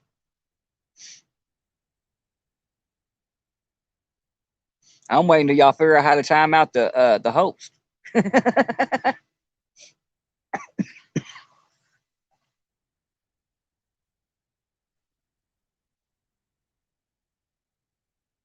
Did it say I timed you out, George Ray? If I did, I'm sorry. Maybe when I was making people mods, maybe I hit timeout. You know I wouldn't time you out, brother. You're one of the best mods out here. You, Mike Turner, Jody, y'all are actually a bunch of most of y'all are, is great mods. And when it comes down to it, I'd rather have y'all on my side than a lot of people, especially you, George. If I timed you out, trust me, it was an accident. I didn't time anybody out. At least not on purpose. Now I was swapping mods left and right, so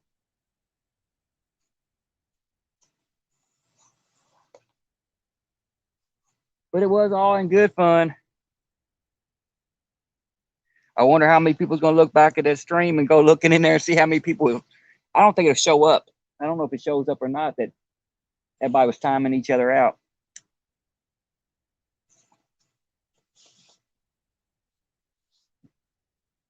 If anything, YouTube will contact me, be like, did you have a problem with your mods?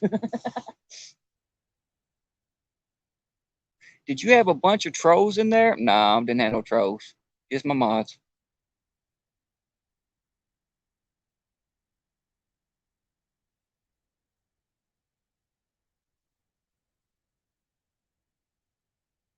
And it was a great game. Find a hickory switch. Find me a few of them because I want to do that for Christmas. I want some switches for Christmas.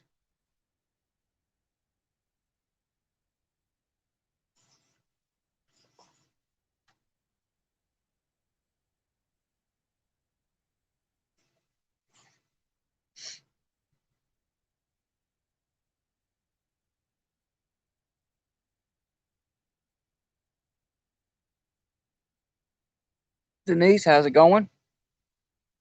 Thank you for coming in. Yeah, I honestly didn't. I honestly want to get some switches because my nieces have been off the chain for a while, and as a joke, um, they're going to be over there Christmas morning. So when they show up, as a joke, I want to be a smart butt, and I want to put a fake stocking out there, two fake stockings, and put coal in them, and put switches under the tree, and then after they get their switches and their code, then they'll get the real presents. Because I keep on telling them Santa's gonna bring them coal and switches.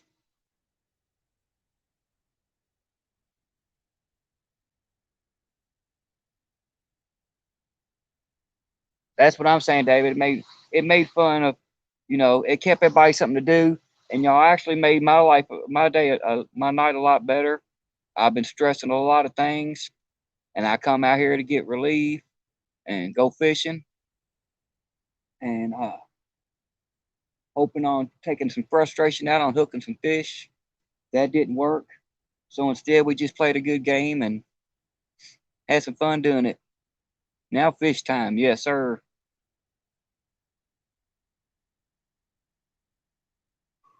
I don't understand it, Duggar. I don't understand it, brother.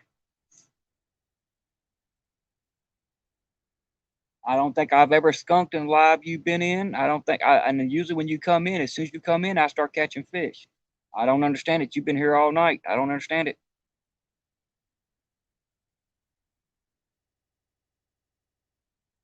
I don't think it's your luck. I think it's rubbing off or anything. I think it's the fish. The fish are just being butts. I'm trying not to stress. It's hard not to stress right now. Holiday season and stuff. Yeah, it's hard not to stress right now. It probably wouldn't be so stressful if my company would call me back. I contacted them last week or a week and a half ago. Uh-oh, something's pulling on the green rod. Is there going to be a bite? Come on, take it. We've got a bite, y'all. Imagine that.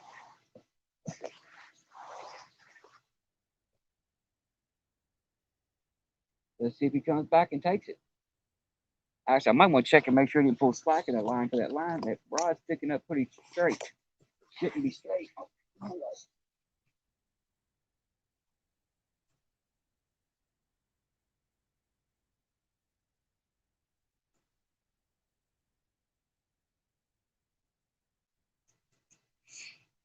I didn't swim in with it or nothing. So we'll see. Let's see if he comes back and gets it. Dum dum dum dum dum dum dum dum. But yeah, I mean, I called my company back, told them I need to come back to work. Told them the doctors ain't gonna get me in to find out what's wrong with me. I gotta get back to work where I can get Christmas taken care of. They're like, oh yeah, you're on the rehire list to come back. I'm like, cool. So I contacted them. I said, yeah, I need to go back through, and they ain't contacted me yet.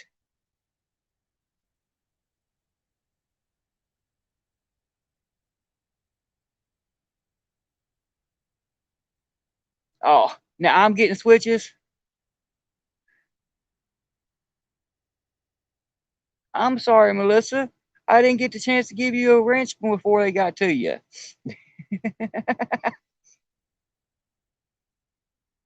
I didn't think anybody would do that to you anyway.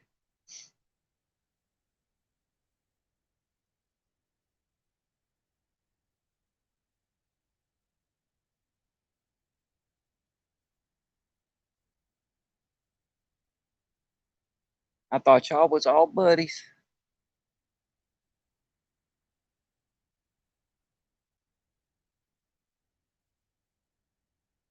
Okay, I'll take a lot of them.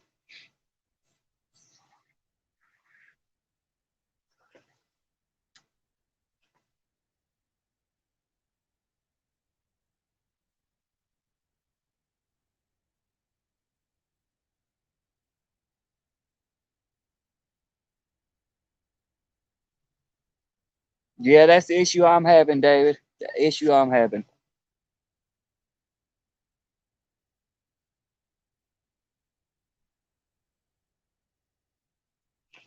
Yeah, I'm thinking about doing that, Jody. Even if I can't get out here and fish, I might do it in the cat cave. I might go live from the cat cave and just play a game. I might even make a meme. I mean, a thumbnail for it,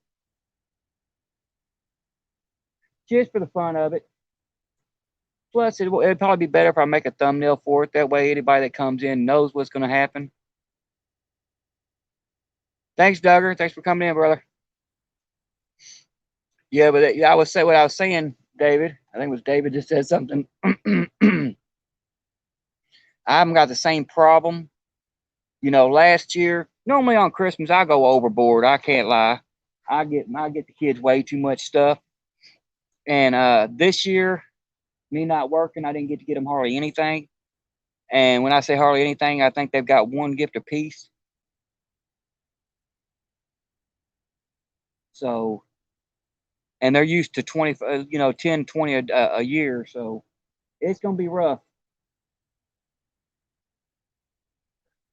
I was going to cut back this year anyway because for some reason they don't use half the stuff I get them. They ask for it. They're like, I want this so bad. And then it sits in their bedroom for 4 years and they never use it. So, but yeah, I was definitely hoping on getting at least something more than one thing a piece. But it's all right. I'll figure all that out later on. That's why I come out here to fish. It clears my head and gives me an opportunity to use my brains for what they're made for.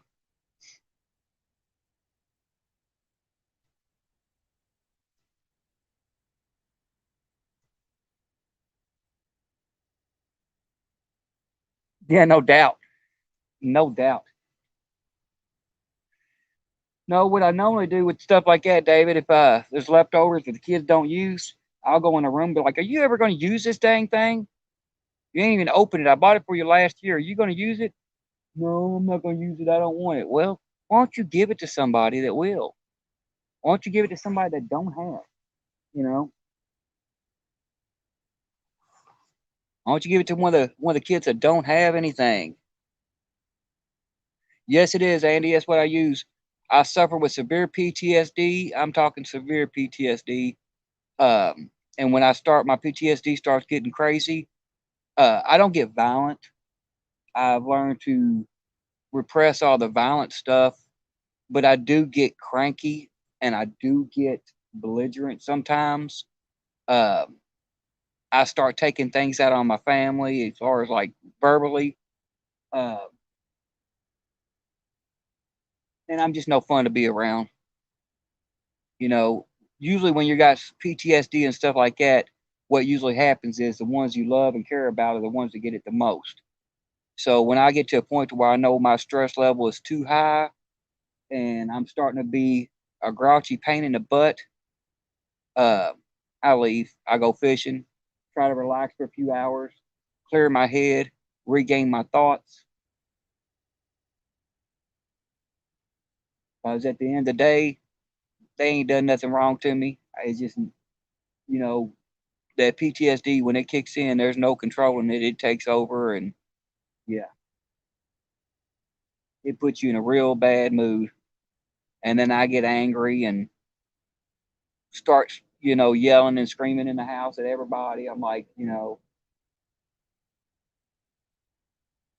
then I realize what I'm doing. I'm like, why the heck am I yelling at people over something stupid?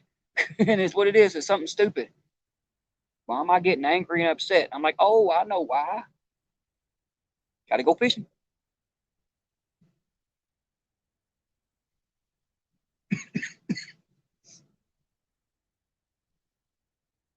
I was really hoping that green rod would have kept on going down like it was doing. It got a good little hit on it, but then it just stopped.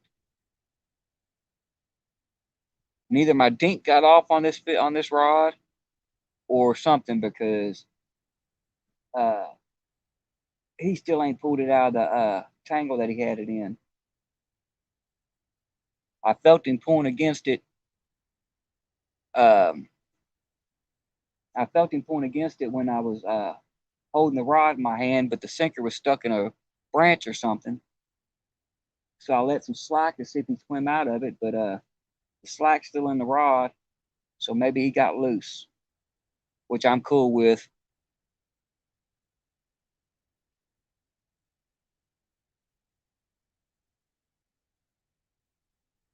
See, that's the way to do it, David. That's the way to do it.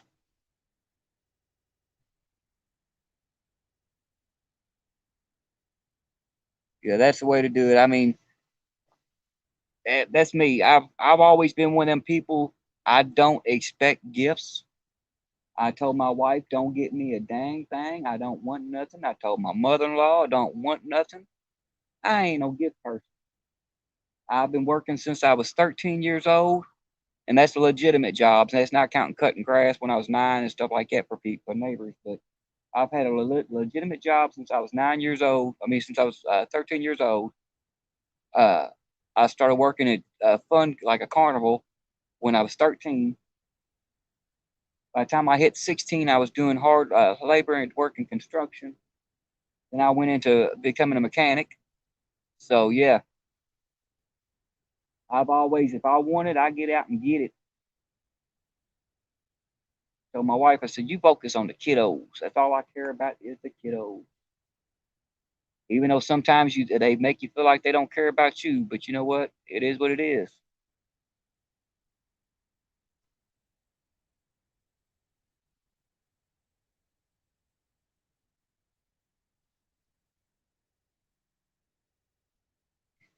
Yeah, they pounded Brian B.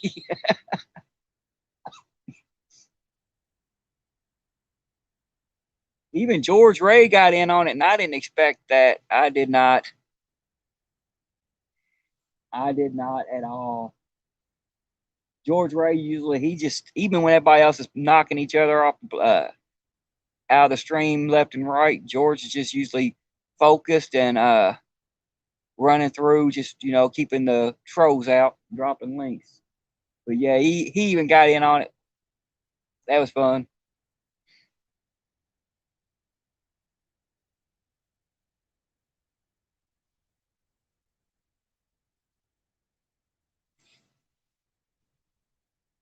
Yeah, people was coming in here with their alternates, and as soon as their alternate would come in and say hi, somebody would knock them out.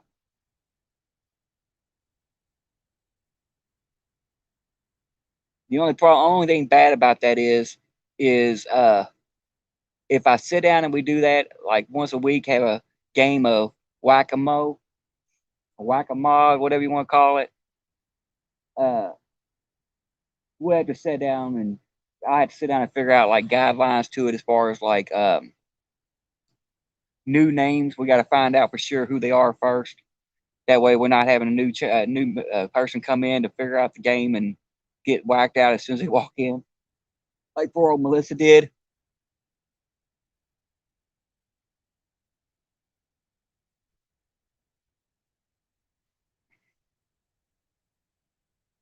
Your poor old Melissa, she walked in the stream. She's like, "Hi, how y'all blank?" Just knocked out. Y'all ought to feel ashamed for y'all stuff for that one.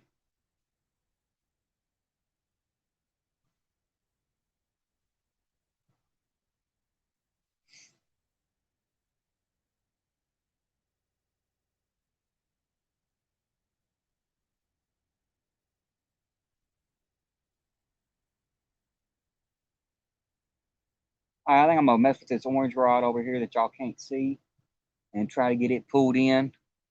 See if I can break it free.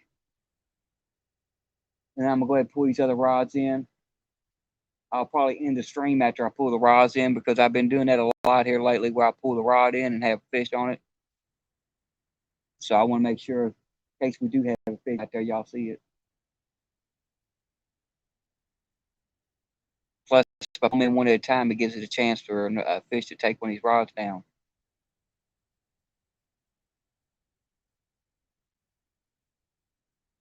It's always wants one fish. Come on, fish gods, one fish. I'll take a dink.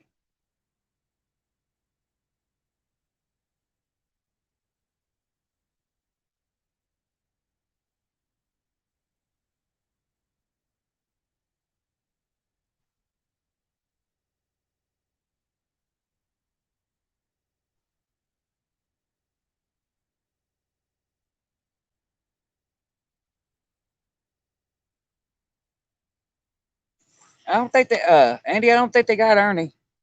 I don't think they got Ernie. They might have, but I don't think they did. Because Ernie was still making comments, and as soon as I seen he wasn't a mod, I tried to mod him as fast as I could.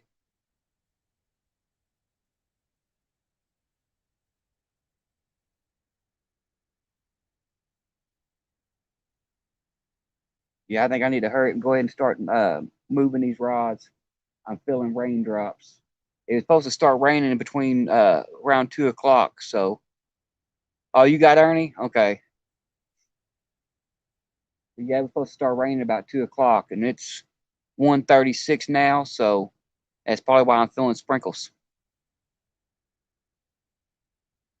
I ain't worried about getting wet, but most of my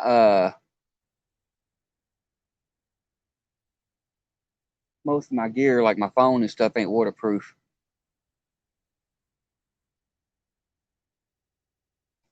That's what I'm thinking about doing, Abbott. I'm thinking about doing that. Uh, one night, start trying to do it once a week. Go about 10 o'clock at night, whatever, and just go, play who's that mod or who's the mod, whack-a-mole or whatever. We'll call it something, and then just go in there and I'll just start bouncing my mods around. I'll start off with like no mods, or start off with all mods or something like that, or no mods, and then just slowly bring them in and then move them around. I think it'd be funny. I'll probably have to start with all mods and then start removing mods and stuff because I got to have somebody in there that can actually mod in case we do get somebody in there that we don't want in there. I might find somebody that don't want to play that wants to come in if they're a mod and have them watch it and make sure that no real trolls come in. That's the only downfall I could see, y'all, is us doing that and then a troll come in for real and nobody catch it because we're all, what I'm saying, moving things around. But yeah, I think that's what we need to do. It'd be a fun game to do. No, baby, I haven't caught anything.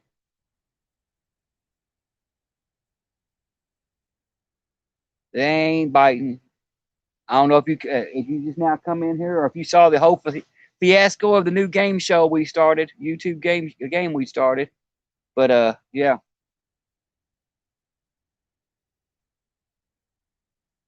I've had about 1, 2 bites. That's about it. I actually have a fish on or had a fish on the orange rod sitting underneath the dang log.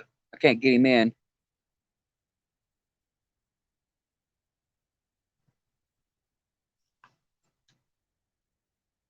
Put all mods and then start taking them away. Yeah, that's what I'm thinking. But that way I've got everybody mods and then I can start moving them around.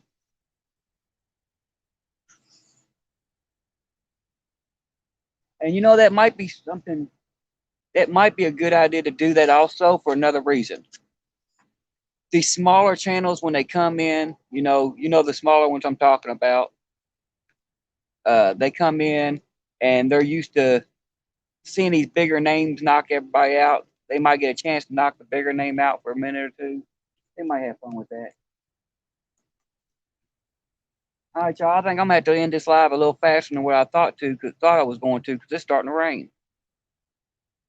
I was hoping on pulling these rods in on camera, but if it starts raining any harder than what it is now, my gear is not waterproof.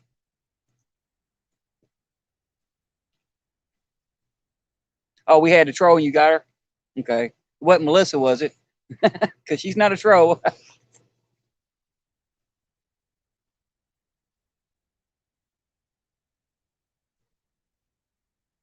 All right, I'm gonna start moving these rods, y'all, because it's starting to rain a little bit, and I know my phone's not waterproof. So what I'm gonna do is start moving these rods around, getting pulled in, and try to get ready to pack it up before my phone gets too wet. All right, thank you, Melissa. I'm gonna stay live for a few more minutes, uh, unless it starts raining real hard while I'm pulling these rods in. That way, if one of these rods get a bite, y'all can see it, and we might be land a fish at the last minute. But I'm gonna start packing up some of this stuff.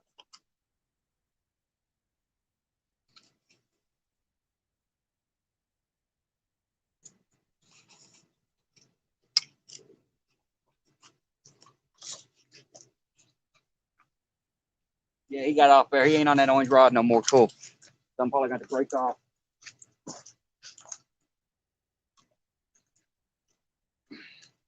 Yeah, I'm going to break it off. That's all right, though, because it's tangled in my tree, so I'll be able to get it back. As soon as the water goes down, I'll get my gear back. I'll get at least 5 of my sinkers and 3 of my hooks back as soon as this water goes back down.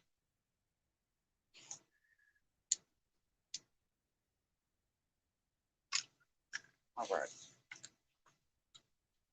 That's one rod in, y'all. Just going to roll it all the way in.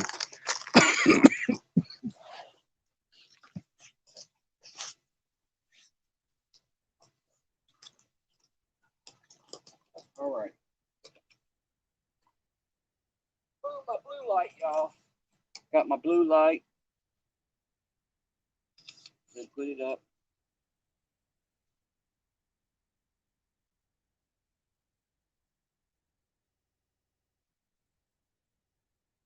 All right. I guess I'm going to try pulling this blue rod first because it's in a position where it's going to be the hardest one to get in. And the other one's in a better spot. Plus, the other one is just had a bite earlier, a few minutes ago. So I'm gonna leave it out for last. This is gonna be a pain in the butt to get in, so I'm gonna try it first. Oh, yeah, it's got a wily hook on it. Y'all see it right in? No, y'all can't see it right in. That's how much gook I got on this thing. It is just bent in half, trying to reel it in. I doubt I'm gonna get anything back off of this.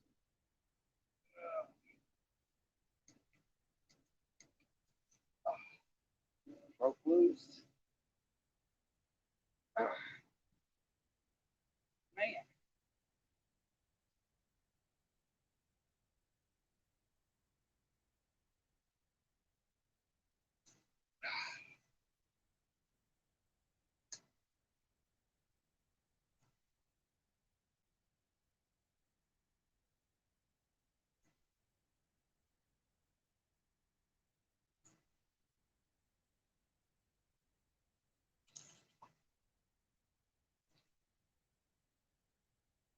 Come on now, you're right up here. You're right here next to me. Really? I don't get hooked in the back or something.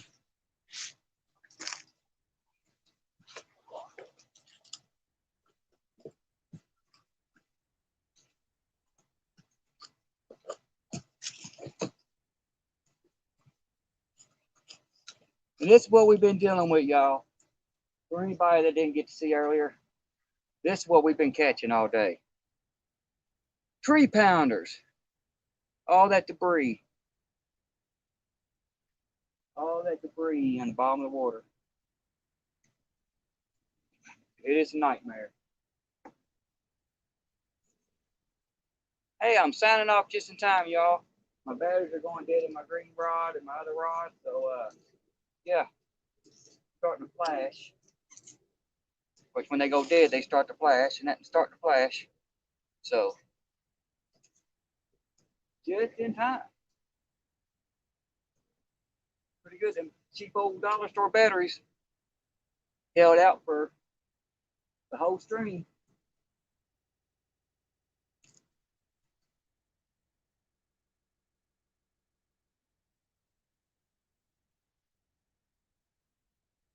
Get some of this gook off here so I can reel this thing in.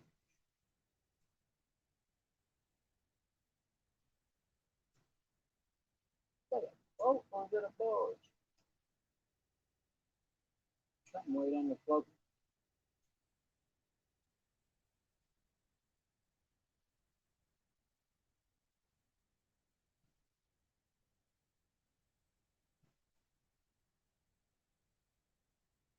All right. One rod in, y'all. Or 2 rods, I should say. Time to get the last rod in and see if we got anything left. See what we got.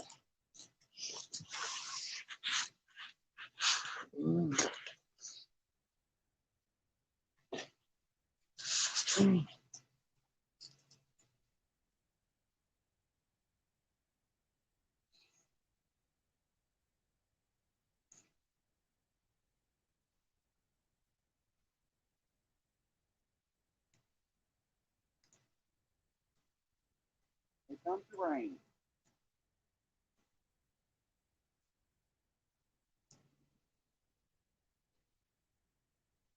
That's the only thing about casting out as far as you got to cast out here.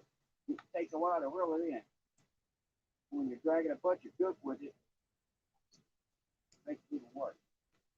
That wasn't that bad though. Yeah, that didn't even get that bad. That was sitting out there in a good spot because it didn't get much gook. Got a little bit, but not as much as it normally does. And the bait's still on there, so.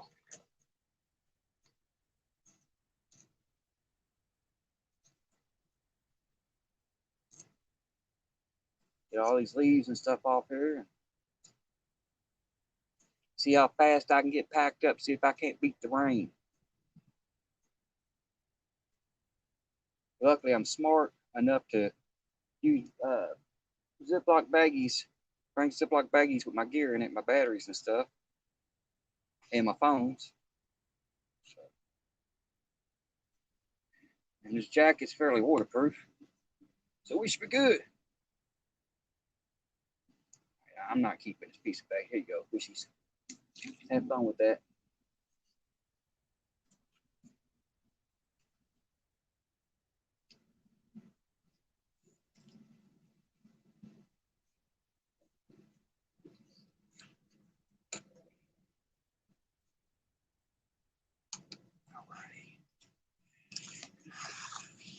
All wrapped up, y'all.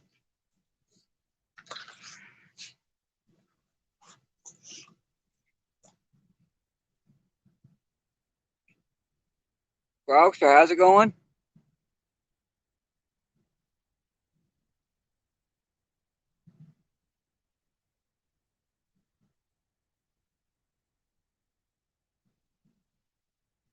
Thank you for coming in, Frogster. Yeah, we just out here trying to relieve some stress from the PTSD's been kicking in real bad the last couple days over the holidays and stuff. So I just figured I'd come out here and try to catch some fish to relieve all the stress. Didn't really work fish wise, but we had a good time. We had a real good time. So hey, it's all matters. Froggy is a mod, ain't she? What? I know Froggy was a mod. What up, y'all? I was about to end the stream, but I know for a fact Froggy's a mod. Froggy's not a mod. Froggy's always been a mod in my channel. Always been a mod in my channel. That's why I said, y'all, YouTube took away my mods. I had to give them all back. Yeah, she's always been a mod in my channel. All right. Well, y'all, I'm going to end this stream. Thank y'all for staying in here. You still want me to call you, Van? It's going to be late as can be. I probably won't be home for another 45 minutes. But if you want me to call you, I'll call you. Froggy's a mod. She's safe, Jody. You're a little slow. Yeah, you're a little slow. I can't let y'all get poor old Froggy. Froggy takes good care of me. Yeah, Froggy, what you missed earlier is that we was playing a game of whack-a-mole. YouTube took away all my mods. I made a few people mods and a couple people I didn't catch in time. You'll still be driving? Okay. I'll give you a call. But yeah, I didn't catch all my mods. So like Brian B wasn't a mod and Jody was. Or Jody wasn't a mod, Brian B wasn't, and some of the other channels were. So when as soon as they come in, they started attacking and started knocking each other out. So what I decided to do was to play a game of whack-a-mod. So I would go through the stream and I'd take away people's mods, the wrenches, and give other channels the wrenches, and they didn't know who was going to be a mod when they was going to be a mod, so they could take each other out. Yes, you did, Avid. I'm glad you said something because Frogster has always been a mod in my channel. She's in my top 100 subscribers, I think, and she's always been a mod.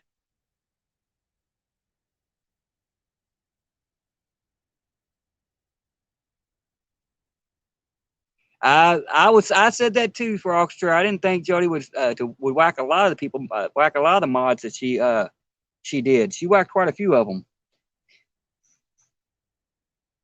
she had a good time doing it. But I'm gonna go ahead and end this stream, y'all, because I gotta get packed up.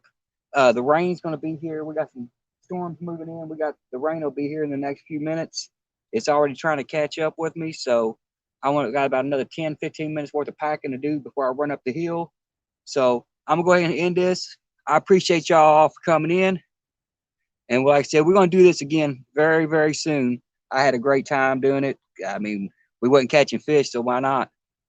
So I'll catch y'all later.